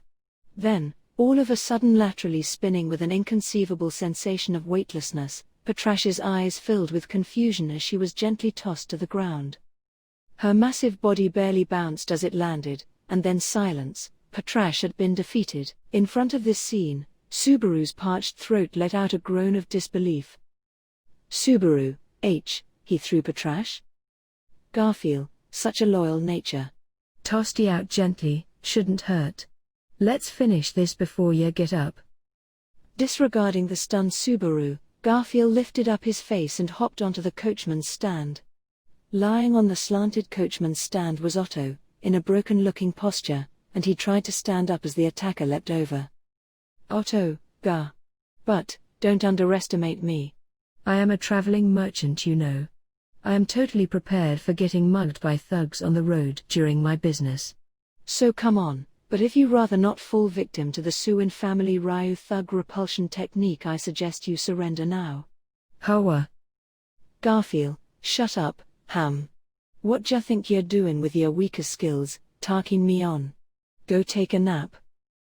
Right after striking a fighting pose, full of spirit, Otto instantly crumbled when Garfield, suddenly coming up to him, gave him a flick in the forehead. The flick dash, or more accurately, the close-range middle finger strike, with what sounded like tremendous force, sent Otto's wiry body flying off of the coachman's platform. Holding his forehead in what looked like agony, he passed out without a word. Regardless of whether he was dead or alive, he was no longer an obstacle. Garfield, now, by the looks of it, you're the only one left. Snorting, the punk turned with a sharp look that could cut a man in half, murmuring. Standing on the coachman's platform, the distance between him and Subaru was only about 4 paces dash, but considering the way he had instantly closed his distance with Otto, there might as well be no distance between them at all. Gasping down his breath, Subaru racked his brain but could not think of a single plan to break through. The only fighting force that might have been able to resist this man, Emilia, was still unconscious after her inexplicable collapse. But no matter what happens, he must protect her. Subaru, I'm. Garfield, flip it this way or that your skin's still blue, I don't wanna hear it. With the sound of a light tap on the floor, in the blink of an eye, Garfield's short figure appeared in front of Subaru's face. Above, the raised arm had its 5 fingers spread open, and it was easy to imagine the future where the claws would swing down, ripping his stunned body apart. And in the face of that future where his limbs would be ripped apart, there was only one thing Subaru could think to do, to prevent the damage from reaching Emilia in his arms, and to protect her with his life. A few seconds passed, or perhaps it was longer. His eyes tightly shut, shielding Emilia with his entire body, the time Subaru spent waiting for the shock to come dragged on to the point of confusion. Then, hesitantly opening his eyes, he found the 5 fingers spread out motionless in front of his face. Behind it, there was a perplexed look in the punk's eyes. Keeping his gaze on Subaru, who could not help but hold his breath, he twisted his own head from side to side, making loud cracking noises with the bones in his neck. Garfield, instead of striking back, you prioritized protecting the girl. The hell was that? After you're dead she'll be next anyway. Wasn't that a terrible decision? Being hit with a sound argument that he really didn't want to hear, Subaru, going through all sorts of reasons, couldn't come up with a reply. The silence making him even more displeased, Garfield waved his sharp clawed hand. Garfield, well, you're too slow anyway. Make a move or not, there probably wasn't much hope. You're all pretty useless either way. Subaru, why, you are. Garfield, huh? Remarking on their ineptitude, Garfield gave out his merciless assessment. And as Subaru was trying to move his frozen throat, attempting to squeeze out a question, Garfield's vicious-looking face twisted up with displeasure, and moved in even closer to Subaru's face. Garfield, you're whispering, gotta speak up. Come on. Subaru, you are Garfield. Correct? You are acquainted with Roswell and Frederica? Garfield, Frederica? Confirming Subaru's word, for the first time, Garfield's expression lost its aggression. Looking astounded, like a carnivorous beast that had lost the scent of blood, for an instant, he seemed almost cute and tame, but, immediately concealing it again with a bitter expression. Garfield, why ja know that name? No, wait. That woman you're holding, is the silver-haired half-witch? Subaru, she's a half-elf. Don't you dare use that name in front of her. Garfield, here. What's these, you got some spirit got all of a sudden. Glancing down at Emilia, Subaru suddenly exploded back at the utterance of that derogatory name. The fear of moments before all disappeared in the face of pure rage, and Garfield, hearing this, clicked his fangs together noisily, full of glee. Garfield, say, isn't that rumored Emilia Summer? Now, a half-witch showing up around here could only have everything to do with Roswell. Subaru, son of a. Ignoring Subaru's previous words, Garfield said half-witch again with special emphasis. Hearing this, Subaru stood up, but was immediately stopped by Garfield's hand. Garfield, the dumbass who bites on molten iron only gets hurt, right? You don't have a chance against me. Look at the difference in strength, eh? I don't want you to get hurt, you know. Making a fist with his outstretched hand, he cracked his knuckle bones as a warning. Their respective strengths are obvious. Without knowing his intentions, it's better not to make things any worse by resisting. To press down his anger and wait for another chance to get his revenge, would be the wisest course of action. That's why. Subaru, eat shit. Garfield, huh? Subaru, I don't want to get hurt. And you'll beat me up pretty easily, I guess. But I can't stand by while you continue to say things that will make this girl sad. Gently laying Emilia down on the luggage stand, lightly touching the hair on her forehead, Subaru stood up staring at Garfield at a distance so close that their foreheads almost touched, a distance within each other's breaths, a distance within each other's reach. Subaru, take back that bullshit name. And never use it again. Garfield, you want me to do what you say? But you don't got what it takes, do you?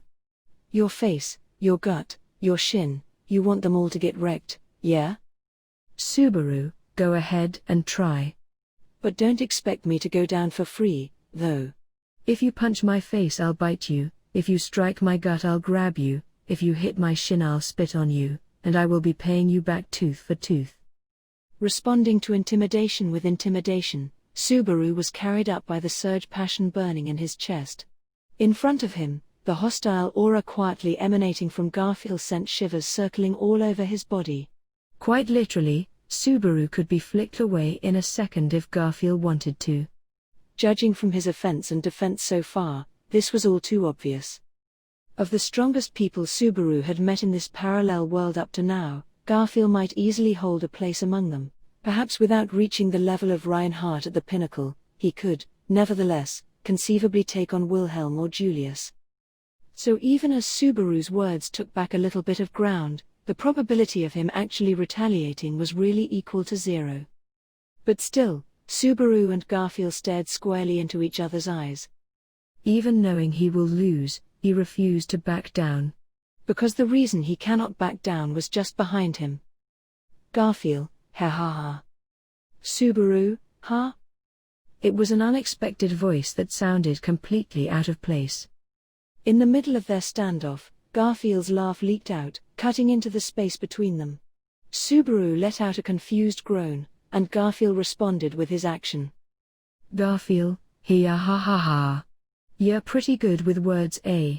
You really didn't I? Subaru, wah. Ow. Hey, wah wait, ow, st, ow that really hurts. Breaking out into a wide laugh that shook his shoulders, Garfield heartily patted Subaru in the shoulder. But even without the slightest hint of hostility or intention to attack, and even as he was holding back, the gesture, purely seeking friendly contact, was nevertheless cutting down Subaru's health points in large chunks at a time. Garfield, to job, you passed. Went straight through. Half witch. Half elf, though I don't like 'em much, you have guts protecting her, I'll respect that. Subaru, it's good you came around. But it really hurts. When are you going to stop patting me? Are you trying to kill me? His enthusiasm unabated, Garfield's arm dropped, and Subaru moved a bit further away. Seeing this, the punk tilted his neck, then crossed his powerful arms, and Garfield, so cold. All that stuff is water under the bridge now, so come on and forget it already. When a man acts petty it means his thing is petty too, you know. Subaru, that's the first time I heard you use an idiom that sounds familiar. But my thing is totally none of your business. Anyway. Garfield shook around a little and gestured with his finger. But seeing him lift up his chin looking smug, Subaru threw his words back at him roughly. Subaru, you're Garfield, and acquainted with Roswell, right? Even though we had a fright when we came into contact all of a sudden, there's no more hostility between us now, right? Garfield, will you quit making a fuss? It's getting annoying. Don't panic, I won't eat you. Subaru, who do you think will believe that after that savage attitude a moment ago, huh? Sticking his fingers in his ears with irritation, Garfield responded to Subaru's objections with you got a point I guess, as if understanding him. Even though he's incomprehensible sometimes, it's a great relief to see that they can communicate with words. And then, having escaped the dire circumstances, Subaru remembered. Subaru, yeah. Hey, this is no time for that. Emilia collapsed all of a sudden. What am I doing talking normally just now? Garfield, collapsed, you mean the half-elf? Oi, of course she collapsed. Where do you think this is? What you panicking about? Rushing over to Emilia's side, he found her still asleep and breathing irregularly, as if in pain. As Subaru was worrying by her side, Garfield didn't seem to think much of it, and only shrugged. Noticing his knowing expression, Subaru asked, "What do you mean?" Which brought an incredulous frown onto Garfield's face. Garfield, you already heard from Roswell and Frederica what this place was, right? They must have. No way, you don't know? Even as he was just beginning to explain, Subaru shook his head from side to side, and Garfield clicked his tongue in frustration, spitting out, "Pervert bastard." It was easy to see who that insult was referring to. Garfield, Frederica didn't say anything either? That's messed up. Before you know it her personality'll become like her owner's. Hopeless. Shaking his head, Garfield snorted out in irritation. Then, noticing Subaru's questioning eyes, he raised up his hand and said, Yeah, I get it, and Garfield, it looks pret bad, but her life's in no danger. Only, if you don't want to see any more of that pain on her face, we need to get going right away. I'll guide you up to village. Subaru, when we move from here, her consciousness will return. Garfield, that's what I've been saying, isn't it? Hurry up, we're gonna go. Oi, how long are you gonna keep sleeping? Get up. Even though there wasn't much explanation, Garfield didn't seem intent on explaining further. Turning around without even trying to conceal his thuggish expression, he went out and gave Otto a kick. Receiving the kick, the still passed out Otto let out a painful yelp. You, Garfield, you're the driver, aren't you, son Ofer? I'll set the turn-it-over carriage upright, and you drive it up to the village. If you're slow, I'll kick your ass flying, yeah? Otto, say, what's with this situation? Following what I just heard, I get the feeling I'm just on the losing end of everything. Hearing this unacceptable version of things, Otto boiled, suddenly standing up to voice his objection to Garfield. Considering the beating he got just a few minutes ago, this must have seemed tremendously courageous, and Garfield, who appeared to share this opinion, turned to look at Subaru. Garfield, oi. This guy, is he always such an energetic bastard? Otto, if you ask that guy, there's no way you'll get a proper appraisal, so please stop that. Can't you just make your own observation of what I am? And apologize. Please apologize. Garfield, huh? The hell, son of a bitch is healthy lively all of a sudden, ya underestimating me? Yeah, I beat up a guy that didn't need a beating, get over it. Subaru, can the two of you shut up? Emilia is still in pain, hurry up and grab the reins. And you, get the dragon carriage upright.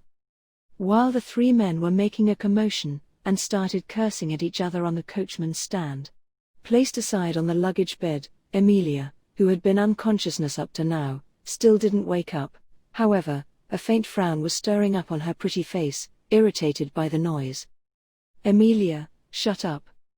She murmured in a little voice, as if talking in her sleep. Garfield, didn't introduce himself, did I? Name's Garfield. Ah, just Garfield's good. The strongest man alive. Need anything, just ask. Subaru, oh, I'm Natsuki Subaru. What was that? You said you're the strongest? Are you saying that sober? As the dragon carriage got moving, sitting face to face inside, Subaru and Garfield exchanged their self-introductions. Seeing Subaru suddenly pull back his outstretched hand with an astonished look, Garfield also took on an incredulous expression. Garfield, isn't that what I said? What's so strange about that? Subaru, no, I just never expected to meet someone who'd straight out say I'm the strongest man alive. Even so, isn't saying that going a bit too far? Garfield, you don't think I'm fit to be the strongest? Subaru, well, you're very strong, I'll admit, but if you're talking about the absolute strongest, how should I say it? No matter what, I have a guy who always comes to mind. The form of that red-haired knight emerged in his thoughts. Compared to Garfield in front of his eyes, Subaru's mind tried to work it out. From their previous exchange, with just his bare hands, Garfield was a formidable fighter, and could kick a house flying if he wanted to. No, he had flipped the carriage upright with a stamp of his foot just now. But would all this be enough to contend with the Sword Saint, after all? Even with this in mind, Reinhardt's advantage doesn't seem to disappear, and Subaru himself wasn't exactly sure why he held that knight in such special regard. Garfield, as you like. I'll correct your mistaken view sooner or later, and prove with my own hands that I'm the strongest. For now, let's just say thread-nosed sea lions afraid of cold, and think of it like that. Subaru, I totally don't know what you just told me to think about. Subaru tilted his neck at that last part, and Garfield didn't seem to be planning to explain it, and instead crossed his hands behind his head and relaxed his weight onto the back of his seat. Anyway, their conversation having come to an end, Subaru looked out the window, and brushed his fingers through Emilia's silver hair as she slept in his lap. While Emilia has not woken up, her expression had become more restful than before. Just as Garfield said, moving away from that place seemed to have a positive effect. So then, The next thing on his mind was, Subaru, I didn't get a chance to properly ask before, but you're a close acquaintance of Roswell. aren't you? Garfield, you must have heard my reputation, right? I'll say this one more time then, out of all the people associated with Roswell, I'm by far the strongest. Subaru, that's not really the point. But I do remember hearing you are an influential person, though. Unless brute force was the only reason he was considered influential? Unlike what Subaru had expected, Garfield was not much of a supporter in the political sense, but would perhaps be more of a supporter in the muscle-brain sense. With the sanctuary not far ahead, picking up someone who he at once needed to be cautious of, and who he could have friendly interactions with, really only added to the headache. Subaru, that's just more questions I'll need to ask Roswell at the sanctuary, I guess. You know I'm supposed to be solving problems, but it feels like the number of questions just gets more and more as I go. What's with this? Hugging his own head, seeing the difficult road ahead just getting more difficult, Subaru's expression clouded over. Listening to this, Garfield made a small click with his tongue, revealing just a small glimpse of his sharp canine teeth. Garfield, Sanctuary-A. Sensing some meaning in his murmur, Subaru's face raised up, and Garfield gently waved his hand. Then, he stood up, facing the direction ahead, that is, towards direction of the sanctuary. Garfield, it's because you're gulping down Roswell's words whole without a second thought, that you keep calling it by that name. Things you don't know aside, the things he did tell you are all full of shit, you know that, right? Subaru, even though I have the same opinion, it's not good to gossip behind someone's back. Say, did he piss you off or something? Garfield became visibly displeased upon hearing the word sanctuary. Subaru wondered if he misspoke, and waited, but the reaction was more extreme than he anticipated. That is, Garfield twisted his mouth into an ironic smile that did not seem to fit. Garfield, well, it's about time the Princess Summer wakes up now. Since we're pretty far from the barrier. Subaru, what's the barrier? Emilia Tan? Just as he was about to ask his question, Subaru saw Emilia turning over in his lap and called out to her. She opened her eyes faintly, and looked around the inside of the carriage hazily. As though she wasn't completely awake yet, she stared at Subaru with her violet eyes. Emilia, morning, Shubaru, not a typo, 3. Subaru, just waking up is super cute, Emilia Tan, but maybe now's not a good time. How are you feeling? Does your head hurt? Emilia, not at all. I don't feel strange or anything.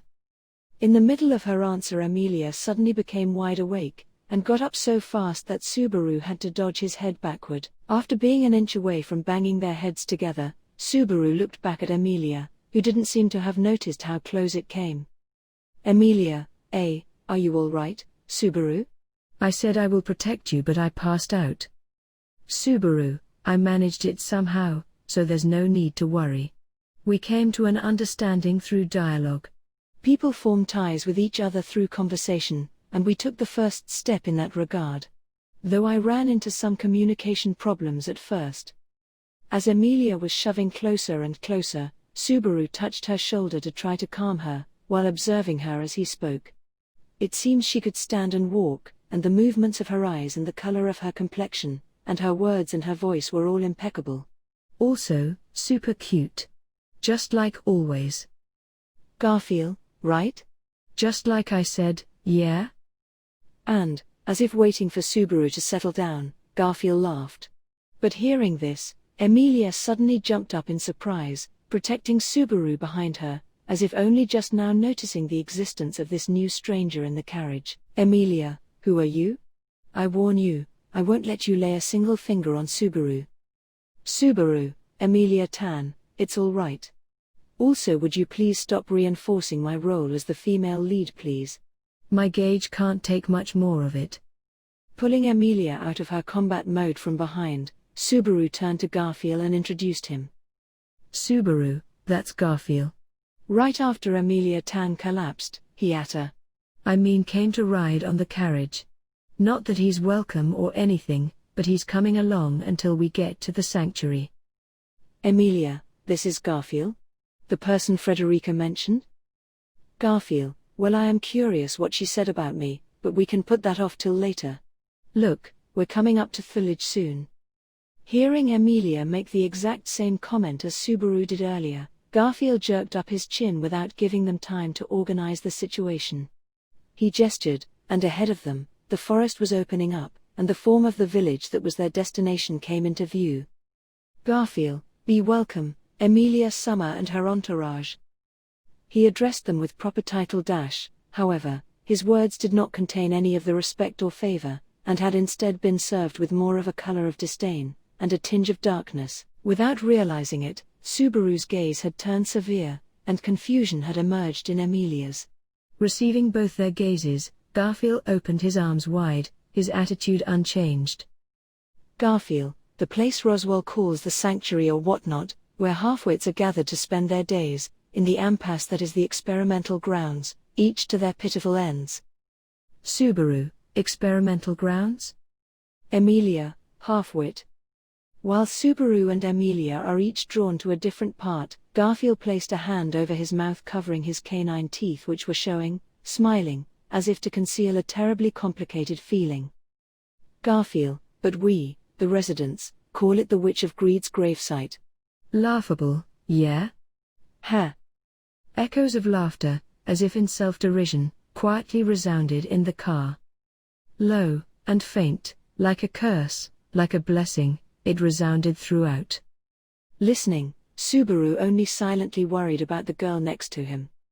If a witch stands in front of her path again, he must be the one to put out the flames. Firmly and resolutely, he told himself, the sanctuary approaches. To Natsuki Subaru, and to Emilia, it was to be a place that will alter their paths forever. ARC4 The Everlasting Covenant Chapter 8, The Long-Awaited Reunion. Even traveling on an unpaved road, there was hardly any turbulence within the dragon carriage. No matter how many times he experiences it, he'd always find the effects of this divine protection incredible. If all this was just the effects of the divine protection of wind evasion, he wondered what if he could unwind the effects of all the other divine protections, and whether he would be using some other word besides incredible to describe them then. Subaru, or something, but this isn't the time to be running away from reality, is it? Subaru poked his head out into the driver's area beside Otto, looking forward. With the sanctuary ahead, he focused his eyes on the site. Finally treading on earthen road that was no longer covered by grass, about 100-something meters away, the forest was opening up. Some wooden rooftops were now visible in the distance, for they must have been the many surrounding residences the sanctuary. From far away, it looked rather like a run-down village, and there seemed to be nothing about it particularly worth noting. And if one had to make a remark, perhaps it would be, Subaru, there's a dreary atmosphere about the place. Standing in the entryway to the sanctuary was a tremendously old gate made of stone that only served to emphasize that desolate imagery, and the short wooden fences surrounding the village gave off an impression of a locked cell. Inadvertently, Subaru allowed his thoughts to slip through his lips, and Garfield, listening, smacked himself in the knee. Garfield, preet much. Dreary place, yeah? I'll say this first, the insides are even more dreary, you know? No matter who it is, there's no liveliness inside, they're all alive but might as well be dead. Subaru, sounds pretty crappy the way you described it, but the more I listen the less it sounds like a sanctuary. That's just. Seeing Garfield enthusiastically affirm his ironic comment, Subaru sighed, and thought back on his previous words. To Subaru and the others who were calling this place sanctuary, Garfield did not hide a sense of self-deprecation as he spoke. So then. Emilia, the Witch of Greed's gravesite, what does that mean? The same question that came into Subaru's mind seemed to have also arrived in Emilia's. As she suddenly voiced this question, her eyes became resolute, but down below, she was gently tugging on the hem of Subaru's clothing with her fingertips. The fact that she was relying on him gave him a small sense of contentment, but Subaru's feelings were complicated as he sensed the source of her anxiety. Subaru, the witch, so basically, as the existence referred to by the name of witch, the witch of envy is known to everyone. But the witches bearing the names of the other sins, there's almost nothing known about them, right? Emilia, really? But, weren't they a bunch of really famous people from 400 years ago? Garfield, Emilia Summers not entirely mistaken. But yeah, Subaru's got it. The Witch of Envy's just way too famous, there's no confusion about that. But of 3/4 of the other witches eaten by the Witch of Envy, there's barely a whiff left of 'em. Though there are exceptions. Emilia, just like here. Right? After answering Subaru, Garfield pulled in his jaw at Emilia's question, smirking. As if quite affected by this, Emilia's eyes widened, but Subaru, not well informed on the matters surrounding the witch, only let out an, "Is that so?" as if understanding. But a sudden notion surged in his mind that blew away that casual air. Because, if there are multiple witches. Subaru, that doesn't mean there's a witch cult for every witch, does it? Just beating down one Sin Archbishop was tough enough, come on, give me a break. It was a chilling thought, and one he couldn't overlook. Reading into the details of Betelgeuse's words, he imagined they must all have been worshippers of the Witch of Envy. Likewise, gluttony and greed, who Subaru must one day defeat, and their followers too, must all be in the same category as well. Yet, if there are sects that worship the other witches. Otto, it's a scary thing to be saying, but there's no need to worry about that, Natsuki-san. But the one who banished the chill running up Subaru's spine, was the one holding the reins in front, Otto. In the end, compared to Emilia, who knows almost nothing about the witch cult, and unlike Garfield, who was just not quite trustworthy, Otto actually held some kind of credibility, and could provide some insight into the common understanding of things. Because the extent of Otto's knowledge was probably exactly what an average person would know. Otto, the witch cult, even though I don't like to say it out loud, only worships the Witch of Envy. To revere another witch above the Witch of Envy, only a lunatic would do that. Subaru, above the Witch of Envy? What do you mean? Are they even worse than the Witch of Envy? Otto, when they hear the name of another witch other than the witch they worship, the witch cultists will do some very frightening things. You heard of the city that was destroyed in the southern empire of Wallachia, right? As Otto suddenly brought up the new topic, Subaru remembered having heard it before. After the battle against Betelgeuse, Wilhelm had mentioned it as he laid out the horrors of the witch cult. Certainly it was. Subaru, it was the Sin Archbishop of Greed who single-handedly destroyed that city and the what's-its-name empire, wasn't it? I heard that even the nation's champion couldn't do anything to stop him. Otto, I don't recall anything so fantastic, but the reason the witch cult did it in the first place was even more frightening. In the isolationist Wallachian Empire, that was the only city where trade was prospering. At the time there were rumors of a witch-related artifact being unearthed there. Subaru, related to the witch, ha. Otto, what it was is unclear even now. Only, there were lots of collectors out there who were after it. It'd be fine if it was just for some sick sense of humor, wanting to collect something belonging to the Witch of Envy. But in the end, the entire city perished because of it. Perhaps it was to obtain that artifact, or to destroy it, that greed made his move. The Wallachian Empire had mistakenly roused the witch cult and received this catastrophic retribution as a result. Otto, after that, even things unrelated to the Witch of Envy, anything that might possibly provoke the witch cult is prohibited by decree. But even so, it still didn't stop these items from circulating in shameless behind-the-scenes dealings. Subaru, it's rare to hear that kind of spite from you. It almost sounds you were involved. Otto, it's nothing worth mentioning. Just back then, some of my relatives were caught up in the city when it happened. It's been more than 15 years now, I was just a child back then, so it didn't have much to do with me. After that, Otto closed his mouth and refused to go any further on the topic. Seeing his attitude, Subaru stopped asking, and turned his gaze and attention back into the carriage. In any case, Garfield was waiting for Subaru to finish processing everything he's learned, saying, "Satisfied now?" While holding his chin in his hand. "Garfield, I don't know the finer points either. But Granny keep going on and on about how it's the Witch of Greed's gravesite, like how Peromia rots just from listening, repeated so many times, can't be wrong." Subaru, all you know is what the rock guy told you? So you don't really know the details either, huh? Garfield, Only thing I care about is me being strongest. If you want to know the specifics, go grab Roswell by the collar and ask him yourself. Sure, if you can do it now, though. Subaru, dash. What's that supposed to Maya? Otto, I'm sorry. It seems we've arrived, do we just go in like this? Before he could sort out Garfield's seemingly loaded words, Otto's voice hailed from the coachman's stand in front. Against Otto's call, Garfield grumbled, "Velp," and nimbly hopped off the carriage. Garfield, if you go in without saying anything, they'll take you for outside intruders and coordinate a mass assault on ya. It'll be all like you laughin' magma in full of holes. I'll go in and tell 'em first, you guys wait here. Subaru, we'll leave it to you then. Hey, come to think of it, I get the feeling like you're the patrol for the sanctuary or something. Considering the way we ran into each other at first.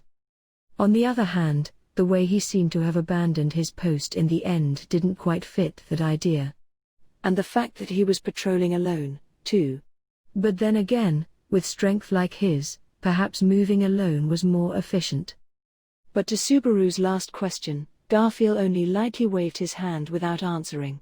Unable to see through him, Subaru's brows furrowed, and, almost at the same time, Emilia let out an in a slightly elevated voice. Turning his eyes to Emilia, who had cried out involuntarily, he saw her pointing ahead. And, following her finger, Subaru immediately understood her surprise as he saw what she had seen. Because standing there, was. "You're back, Garfield." Pretty early, isn't it? Garfield, cuss, there's no need circle in forest anymore. It's gotta be rare to see you leave Roswell's side though. He Finley dropped dead? Ram, if that is so, this place, Ram will already have burned it down with her own hands in self-abandon. You have Roswell Summer to thank that this is not the case.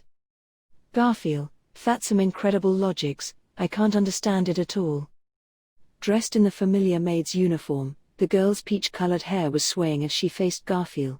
Unlike Garfield, who was happily smiling, her expression seemed cold and without emotion. Taking a long time to confirm this, Subaru's shoulders dropped as if relieved. Otto, so that's the older sister I heard so much about. I see. Of course this is only natural, but she looks exactly like the young miss who's sleeping. And having seen her for the first time, Otto let out this remark. In front of their eyes, she looked like a perfect replica of the Rem Otto had seen, but only, inside, it was a completely different person. For this, was the long-awaited reunion, with the good-for-nothing maid of the Roswell mansion, Ram. Subaru, Ram. Sticking his body out of the dragon carriage, Subaru waved to Ram. Her eyes slightly squinted as she saw him, and, quite understandably, she shrugged and shook her head. Ram, I humbly do not know where Barusu popped out from, but your late arrival is certainly disappointing. You should have noticed sooner that something had gone wrong and… but that's too much for Barusu's abilities, after all. Subaru, if you're going to use a phrase like I humbly do not know, stick with that tone all the way and don't change it all of a sudden. And Roswell too, I can't understand what you guys are thinking, but I'll definitely have something to say when I get a hold of him. Objecting, Subaru pointed a finger at the girl whose attitude had not changed at all. Seeing this reaction from Subaru, Ram dropped her shoulders, before turning to Emilia, who was standing beside him. Relieved to see that Emilia, same as Subaru, was safe, Ram's face relaxed, and for a brief moment, in her eyes, Subaru thought there was a fleeting, almost dreamlike glimpse of sorrow. Yet, in that same instant, it had already vanished.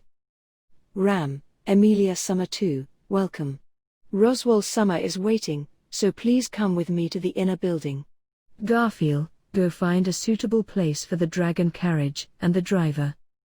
Garfield, what's with that treatment, oi? Can't you ask for help in a way that inspires more enthusiasm? Ram, if you want to eat Ram's handmade meal, please strive to do your best. But if you want to throw away this valuable opportunity because of your careless words, Ram won't say anything more. Garfield, all right. All right already. Can't grab a hold of her at all, though it's good like that. Oi, asshole driver. Park the ground dragon's anthe carriage at the end there and come with me. Otto, it's about time I introduced myself, right? Could you please not call me with that insulting name? Also, isn't it a bit dangerous for me to be left alone with this guy? As Otto voiced his objection at Garfield, who had just been vanquished by Ram, Subaru, seeing this, shot him a thumbs up with teeth sparkling. Subaru, I'll recover your bones. Otto, that was definitely something said with good intentions but carries the completely wrong implications, isn't it? Really, if anything happens to me I'm going to claim for compensation. Leaving behind these words, Otto, having let Subaru and Emilia off of the dragon carriage, followed after Garfield. Seeing them start off toward the interior of the village, Subaru rubbed Patrash in the nose in a reluctant goodbye. Then, turning with a snap of his neck, saying, "Now then. Subaru, there's a whole array of things I want to ask and talk to you about. Now that we're here, can we finally talk?" Ram hasn't been granted permission to convey anything to you. You can ask Roswell Summer directly when you meet him. Though I don't know how much Garf had let slip already. Subaru, Garf. Ah, you mean Garfield. That guy turned out to be a whole lot different from the impression I got from just hearing his name. Come to think of it, there's something that's been bothering me. Ram, what is it? Sharply, Ram furrowed her brows. Imagining it might be information Roswell had given express instructions not to reveal, her gaze became serious, but, seeing this, Subaru let out a, "Nah, it's just," as he folded his arms. Subaru, that guy, does he have a crush on you? I got that feeling from the way he was talking. Ram, and here I was wondering what you were going to say. Unable to hide her genuine astonishment, Ram sighed. Only, seeing how she didn't deny it, Subaru couldn't help but let out an out-of-place grin. Subaru, well, I'm not saying he has strange tastes, but you look cute. But the fact that he still likes you after being around you for so long, I think he must have some serious resolve. Ram, being gifted with both intelligence and beauty, males will inevitably be attracted to Ram, there's nothing I can do about that. But, Ram has already devoted her all to someone who she shall always stay devoted to, so I have no wish for such things. With a sway of her shoulders, Ram responded to Subaru's sarcastic words, and, in a single stroke, she had cut down all of Garfield's hopes with her response. Then, turning her back to Subaru and Emilia, she left the words, "Come with me," as she immediately took her step forward. Although he wasn't exactly trying to make the flowers of love bloom, her cold attitude still made Subaru feel like he was coming away empty-handed. But, the fact that he could not ask what he should have asked, was, understandably, because he was afraid. "Subaru, at a time like this, am I still too much of a coward to say Rem's name? Even though I want to." Even. He was terrified of the confirmation. Having already heard it from Emilia and Petra that they cannot remember Rem, now, to ask her own sister whether she has forgotten her existence too? But, having come here, the fact that she did not ask about Rem's absence, already meant that there was no point in asking any more. Subaru, can't help but cave into her either way. Then let's follow Ram for now, Emilia Tan. What's wrong? Subaru turned to Emilia, who had kept her silence up to now. Ever since stepping off the carriage, she had not opened her mouth, but only looked around at her surroundings anxiously. Noticing Subaru's call, she let out a, "No," slightly shaking her head. "Emilia, it's just, I can't seem to calm down." How should I say it? There's a strange feeling. It's not something I can put into words. Subaru, can't calm down, ha. For me, a shy loner who's reluctant to even leave the house, all this is like a new world, you know. Everyone gets this feeling, I think. In fact, I don't particularly hate it myself. Looking around along with Emilia, everything looked very much like the image of a rundown village.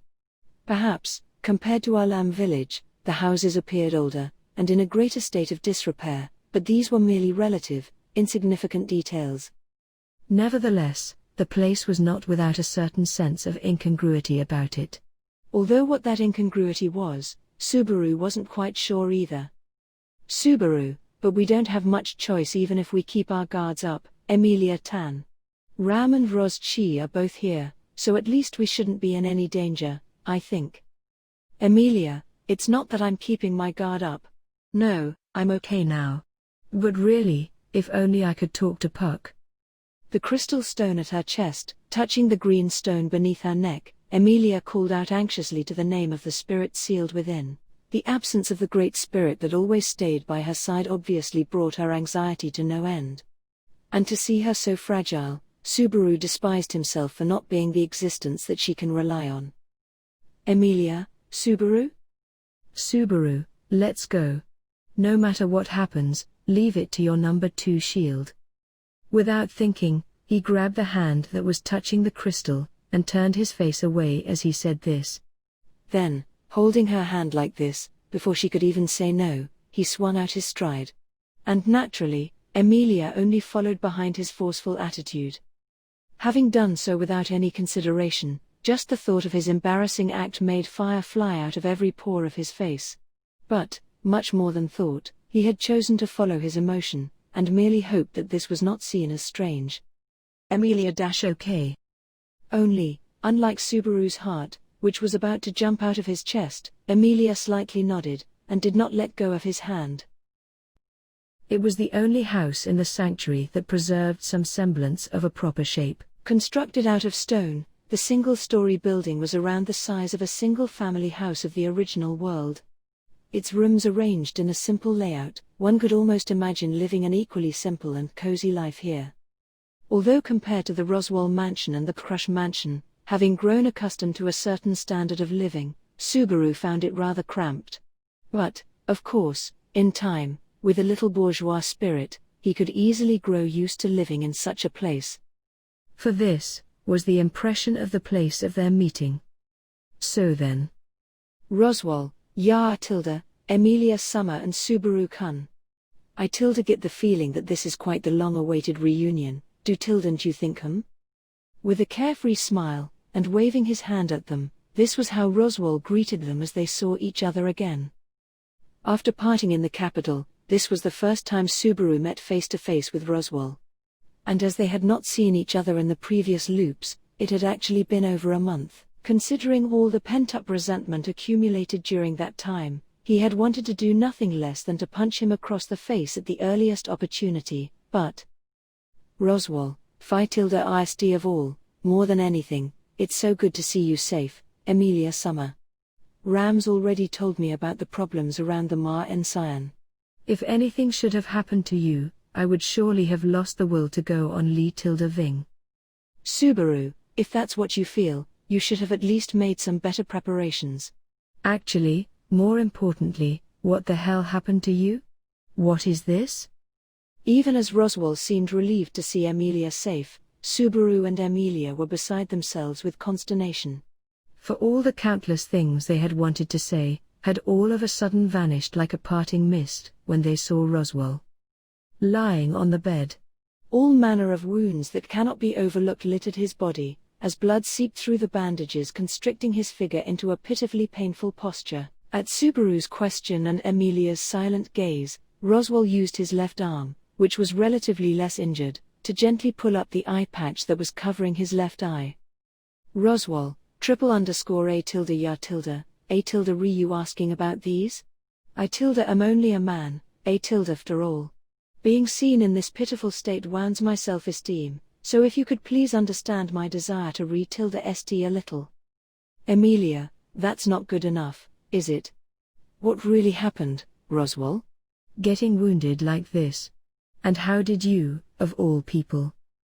Not distracted by his jest, Emilia retorted as she extended a trembling finger towards him, hesitating whether to touch the body ridden with wounds. Seeing her do this, Roswell smiled bitterly, and turned his right eye up to the ceiling. Well then, he whispered. Roswell, we tilde re should I tilde begin?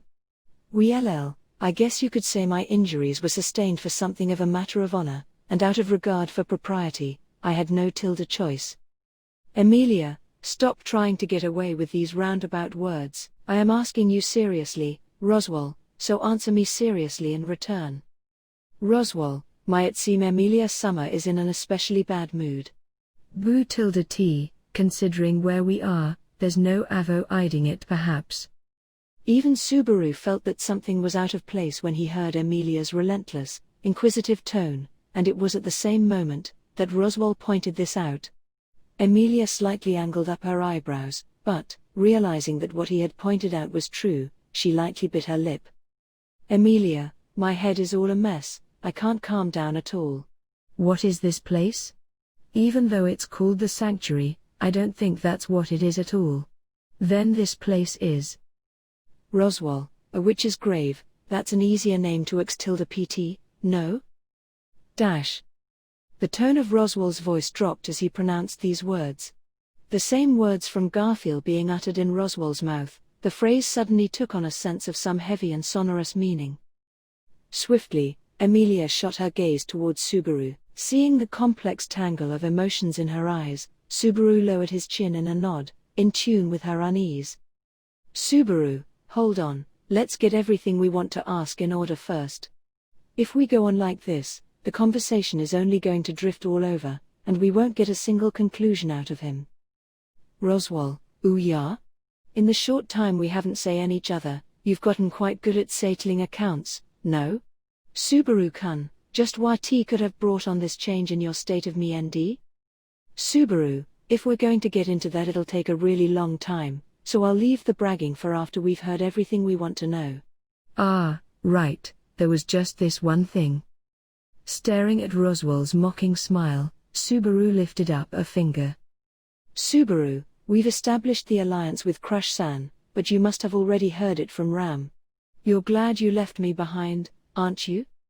"Roswell, very glad.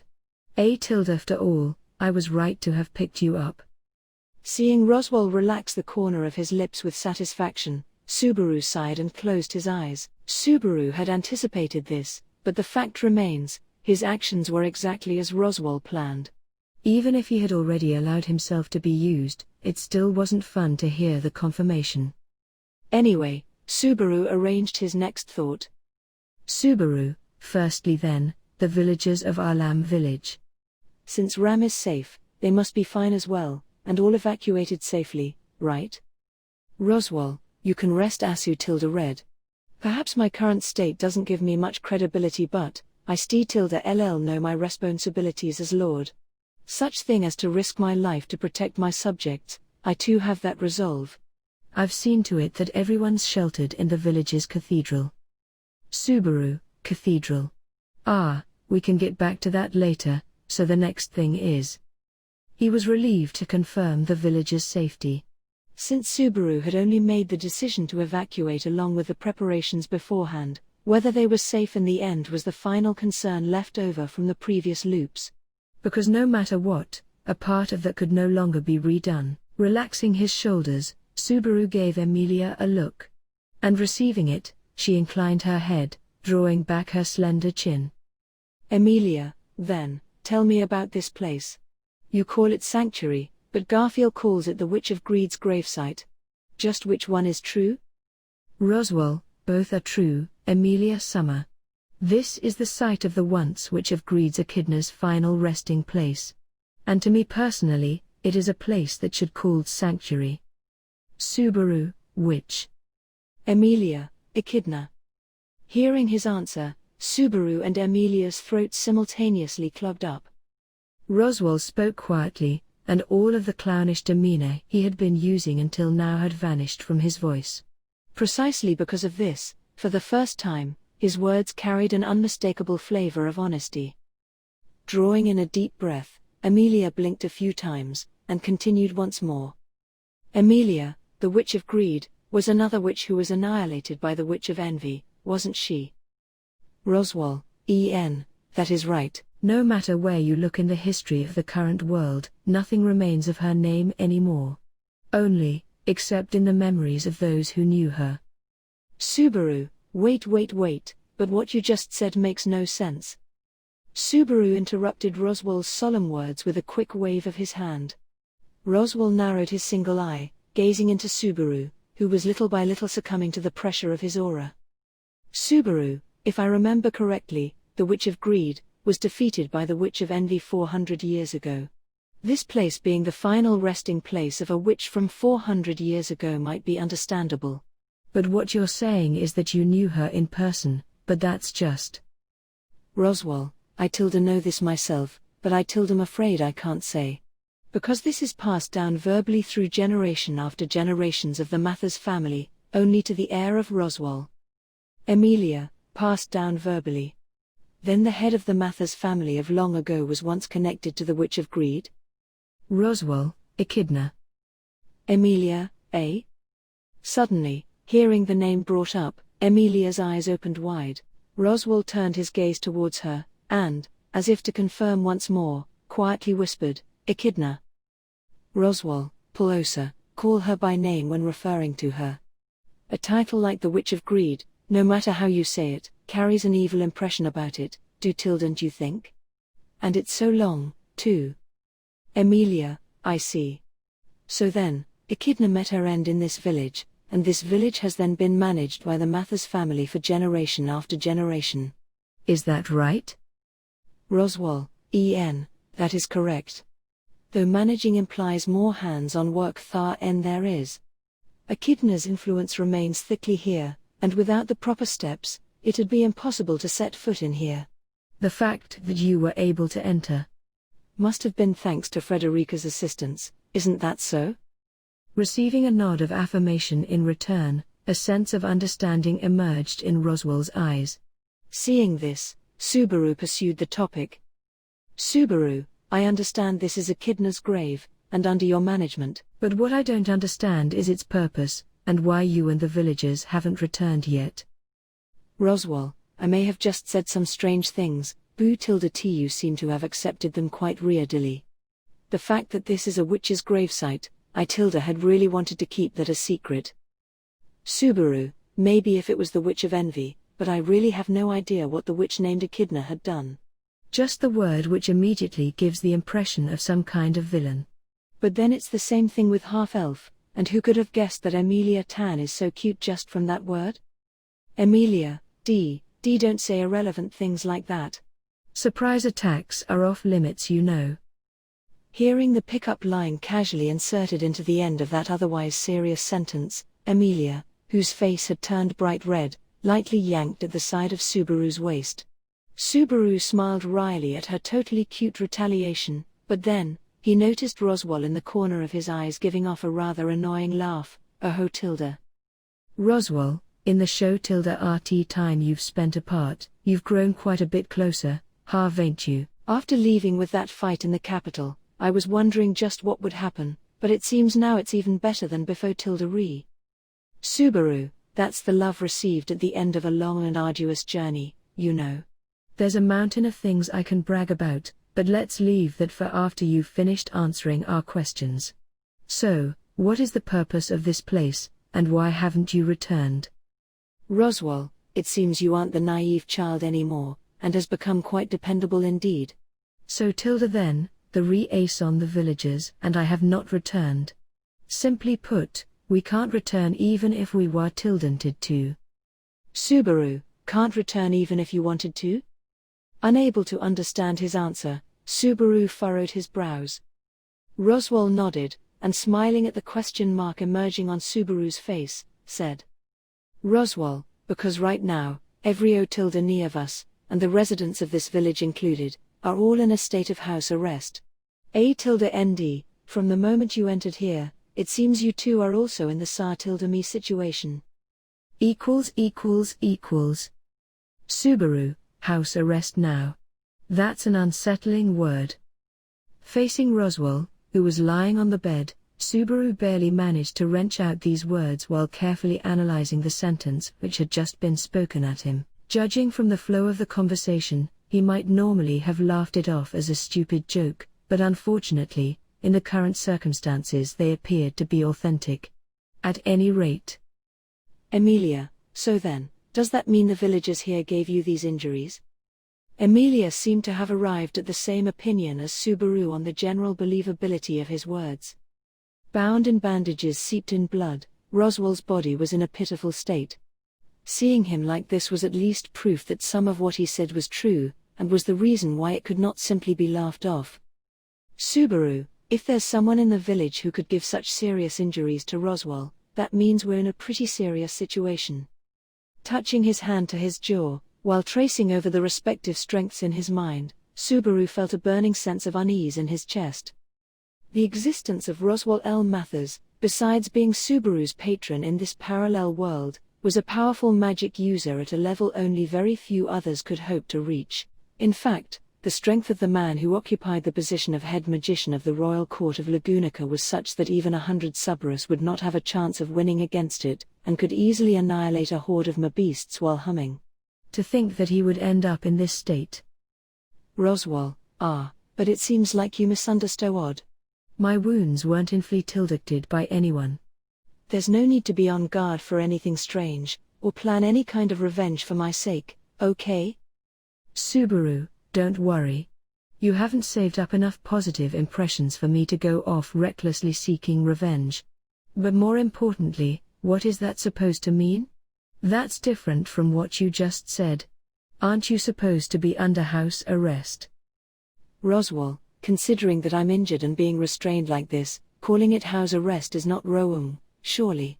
It's not that I was injured in the process of being restrained, I was injured, and the end restrained, though if I were to explain it in detail, it would be a little different.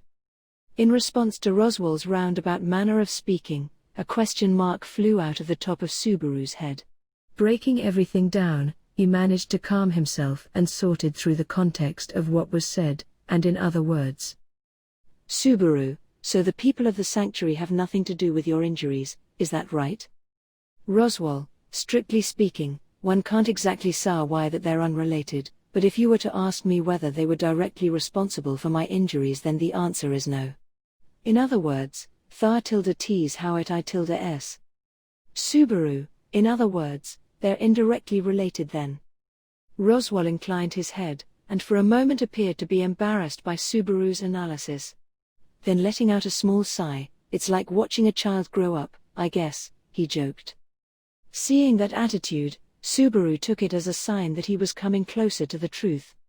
Determined not to let up his questioning, he chose his next words and prepared to throw them at Roswell, but Ram, Barusu, how about showing Roswell-sama a little bit of care? Saying so, Ram, who had not been present until now, interjected herself into the conversation. With the hem of her skirt lightly swinging, the girl crossed the room with graceful steps, and placed the steaming set of tea she had been carrying on a tray neatly onto the table. Its fragrance spread throughout the room, and with the stimulation of his olfactory senses, Subaru only now realized how inconsiderate he had been. For just when he was about to pursue his questioning, he suddenly noticed just how severe Roswell's wounds actually appeared. Ram, pressing Roswell-sama so hard when he's so severely injured, digging to the bottom of everything, are you satisfied? Look at Roswell-sama suffering, almost crying, have some sympathy. Subaru, just when you've made me reflect on my actions. Don't say something that ruins the mood. I mean, is this supposed to be him hurting and about to cry? Doesn't look like it to me. Roswell, you it who tilde RTs, I'm in par tilde in. Words lacking in kindness and concern hit me right in my wounds. So Subaru responded to Ram's words with a brash retort. As if mocking Subaru's remarks, Roswell started a little performance on the bed. As Subaru's eyebrows started to twitch in annoyance, Emilia cleared her throat and pulled the room back from the turbulent atmosphere. While drawing the eyes of all three people in the room to her, she started with in any case. Emilia, anyone can tell that Roswell isn't well just by looking, so let's finish this conversation quickly. You haven't had healing magic cast on you? Ram, magic that heals is outside of Ram's area of expertise, so. In response to Ram's expressionless, yet somehow clearly regretful answer, Emilia looked at Roswell with eyes which held only little expectation. Seeing this, Roswell waved his raised hand from side to side. Roswell, I too, am specialized in destruction magic you see. If it's to do with destroying, harming or deceiving, I can generally do pretty much anything, but I'm hopeless when it comes to spells related to healing. Subaru, that's a sad way to put it. Rather than just offensive spells, you should make sure to practice with some defensive spells as well, geez. That said, whenever Subaru played a game in which he had to decide on his character growth, he was the type of super offense-focused player who would only pick attack-oriented skills. So he couldn't scold Roswaal too harshly. At the same time as when Subaru reached this strange acceptance, Emilia sighed, "It can't be helped, and Emilia, Puck isn't here so I'm not at my best, but I'll cast the healing magic." I have to concentrate while I do it though, so we'll have to finish talking first. Roswaal, the Great Spirit Summer? Shocked at the information Emilia had just spilled, Roswaal quickly raised his eyebrows, then narrowed his eyes. That somewhat cold expression, unlike the usually relaxed demeanor, was one which Subaru had rarely seen. He unwittingly contracted his shoulders and said, "Oi oi. Subaru, it's rare to see you with a serious expression. Is it so surprising that Puck isn't here? I hadn't realized that you were actually a closet Mofu fur enthusiast." Roswaal, unfortunately, the only time I have gotten close enough to Great Spirit Summer to be able to touch it was when I respectfully offered it my Yona tilde eyes. It was really scary. Anyway, I see. Without even ignoring Subaru's banter, Roswaal narrowed his brow in rumination. While doing this, he suddenly turned his yellow left pupil onto Emilia. "Roswaal, Emilia Summer, you aren't feeling ill, or different from normal in A tilde N.Y. way, right? Emilia?" Other than Puck not showing his face, not really. Puck not coming out started a little while before we reached the sanctuary too, so. But there is one thing. Raising a finger as if asking a question, Emilia then proceeded to quickly whip her gaze around at their surroundings, not only inside of the room they were in, but seeming as if she was looking over the entirety of the sanctuary outside of it, and after doing so, she said in a lowered voice, "Emilia, since entering the sanctuary. No, maybe ever since entering the forest, I feel like the responses from spirits have become dull. And just now, when we were just outside, I felt a strange gaze on me." Subaru, a strange gaze? Surprised at what he heard, Subaru inclined his head, to which Emilia responded, "Yes," and pulled in her chin in confirmation. After explaining that this was the reason why her expression had darkened after they parted ways with Garfield and the others earlier, she continued. "Emilia, it felt like I was being stared at. It felt really unpleasant." I thought it might just be me, so I didn't tell you. Roswaal, neither of Emilia Summer's Fey Eelings are mistaken. This is a place which is unpleasant for the spirits, and further, its inhabitants harbor nothing but unpleasant Fey Eelings towards you. In response to Emilia's anxious words, Roswaal poured out a stream of words devoid of any consideration.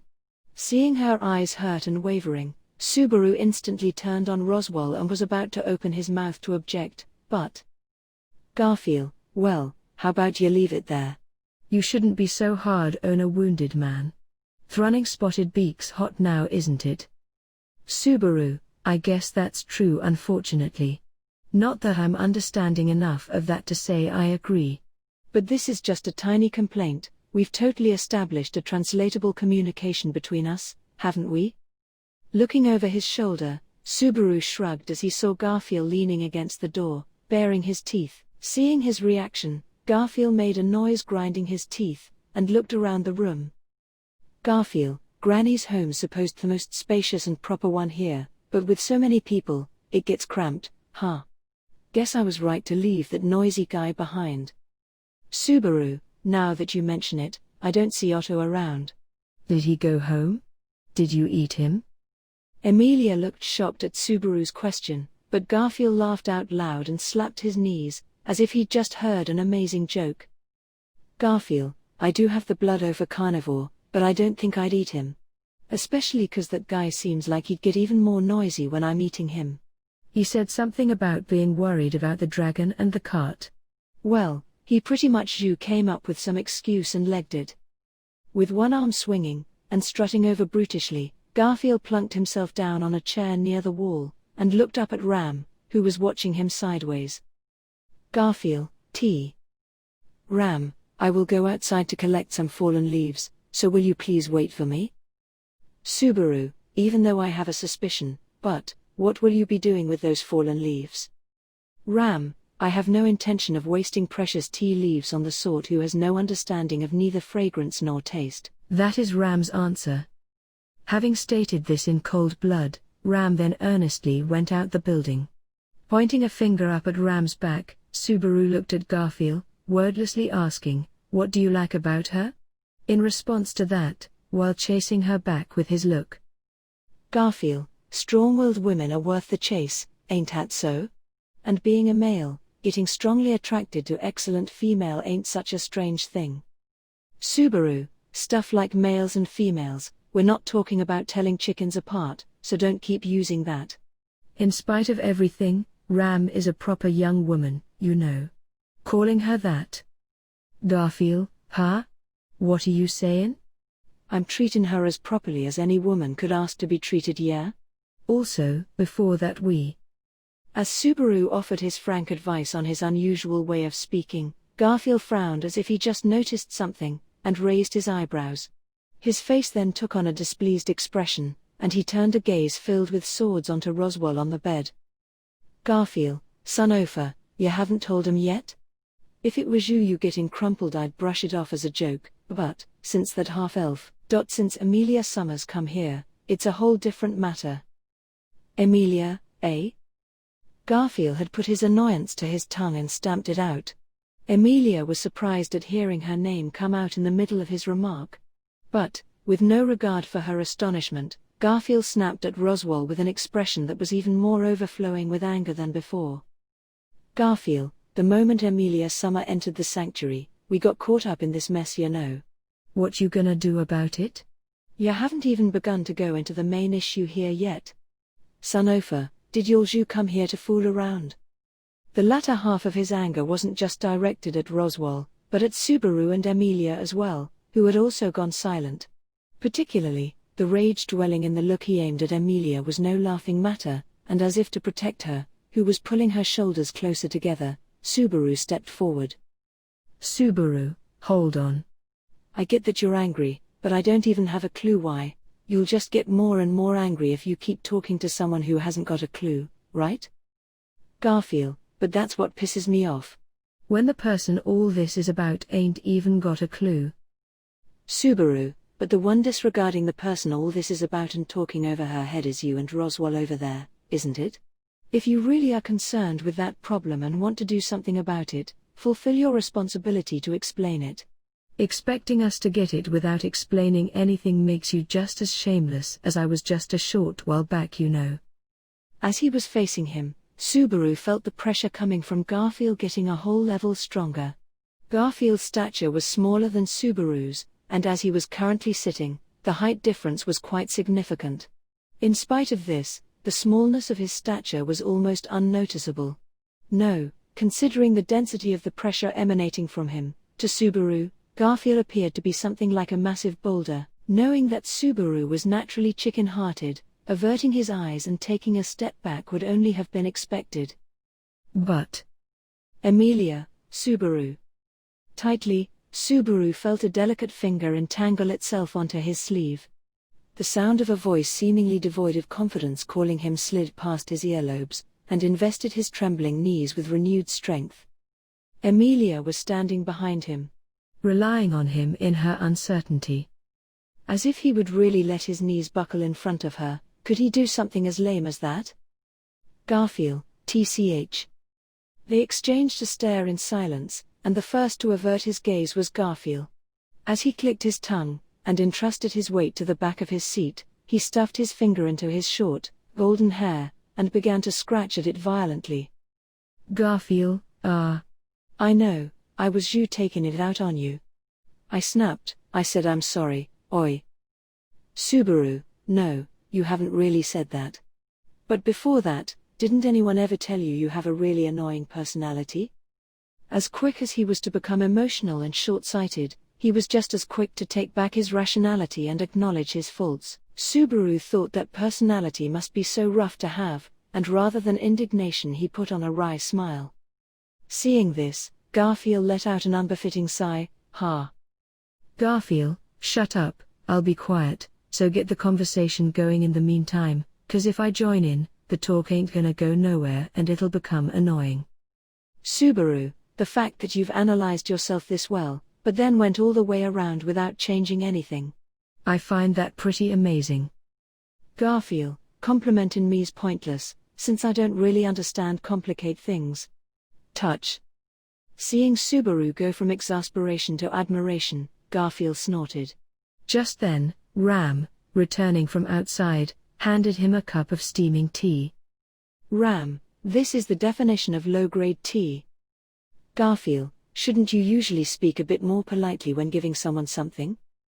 Ram replied with is that so, and handed the cup over with a composed expression. Garfield received the tea, and, even though it was probably burning hot, poured it all down his throat in one go. Although he was carnivorous, apparently he didn't have a sensitive tongue. Seeing him empty the whole cup in one gulp, Ram let out a deep sigh. Ram, as usual, you are a man who has no regard for tea. That doesn't suit Ram. Garfield, but it just tastes like leaves. If you want to wet your throat, water's the same. Right?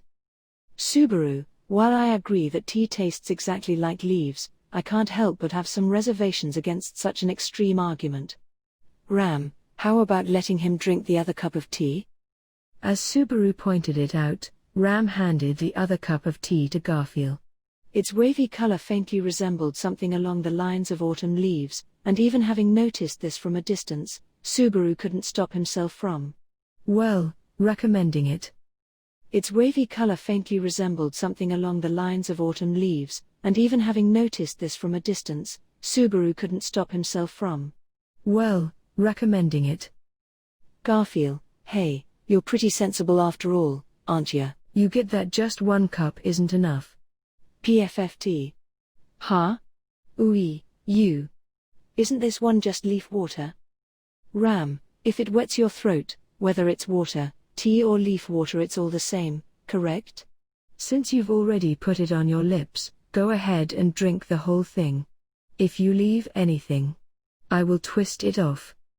Without saying what exactly she would be twisting off, she shot a sharp glare at Garfield's crotch.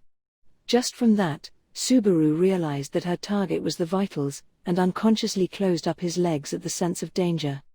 Garfield reluctantly emptied the cup of its contents, wringing at the bitterness. And on the side, Roswell, who had so far only been observing their conversation, suddenly spouted. Roswell, _A tilde ha. RLL, have you even worried about my condition and have any intention of allowing me to rest?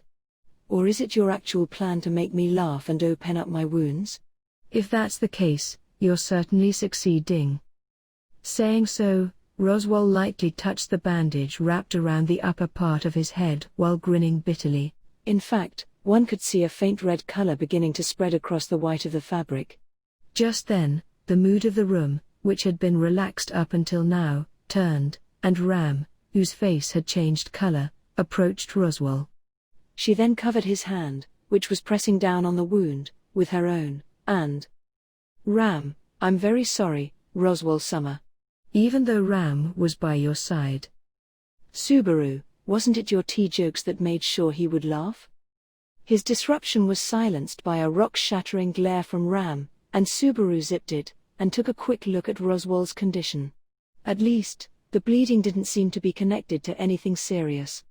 The wounds must have only stopped bleeding recently. In other words, now was probably the most important time for his recovery. Emilia, Roswell, I think it'd be best if I treat you after all.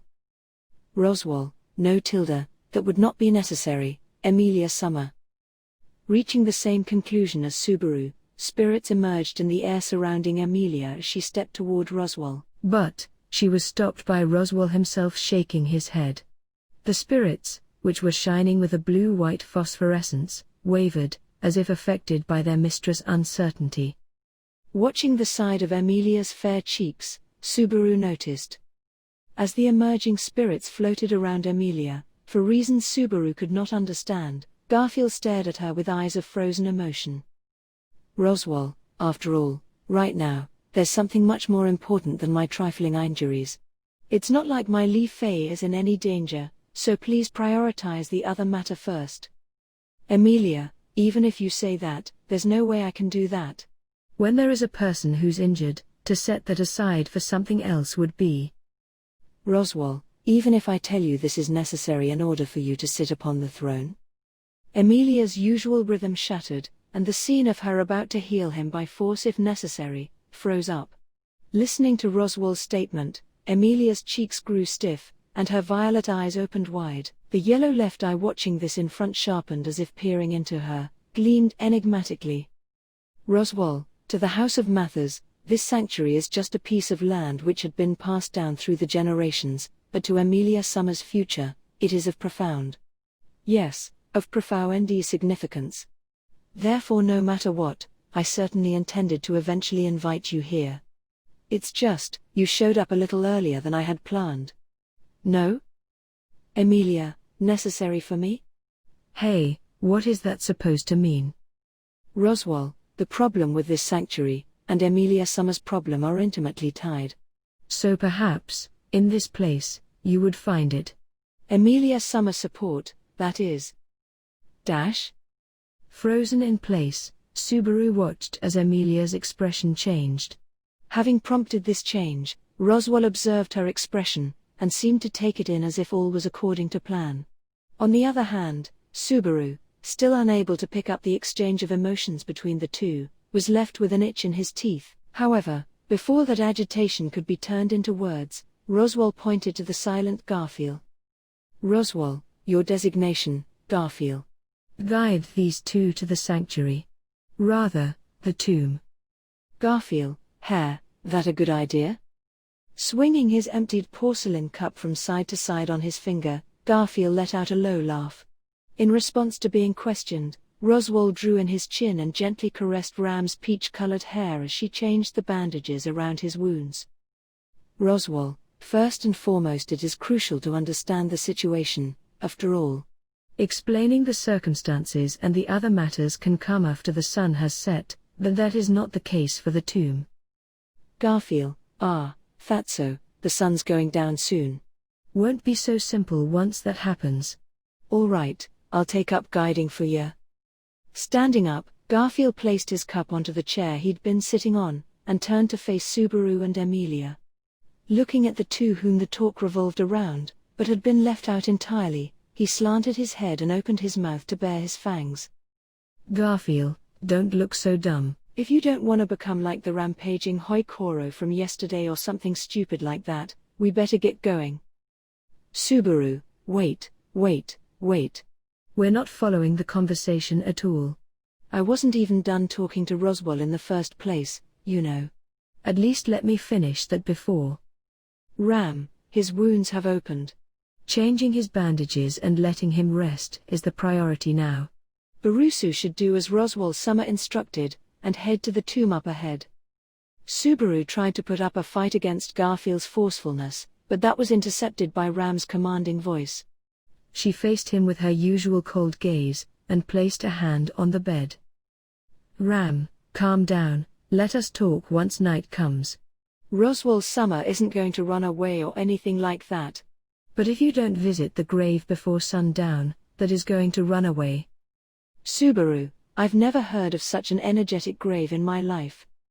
While scratching his head in resignation, Subaru felt Emilia's gaze piercing into the side of his face. Her eyes were flickering with feeble emotions, and she seemed to be leaving it up to Subaru to decide what they should do. To stay here and finish their conversation with Roswell, or to be swept along by his will and be led to the gravesite by Garfield. The answer has been decided. Subaru, I understand. We'll go to that grave place. It's necessary, isn't it? We'll certainly have you properly answer our questions once we get back. Roswell, sorry that the situation has become like this. Once night falls, we can discuss all sorts of things, ch more thoroughly. Hearing Subaru's opinion, Emilia relaxed her shoulders, and Roswell nodded with satisfaction.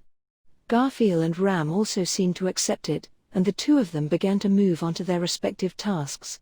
However, before that, Subaru said, just one thing, raising a single finger. Subaru, before heading to the grave, there's something I want to ask you. Roswell, and Tilda? I don't really mind. If it's something I can answer simply, you can go ahead and ask me anything. Subaru, well then, I'll take you on your word. Rem, have you heard that name before? Pretending to change the topic, Subaru pronounced the vital question. On hearing Subaru's question, the first to react was Ram. But it was not an answer he had hoped for. When the name entered her ears, Ram angled her head, as if she had heard an entirely unfamiliar term. As Subaru's hopes dropped, Roswell quietly mumbled the name over again in his mouth. Subaru, well? Roswell, Omu. Sorry, but it doesn't sound too familiar. I get the feeling it sounds similar to Ram's name, but ma YB if it was mispronounced, familiar. Greater than _ less than. Subaru, is that so? No, that's all. If you don't remember, there's nothing you can do. Turning his head to the side, Subaru accepted that answer. Ram and Roswell's reply had shattered the faint expectation in Subaru's heart. To Rem, they had been the two people whom she had spent the longest time with, for whom she would have given her life, and whom she had admired and loved. And they had forgotten her. Taking in the reality of this fact, the air within Subaru's heart settled. And he soberly acknowledged it. That in this world, the only one who could remember her was himself. Emilia, Subaru, are you all right? With a worried voice, Emilia softly touched the end of Subaru's sleeve. Savoring the gentleness of the tip of her finger, Subaru, not wanting to let her see the darkness on his face, closed his eyes, then forcibly lifted his head. Subaru, I am all right. It's not like I had any special expectations. I more or less knew it would be like this. What I must do, one way or another, I already have that resolve. Emilia, N. Let's find a way. I will help too. Emilia nodded at Subaru's determination, and pledged her unreserved support. As the heart that had been shattered recovered in her gentle regard, Subaru shrugged up his shoulders. Subaru, when Rem wakes up, my love won't be wholeheartedly directed at Emilia Tan anymore. Won't you get jealous? Emilia, Subaru's feelings for me, if it diminishes, then maybe. But it won't be like that, right? My share and Rem-san's share, you've already said you have them all properly planned out and everything. In response to Subaru's flirty banter, Emilia made an unexpected retaliation. Scared witless by that retort, Subaru couldn't utter another word out of his mouth, and her face only slightly blushed, and said with a soft smile. Emilia, let's go, Subaru. I want to let Ram meet Rem-san soon too. Subaru, yeah. N, that's right. Even if Ram could not remember, it would be a reunion with her twin sister. Would that reunion call back memories, or send some shock waves to the lost love they once had for each other? Even such a fragile hope, he will cling onto it so long as there was still meaning. Ram, Barusu. As Emilia followed Garfield out of the room and Subaru turned to follow as well, he was stopped by a call from behind. Looking over, it was Ram who quickly approached him. While taking into her hands the replacement bandages for Roswell's wounds, she came close to Subaru's side. Subaru, what is it? If you're planning on some bandage play, after we leave you can have Roswell all to yourself. Ram, only Emilia Summer is to enter the tomb, Barusu must never enter. Ignoring his joke, Ram's incisive tone crushed Subaru's attitude aside. Ram's voice was lowered, and had told him in a volume that even Roswell could not hear. Seeing Subaru's furrowed brows, just in case, she said it once more. Ram, if you do not wish to be ensnared by the deranged will of a witch, do not, under any circumstances, enter the tomb. She repeated it once again.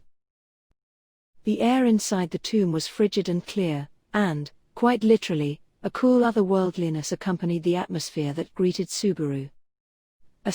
Every step he took rang out an echo from the soles of his shoes, and, regardless of whether he had wanted to or not, asserted his presence in this place. But even so, the sound of these footsteps gave him an unexpected sense of calmness. Because in the darkness which did not even allow him to see a few meters ahead, in the miasma in which his very own existence was called into doubt, even this sound had become a consolation to him. Unaware of where he was, the walls which had been his only source of reference had long disappeared. Walking on and on, had he almost reached the end of his path? Subaru felt the illusion that he had stopped still. But the sound of his footsteps refuted this. Within the certainty of the resonance of these footfalls was Subaru's very existence. The reality of his steps were guaranteed, and relying on just that small consolation, he continued onward. How much time had passed, it was impossible to tell in the darkness. Even his thoughts became vague, and his throat, which had already given up on calling out, froze. Walking on like this, exhaustion did not come to him, but because of this, the sensation of his limbs began to blur as well. Regardless, he walked on. He must walk on. He must not give up. He forbid himself to stop. Continue walking. Even crushed under the weight of his baggage, he must clench his teeth and walk on. Otherwise, how would he ever face her? I see, so that is your core. Very interesting indeed. A sudden voice rang out, and just as abruptly ended, to be lost forever into the falling of the curtains. The unimaginable darkness which stretched on no matter which way he turned, in an instant, became bright as day, and the narrow stone corridor transformed, to be wider than the ends of the world. The earth piled beneath his soles snuffed out the sound of his steps, and an air of filth which, above anything, brought nausea to his chest, sprawled throughout. Completely different from the world up to now, was an ancient ruin befitting of reality, a scene which he felt he might have seen before he entered the tomb, panned out, and Subaru lost his words. In front of him, someone suddenly approached. That is. Apologies for such a ludicrous welcome. I didn't intend it to be like this, but no matter what, this body is a thing of greed, after all. The desire to know is impossible to escape. Pure white, like a field of the first virgin snow, was the white impression of that girl. The long hair draping over her back shone like the reflection of snow in a daydream of pristine white, and the few patches of skin that were showing were just as translucent and beautiful. A radiance of wisdom lighted up her eyes. She wore on her body a simple ink black dress, and the display of the two colors adorned the polar extremes of her beauty. Anyone who had eyes would probably be captivated by such beauty, but instead, what gripped Subaru's entire body was an overwhelming horror that he had never felt before. Even the sense of pressure he had felt on his first encounter with the white whale could not compare to this. Before the speechless Subaru, the girl shook her white hair, and narrowed her eyes, and then, as if understanding him, nodded lightly. Excuse my rudeness. I haven't even introduced myself. It was so very rude of me, please accept my apologies. It's because I haven't interacted with anyone for a very long time, I haven't recovered my voice, it seems. Unlike the tone of her voice, the girl's expression barely changed as she softly shook her head. Then, looking at Subaru, who had been frightened into silence, the girl held a hand over her chest in a sign for him to calm down. Ikidona, my name is Ikidona. The one called the Witch of Greed, do you understand? ARC 4 The Everlasting Covenant Chapter 10, The Incarnation of the Thirst for Knowledge. Since they left the house where Roswell was recovering, about 15 minutes had passed. Garfield, we're here. It's called the graveyard, but it's a lame old grave. Saying this, Garfield jerked up his chin to point at an old ruin on the verge of the sanctuary. Constructed from an assembly of stones, the architectural style was primitive, and quite far from the impression of anything magical.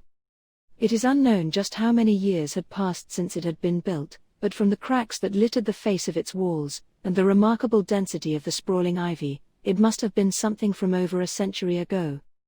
The entrance of the ruin was in line with the forest, and most of the building was engulfed into the trees, making it impossible to guess the true size of the structure at a glance. If this was the burial place of the Witch of Greed, then perhaps it could be thought of similarly to a great pyramid of the original world. Subaru, a powerful person wanting to sleep in a large tomb, this is the same for all ages, and in all worlds, huh? Touching his chin and ruminating on these thoughts, Subaru tilted his head to the grand scale of the building. Being someone who lives in the moment, Subaru wasn't all that interested in what people would think of him after his death. But then again, the fact that he wasn't an important enough person to leave any real trace in history probably contributed to the development of this view.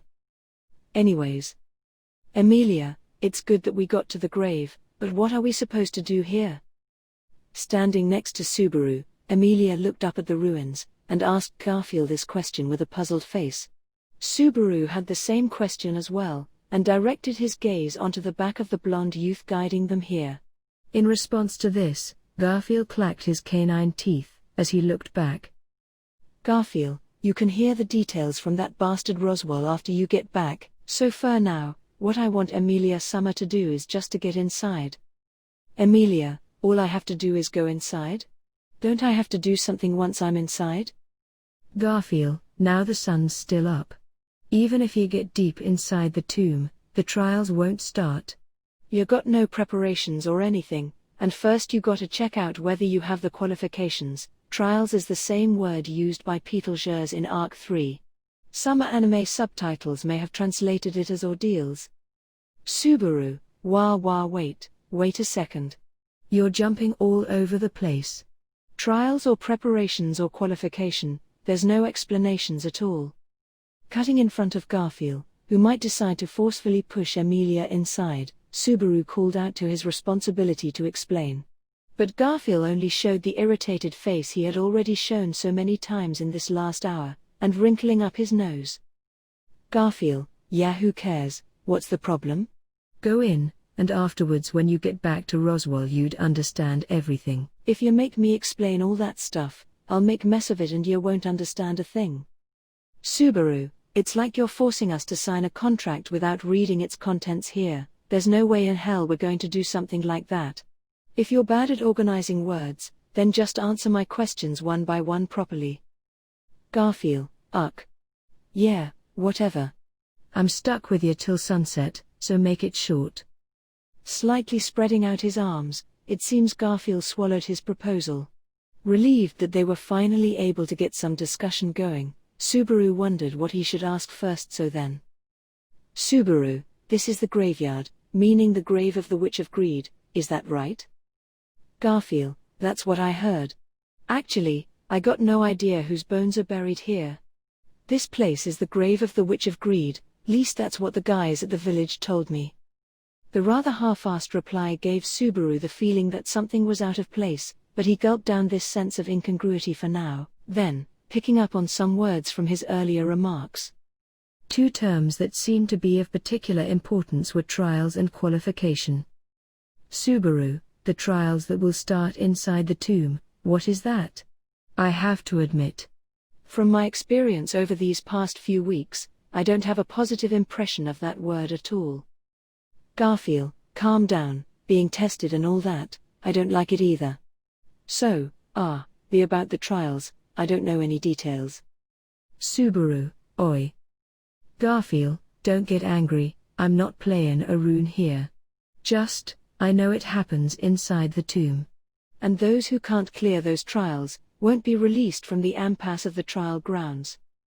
Subaru, release, who? Garfield, the ones who possesses qualification. Guys who are qualified can't get out of the trial grounds. Long as the trials aren't completed, the witch's desire to possess will not let go. It was a flimsy answer, but Garfield didn't seem to be distorting the topic on purpose. Having digested the contents as best he could, he had said exactly what he understood. But still, if his statements didn't answer anything on point, it's probably because his own understanding was vague in the first place. However, connecting up the fragmented answers from just now, Subaru managed to form some kind of an understanding of the current situation in his mind.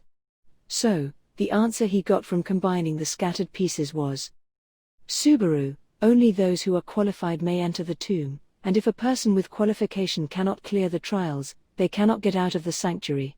Is it like that? Garfield, something like that. I guess.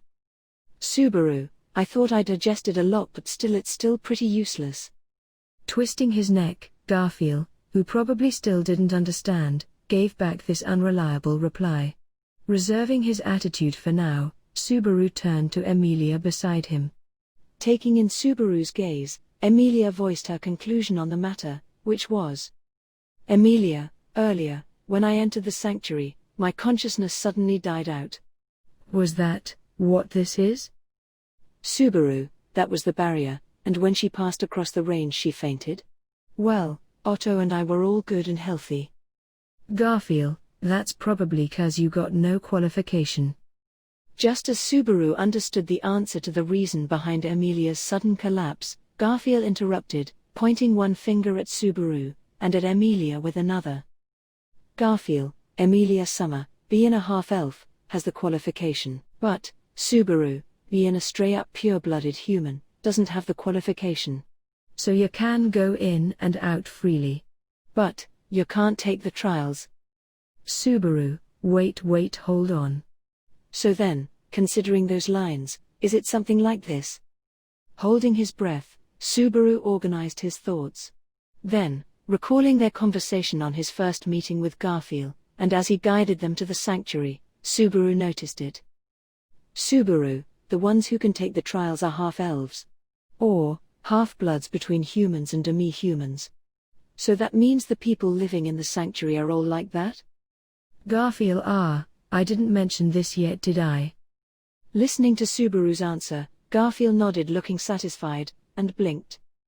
In the next moment, opening his eyes, his pupils had turned gold, and thin like those of a carnivorous beast.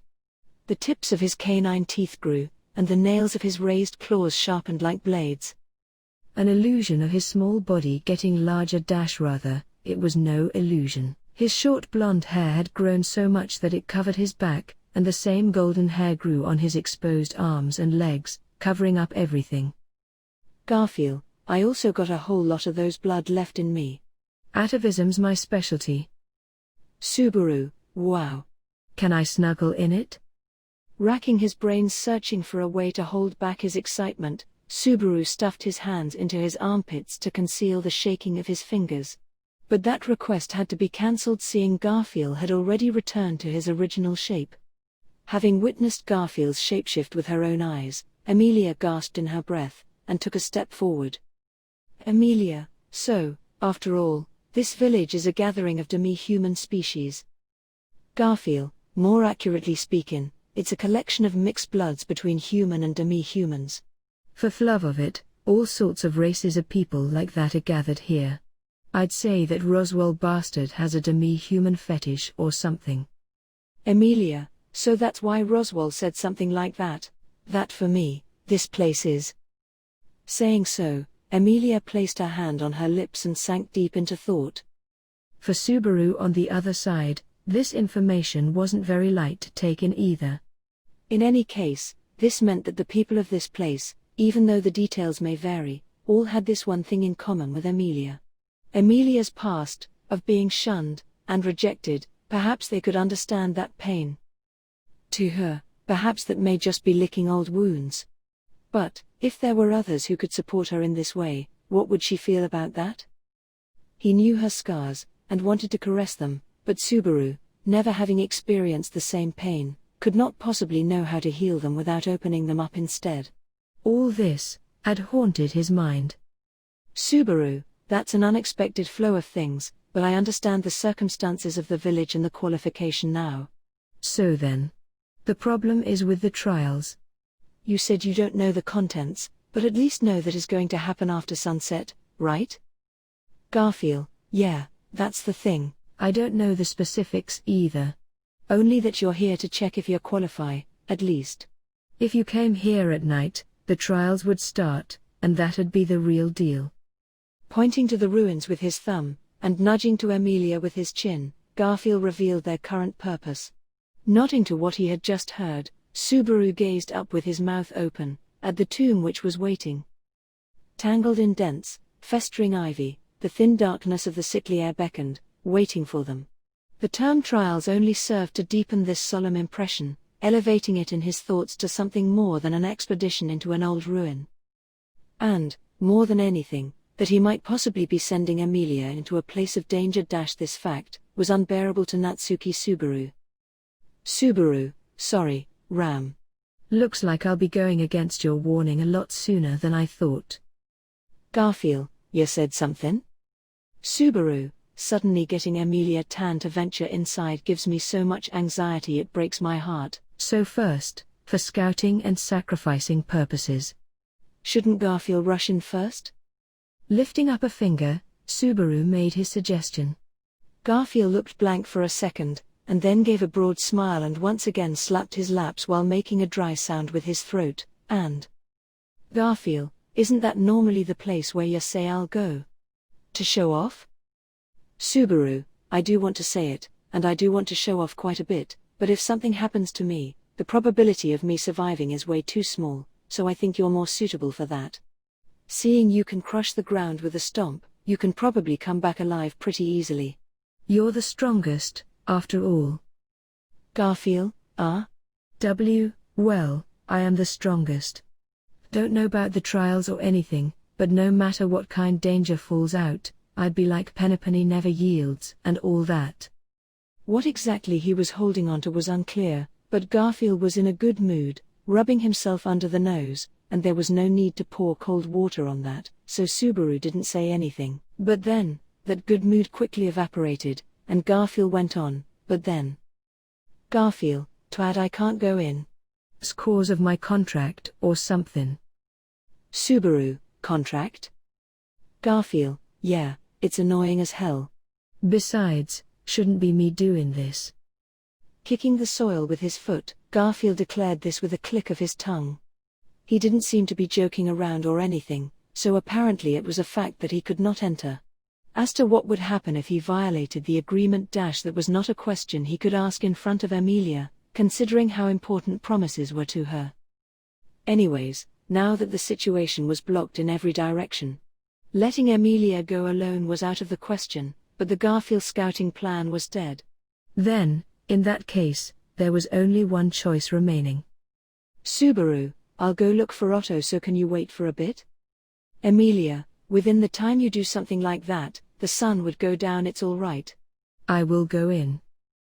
Just as Subaru was trying to get another sacrifice, it was gently rejected by Emilia. As if her mind was now prepared, she glared at the entrance of the tomb, while lights of vigilance gleamed within her violet pupils, wary of what might arise inside. She too, judging from the sound of trials and the tomb of a witch, must have guessed what unsettling things might be taking place within. Carrying the same concerns and anxieties as she did, yet to lack even the strength to hold her hand, wouldn't that be far too pathetic? Subaru, okay, just a bit inside. No, just near the entrance, but I'll just go in a little bit and check, how's that? Garfield, I think it's better if you don't. Subaru ain't got the qualifications. If you go in without being invited by the witch's tomb, you'll end up just like Roswell. Subaru, like Roswell? You mean that guy's injuries are because he went in there? As the image of Roswell's bandage-covered body resurfaced in his mind, Subaru tried to press back his astonishment as he looked up at Garfield, who crossed his arms and nodded in confirmation. Garfield, well, it won't be like that for any unqualified dumbass that wanders in there at night. It's only 'cause it was that guy, thought you got something like that. I wouldn't be surprised if a normal guy without qualifications went in there and got ripped in half. Subaru, those injuries weren't inflicted by anyone, so that's what he meant. Roswell's roundabout statement finally made sense. When he said earlier that he wasn't wounded by anyone in particular, he had been referring to something like that. But then, another question arose. Why did Roswell enter the tomb? That he himself was unqualified, he must have known that. Subaru, I better go check inside first after all. Leaving the doubts about Roswell for later, Subaru lowered his head as he made this conclusion. Hearing his answer, for an instant Emilia and Garfield looked stunned, before. Garfield, oi oi, were you listening to me? It'd be dangerous if a dumbass without qualification goes in. Roswell got like that at night time, but even if it's noon you won't be much safer. Emilia, yeah, it's dangerous, don't do it, Subaru. If I go, it'd be all right. I was never thankful for it, but being a half-elf has its uses too, I guess, so. Subaru, I'm glad you're worried about me, but. Casting a gentle gaze on Emilia, who was tugging on the end of his sleeve, Subaru softly picked off the fingers which were holding onto him. Subaru, if we calm down and divide up our roles, isn't this the natural conclusion? Going inside is dangerous, that's the same for both of us. What we know so far just means that I might be in slightly more danger. So next we should be looking at what each of us can do. Emilia, what we can do? Subaru, if something bad happens inside, I won't be able to heal Emilia Tan. Unless Garfield turns out to be that kind of insanely surprisingly guy, and happens to be an amazing healing magic user, then it'd be a different story. Garfield, wounds, mostly you can just rub spit on 'em and it'll be good, right? Subaru, judging from the suspect's testimony, it's pretty much like that. Since either of us have the possibility of getting injured, I'd want to keep the healer Emilia Tan safe as an insurance. Taking a sidelong glance at Garfield, who had said those words proudly, Subaru tried to persuade Emilia. Emilia seemed somewhat shaken by Subaru's argument, but, deciding that she could not give ground on the important part, continued with, but, shaking her head from side to side.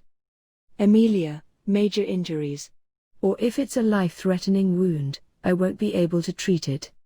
Puck isn't responding either, so there's a limit to what I can do. Roswell has settled down now, but...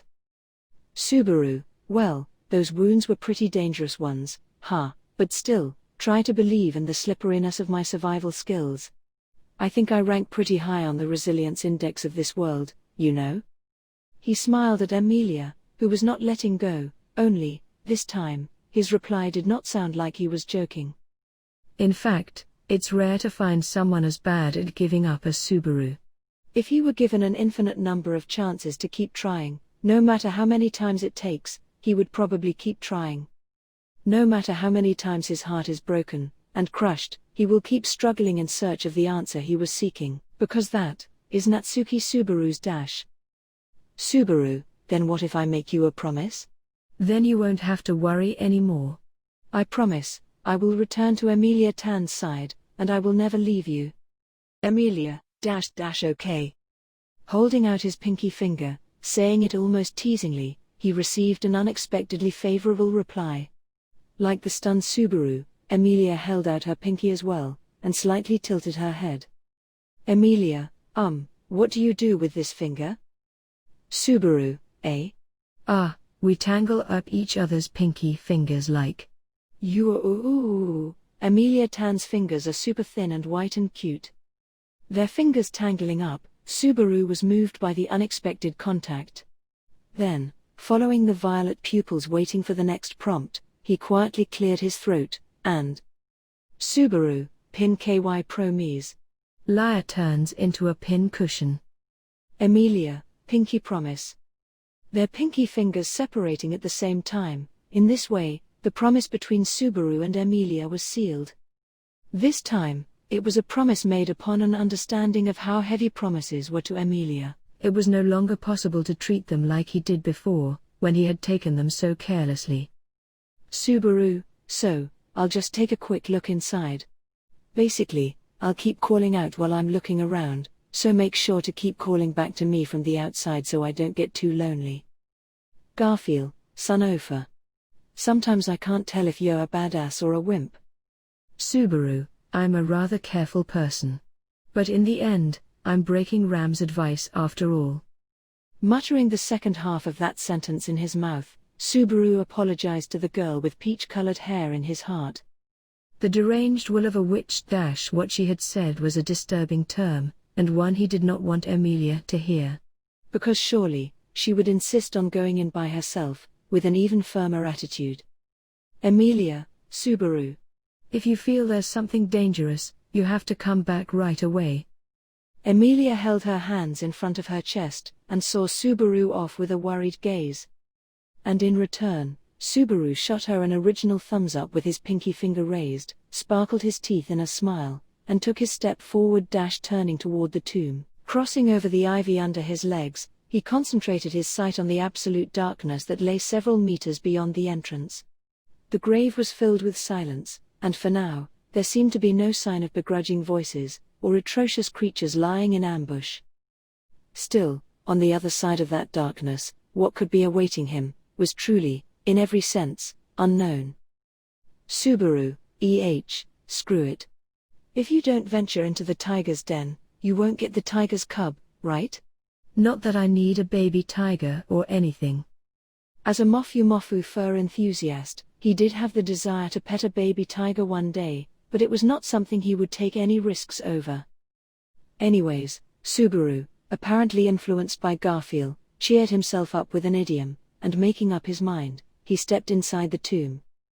And, the moment he stepped onto the cold surface inside Subaru, there was a mysterious feeling under his foot. Astounded, Subaru looked down and lost his words. The floor had disappeared. Subaru, wait. That's just way too early for the flag to be recalled. The footing he had expected to step on did not exist, and there was not a single thing to support his body as he tilted forward. The hand which he quickly extended out could touch neither the wall nor the floor, and so, Subaru's body was sucked into the darkness beneath his eyes. Subaru, Deeper and deeper, he fell through the endless abyss. Then, it was around 10 minutes after waking up at the bottom of the abyss. Walking around in the middle of a seemingly never-ending darkness, at the end of his path, Subaru found himself in front of a lonely girl. Now, in answer to her questions, Subaru told her everything that led up to here. Subaru, so that's how, falling down after all sorts of things happened, and then walking around feeling hopeless and a little hungry, I stumbled into you. Satisfied? Ikidona, satisfied indeed. It seems you are a person who's even surpassed my expectations. Covering her mouth with the back of her hand, the girl let out a quiet laugh that sounded like coo coo coo as she noticed Subaru watching her with a guarded look. Sizzling energy was building up in his legs as if he was readying himself to dash out at any moment, and he opened and closed his hands as if preparing to seize her. But naturally, Subaru's clumsy assault plan was, Ikidona, there's no reason to be so cautious. And besides, surely you yourself can tell how little of a chance you have if you go up against me? Bravery and a fool's courage are easily mistaken for one another, and yet are quite different things. Subaru, sorry, admitting defeat doesn't really suit my personality. And when you say there's no need to be so cautious. Considering I'm standing in front of a person who calls herself the Witch of Greed, is it even possible to follow that advice? Ikidona, I see. You really are as you say. It was my bad. As she received Subaru's agitated reply full of rebellion, the girl the one named Ikidona, did not alter her attitude. Rather, with tremendous ease, or perhaps finding the powerless Subaru's dogged attitude amusing, her own attitude was one which transcended even the shifting of dimensions. Almost like reading a manga, it was as if she was looking down on a sketched-out character with eyes of a completely different dimension. To her, Subaru had never even been standing on the same stage as herself in the first place. It was precisely because of this, that Subaru regarded her with the greatest caution. A person emitting an oppressive aura that surpassed even that of the white whale. The one going by the name of the Witch of Greed. To what extent was all this real, was an irrelevant question. What was relevant, was that she was a person who was not to be taken lightly, whose overwhelming existence could be recognized even by the likes of Subaru. However, as cold sweat emerged all over Subaru's forehead, she sent him a playful glance. Ikidona, alas, to be treated so cruelly really hurts my feelings. As you can see, I am only a meek and gentle girl, you know. If a boy looks at me with those eyes, it's not like I wouldn't get any ideas. Subaru, you aren't talking about the girl who's got death flag written in big red letters on it, are you? Just so you know, ever since I got here, my caution sensor's been acting up like crazy. After having tasted death so many times since coming to this world, Subaru had acquired some sort of an ability. Even though his deaths are still piling up in spite of this ability, his constant desire to avoid that experience again is forcing Subaru to incorporate more and more vigilance into his consciousness. And according to that, the level of danger this girl posed was no less than when he was standing in front of Betelgeuse. Although, Ikidona, it seems we won't be able to talk properly this way. It can't be helped. In that case, how about this arrangement? Saying this, Echidna softly raised her right hand in front of her face. Subaru gulped down a breath at this gesture, and immediately after, the girl snapped her fingers with her raised hand. A faint sound rang out and the world transformed before Subaru's eyes. The cold stone space of the bottom of a crypt vanished, and panning out in its place was a prairie of green grass swept by the wind. And, on top of a small hill. Subaru, wah. Echidna, instead of playing in a place like that, how about here? Laughing at Subaru's amazement as he looked all around, on top of the hill, Echidna sitting in one of the chairs surrounding a white table, showed Subaru a seat opposite her own, and pleaded for him to come. With no idea what just happened, Subaru hesitated as he came up to her. Neatly placed on the table were steaming cups of tea. Seeing Subaru staring at her silently. Echidna, don't worry, there's nothing dangerous inside. I could take a first sip if you like. Although, if you suspect whether a witch can't be poisoned, then it wouldn't prove a thing. Subaru, I'm beat. Since coming in here, all my common sense just keeps getting overturned. What happened just now? You could use spatial transition magic as well? Before this, Subaru's experience of spatial transition magic had been at the hands of Beatrice. With her hands, she had thrown Subaru out of the Forbidden Library and launched him all the way into a livestock barn in Alam village.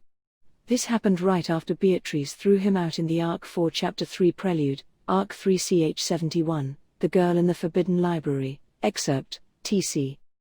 According to Julius, this magic was a lost art, but if the person in front of his eyes was a witch, then it would not be such a surprising thing. Echidna, spatial transition. Oh, the dark magic. No, this is your misunderstanding. That magic has a lot of disadvantages. I'm not fond of it, so it's not something I'd use. This now was just a small trick. I have some degree of freedom here. Because this is my citadel, after all. Subaru, your citadel? Furrowing his brows at Echidna's words, Subaru looked all around once again.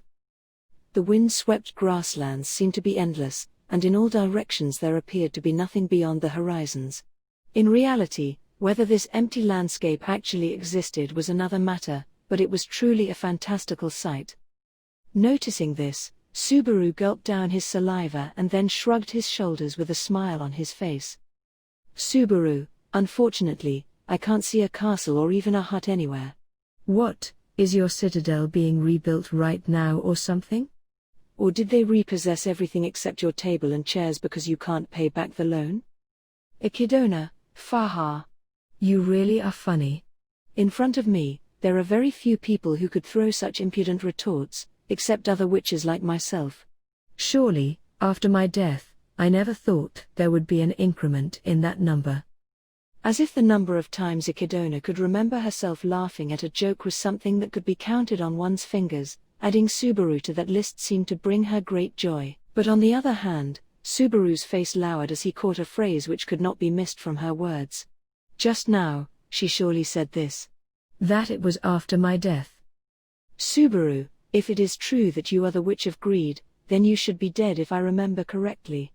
I came here to visit your grave, after all. Echidna, oh, in that case I sincerely thank you. If you wish to bring me some flowers, then please place it near the entrance. I am a person who is not fond of alcohol, so if you want to make an offering, then something sweet would be appreciated. Subaru, so there's a culture of offering in this world too, huh? Sorry, but I didn't bring any local produce and I forgot to buy the flowers. Please be satisfied with my smile.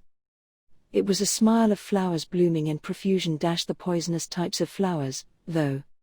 As Subaru was showcasing that, Echidna purred pleasantly. She then brought the cup resting on the table to her lips, and, taking a sip, she went on. Echidna, I've never had a chance to drink tea so happily even when I was alive. Just as I thought, there are things to look forward to even after death. New discoveries are inexhaustible. Subaru, you know, This conversation between you and me being a thing in itself is already really weird. Damn it, I'll drink it. I'll just drink it. Acting so cautious and on edge in front of a person who had no guard up started making him feel stupid, so Subaru, as if plundering it, snatched the cup from the table and gulped down its contents in a rush. It was neither water, nor tea, nor black tea, but had an inconceivable taste. It was not unpleasant, though. Ikidona, drinking up something a witch gave you, you must be quite courageous. Subaru, ha. Having come all the way here, how can I be frightened now? First of all, if you wanted to kill me then in the next panel I would have already been in cinders. So I shouldn't be so cautious about a cup of tea. Swinging his hand, he placed the emptied cup down on the table with, "Thanks for the treat," and continued.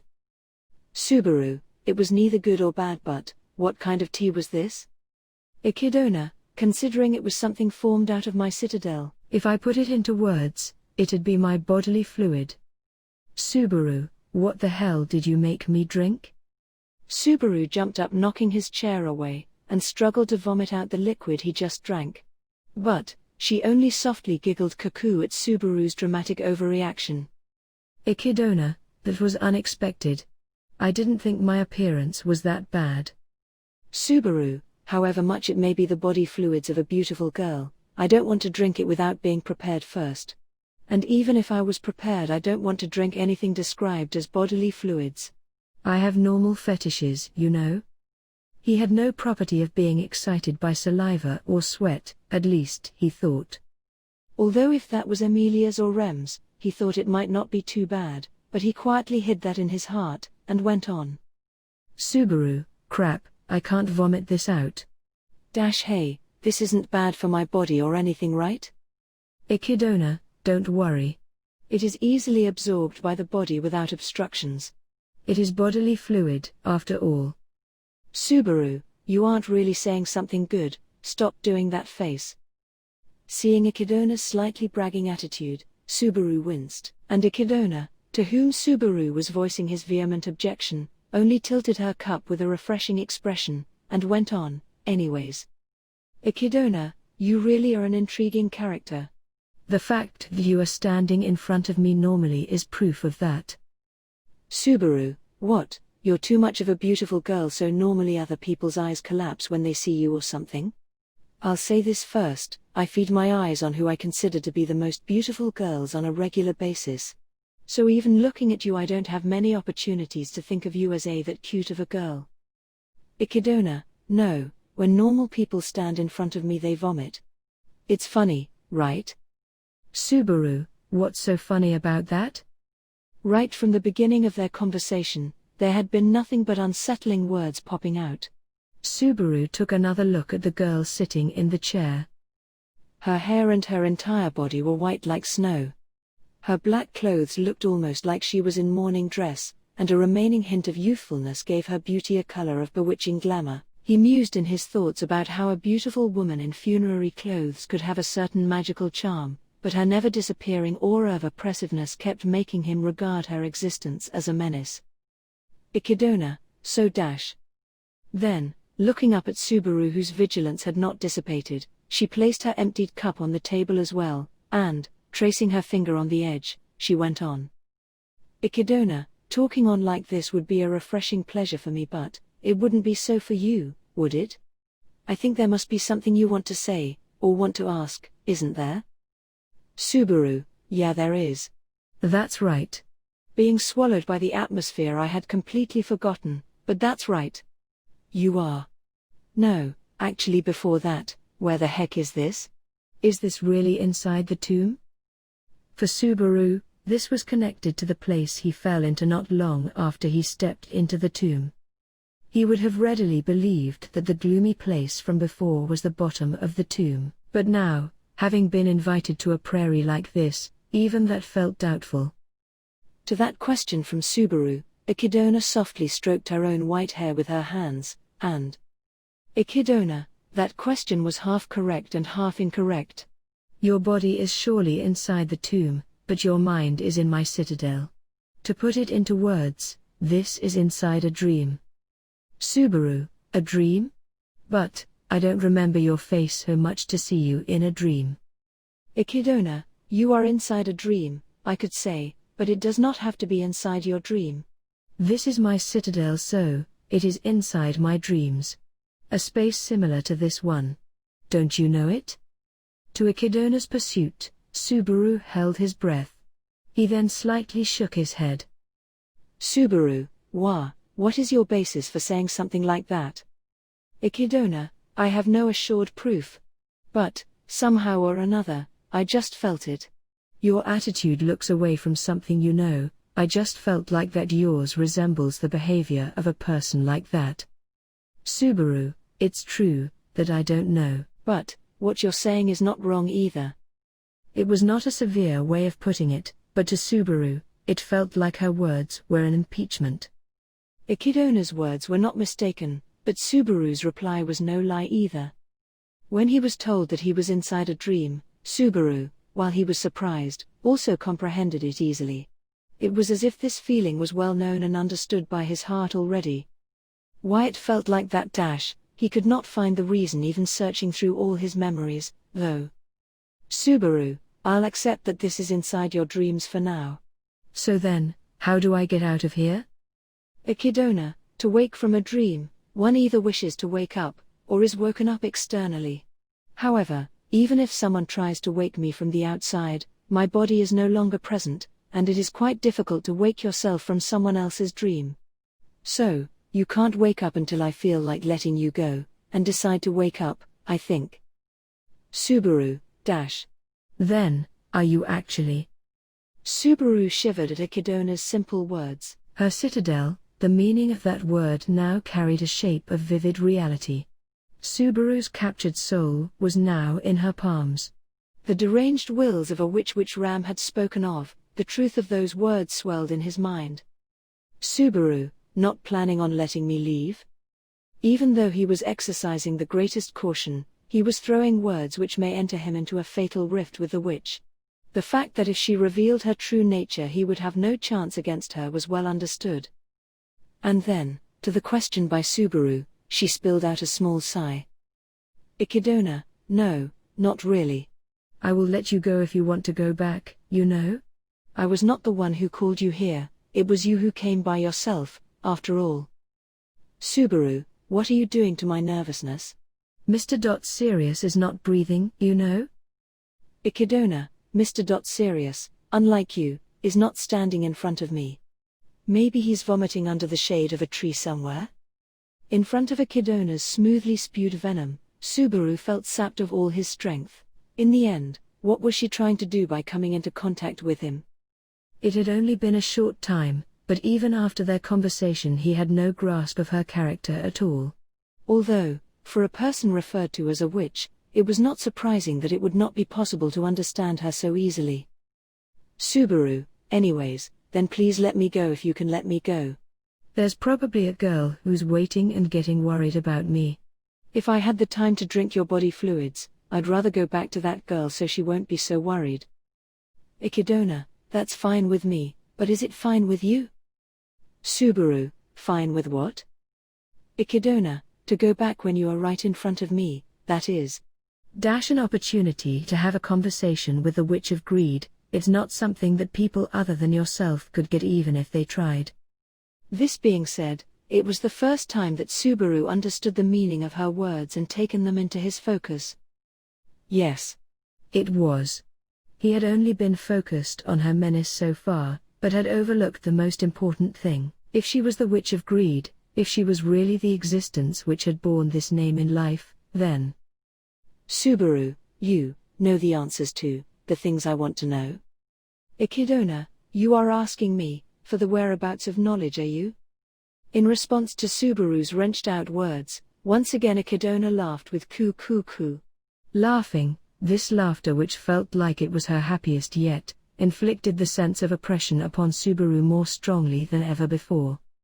The atmosphere distorted, and the ambience of the endless grasslands suddenly began to collapse. The sky cracked, the prairie burned up, and the world beyond the horizon started to decay. Feeling a non-existent tremble, Subaru hastily stretched out his hands toward the surely existing table. But the moment he touched it, it scattered as if changing into sand. Then, Echidna, just as I thought, you are an amusing being.